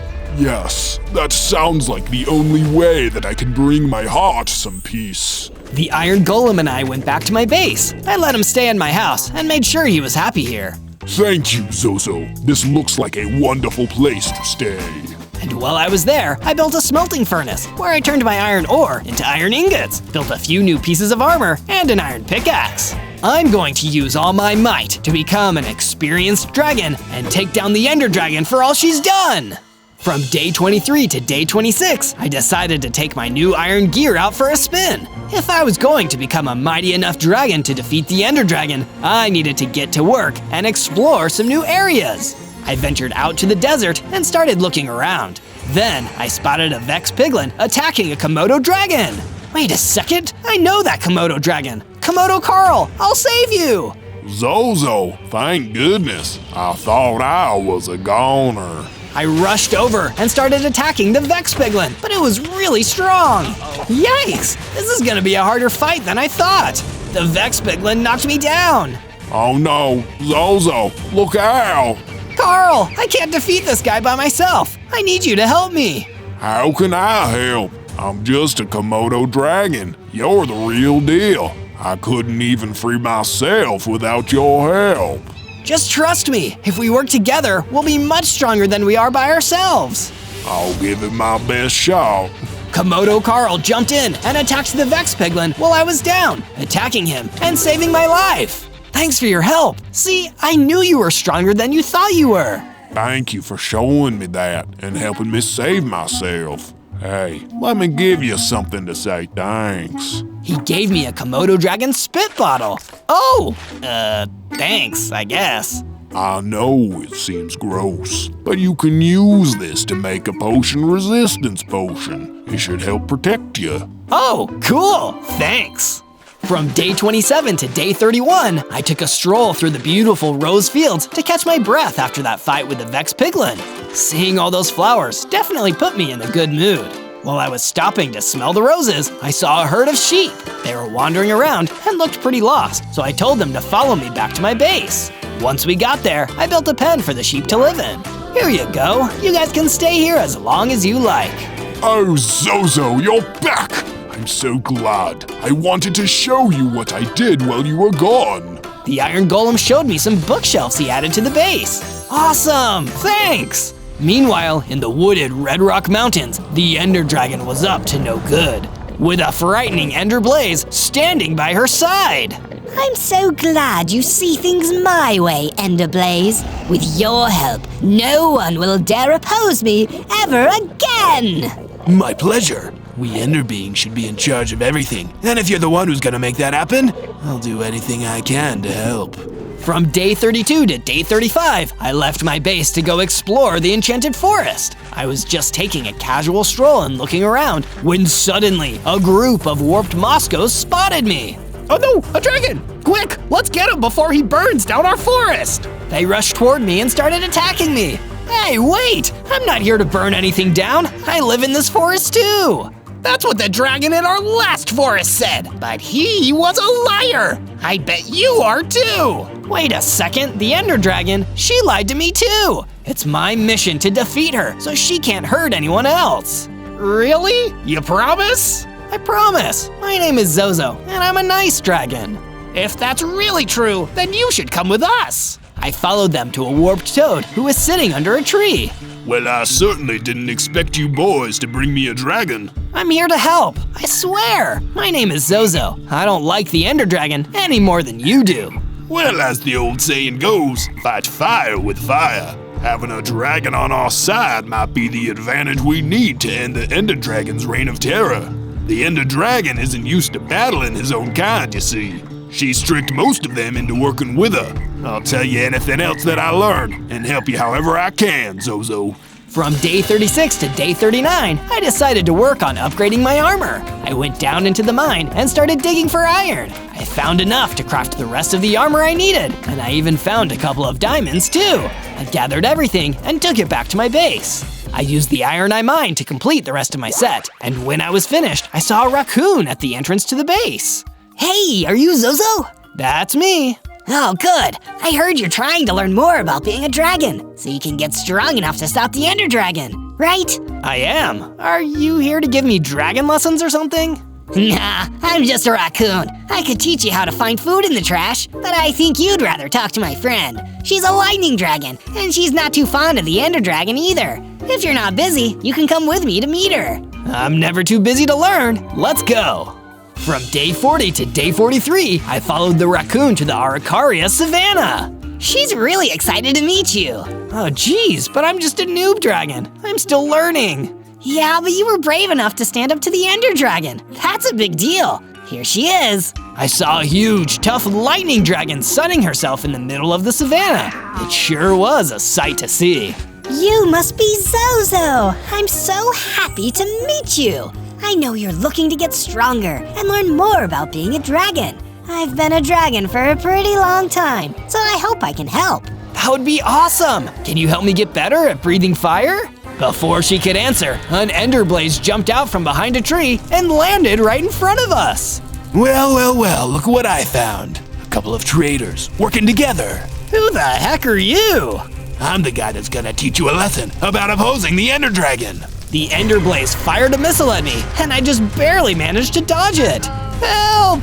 The lightning dragon gave me some of her power to fight the ender blaze. I felt myself get bigger and stronger too, but just when we thought we defeated him, he kept attacking. You've done a great job here today, Zozo, but you need to get out of here. I'll keep this guy busy. Go! From day 44 to day 49, I flew back to my base. I hope the lightning dragon is okay. I didn't have too much time to think about it though, because the warped toad came to see me. Zozo, I have some news. My research has pointed me to a weapon that I believe will help you defeat the Ender Dragon. It is a netherite axe, a powerful axe made by combining a diamond axe with netherite ingots. Oh, I have some diamonds already. Excellent. And you have the amount of diamonds required to craft a diamond axe? Well, no, I need to go get more diamonds. Then hop to it, young dragon. Time is of the essence. I get it. Hop, like a toad. Very funny. This is no laughing matter, Zozo. Much is at stake. Good luck. On the encouragement of the warped toad, I headed down into the mine and started digging for diamonds. Phew, all this mining is hard work, but it'll be worth it when I finally defeat the Ender Dragon. It took a while, but I found some diamonds, enough to make a diamond axe. Now I just need to figure out where I can find a netherite ingot. From day 50 to day 53, I started my quest to find some netherite ingots and build the netherite axe. I ventured out to the crag gardens to see what I could learn. When I got there, a cleric came up to me. Greetings, little dragon. Are you a friend of the warped toad? I am. What can you tell me about a netherite axe? Well, the Ender Dragon is vulnerable to netherite weapons, according to stories I have heard. She isn't able to melt them with her fiery breath the way she would ordinary metal weapons. The combination of diamond and netherite makes it indestructible to her. That's great news. Do you know where I can find some netherite? Now that I'm afraid I don't know. I wish you luck though. Okay, well thanks for the info. I started to head back to my base. As I was walking, a fireball hit the ground just a few feet away from me. Hey, what gives? I could see a fire dragon just up ahead. I'm so sorry. I wasn't aiming for ya. I was aiming for those zombies. Sure enough, he was fighting a horde of zombies. Want some help with that? Yeah, I've got this. He shot another fireball out of his mouth and blew up the rest of the zombies without any trouble at all. Whoa, that was awesome! Say, do you want to team up with me and help me fight the Ender Dragon? No thanks, I'm good. Sorry kid, but I fly solo. Good luck with whatever you're doing though. Sounds like you're gonna need it. From day 54 to day 57, I explored the crag garden some more. If I were some netherite, where would I be? Just as I was searching, the Ender Blaze popped up behind me again. I don't know about netherite, but it looks like there's plenty of loserite here. Because you're a loser, you tiny noob dragon. Ah, the Ender Blaze is back! I drew my weapon and got ready for a fight, but he was still way bigger and stronger than me. Oh no, I can't beat him yet. And you never will. All hail the Ender Dragon. May her fire cleanse the land of all weakness. I didn't have any choice but to run away as fast as I could. Next time I see that guy, I'll be ready. Meanwhile, back in the wooded Red Rock Mountains, the Ender Dragon was floating back and forth. It's all coming together marvelously. Soon there will be only dragons and those who serve us. Any of my kind that refuse to join me will be dealt with swiftly. All else will be burned to ash or reduced to nothing but dust. From day 58 to day 62, I went back to my base to check things out and figure out my next step. When I got there, I noticed something was different. There were walls. Wow, this looks great. The Iron Golem stepped forward. Glad you think so. My mother always taught me that a good house guest helps out however they can, and I had some spare time, so I built some bigger walls. Thank you. I still think the base needs something else though. Maybe something decorative? Yeah, like a statue. I know. I'll build a statue of an adult dragon to remind myself what I'm working toward. When I look like the statue, I'll know I'm done growing up. I gathered some materials and started constructing my adult dragon statue. Then I added some banners to the base to spruce up the place even more. Next, I used my diamonds to craft myself a diamond axe. What a great day! I'm one step closer to having what I need to defeat the Ender Dragon. I just have to stay brave and keep going. From day 63 to day 66, the cleric came to visit me at my base. Zozo, the time has come for you to gather the remaining materials for the netherite axe. In order to find netherite, you must enter the nether. Okay, how do I do that? Through a portal, dear dragon. There is one I can lead you to, and once it is operational, you will be able to travel through it to the nether. Oh, okay, neat. Follow me, Zozo. I followed the cleric out to the snowy blue taiga. This is where the portal is. Unfortunately, it appears to be broken. You will not be able to pass through it until it has been repaired. Oh, bummer. How do we fix it?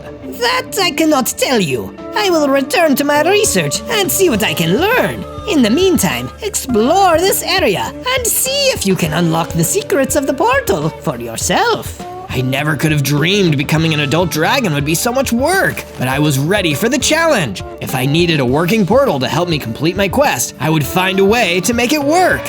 From day 67 to day 70, I wandered around the snowy blue taiga looking for clues that might help me fix the broken portal.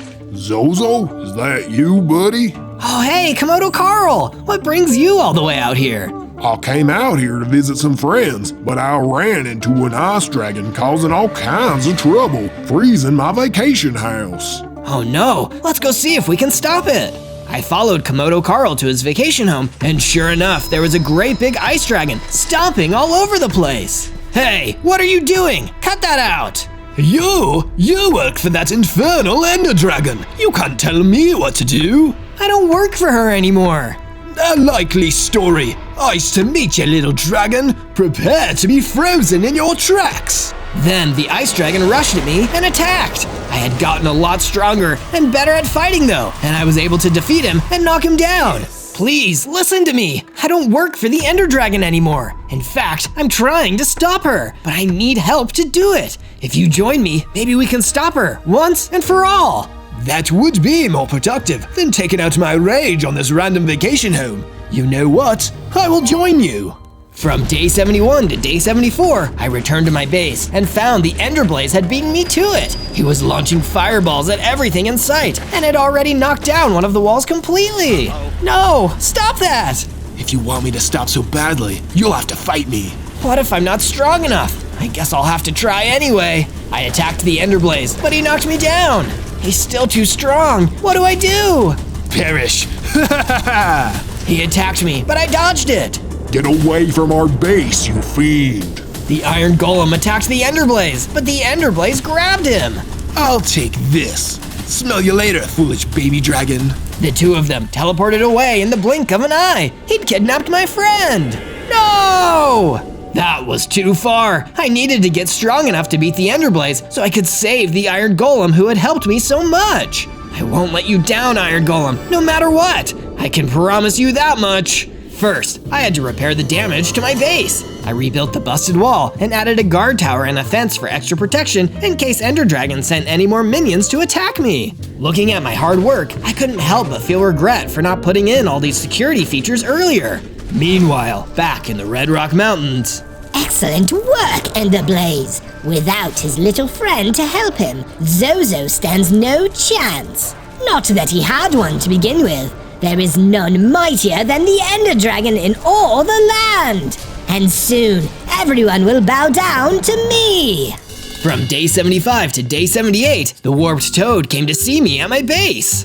Zozo, I heard about what happened. I'm so sorry, little one. But all hope is not lost. I know, I just have to work harder. And you just need the right equipment. I'm sure you know by now that diamond weapons are more effective against the Ender Dragon, but they're also most effective against his Ender Blaze as well. I brought you this, and it should help you in your quest. He handed me a diamond sword. Thank you. Do you know where the Ender Blaze might have taken my friend?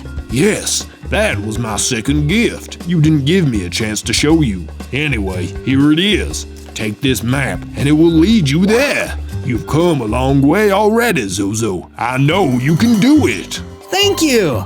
Armed with the map and my new diamond sword, I headed off to confront the Ender Blaze for what I hoped would be the last time. From day 79 to day 84, I followed the map to the Ender Blaze's base. Give me back my friend, you monster! He came out of the base to face me. I could see the Iron Golem trapped behind him. Oh, I'm a monster, am I? And you aren't? For betraying the Ender Dragon, who took you under her wing and taught you what it means to be a dragon? Being a dragon isn't about hurting innocent people and being a bully. She's a liar. And you're a loser. Please, feel free to fight me again if you're so eager to taste defeat once more. I drew my sword and attacked as fast as I could. He blocked my attack with ease, and I started to get worried. Oh no, is this new sword enough to defeat him? Of course it's not. He hit me hard, knocking me down. It was looking like things might be over for me, when suddenly the Ice Dragon slammed into the Ender Blaze. Not so fast. I thought you only worked alone. I usually do, but I'm not gonna let the Ender Dragon ruin everything for our kind. Let's teach this guy a lesson. Here, take this. He tossed me a dragon enhancement potion, which I drank quickly.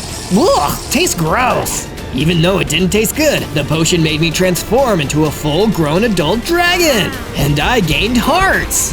Not such a little dragon anymore. Now, let's handle this Ender Blaze. With the Ice Dragon's help and my brand new strength and size, we were finally able to defeat him and free the Iron Golem. From day 85 to day 89, I headed out to the Badlands to collect some terracotta I could use to finish off my statue. It was perfect timing, finishing the statue of an adult dragon when I was finally one myself. I returned to my base and put the finishing touches on the statue. That looks great! Then the cleric came back to see me. Zozo, I have great news! I know how you can fix the nether portal. Take these obsidian blocks and use them to repair it. Then you can go through and collect the netherite you require. Awesome! Thank you so much! I took the obsidian blocks and ventured back out to the snowy blue taiga where the broken portal was waiting for me. I used the blocks to fix the portal, and then I was ready to enter the nether. Wow, this place is kind of spooky. I looked around for a while, and I saw some ancient debris. Oh, that's it! If I get that ancient debris, I can get some netherite! But as I ran toward the ancient debris, an enderghast jumped out and attacked me! I don't have time for this! Get out of my way! With my new strength and size, it was easy to blow that enderghast away! Then I grabbed the ancient debris and headed back through the portal. Now I have everything I need! From day 90 to day 94, I emerged from the portal and was back in the snowy blue taiga. But my good mood didn't last long because the Ender Dragon was waiting for me. Hello again, Zozo. You've grown, I see. Not a noob dragon any longer. You're a mighty beast now. Join me, come and work for me again. And together, we will conquer this puny land. No, I'll never join you. Fool me once, shame on me. Fool me twice, well, you're just mean. If that is your choice, then so be it. Hey, what's that behind you? When I turned to look, she snatched the ancient debris out of my hands. Hey, give that back! No, I don't think I will. I'll give you something to keep you busy, though. As she got ready to fly away, she dropped a cage on me. I was trapped. From day 95 to day 97, I used my fiery breath to destroy the cage so I could escape. Yay, I'm out! But now what should I do? I know, I'll go see the warped toad and ask him what to do. I traveled to the enchanted forest and tracked down the warped toad. When I arrived, he was lying on the ground, dying. Who did this to you? The Ender Dragon. She attacked me. I don't have much time. Listen to me. She's taken what she stole from you back to her base. You'll have to go there and retrieve it. Thank you for your heroism, Zozo. Goodbye. No! I'll make her pay for this, I swear! On day 98, I returned to my base and was greeted by a horrible sight. My base was completely destroyed while I was gone. She must have come here too. Curse her! This is terrible! I looked around for my friends that were living there, but they were gone. Oh no, what do I do? My base, my leader, my friends. She took everything from me. Not everything. I turned around and the ice dragon was there. I'm sorry you're sad, Zozo, but I can help. If the two of us team up, I think we can take down the Ender Dragon together. What should we do? We'll gather up our weapons and supplies and we'll head to a base together. Then we'll fight as hard as we can. Okay, let's do it. On day 99, the ice dragon and I journeyed into the wooded Red Rock Mountains where the Ender Dragon's base was. Ready? Not really, but I don't have much of a choice. Let's give it our best shot. Hello, traitors. Come to grovel at my claws? The Ender Dragon rushed us both. No, we're here to take you down. Ha! Funny joke, but I'm finished laughing. Time to taste defeat. Time for you to freeze. The ice dragon attacked the Ender Dragon, but she dodged the attack and came back with an even harder hit. She knocked the ice dragon down, and he didn't get back up. No!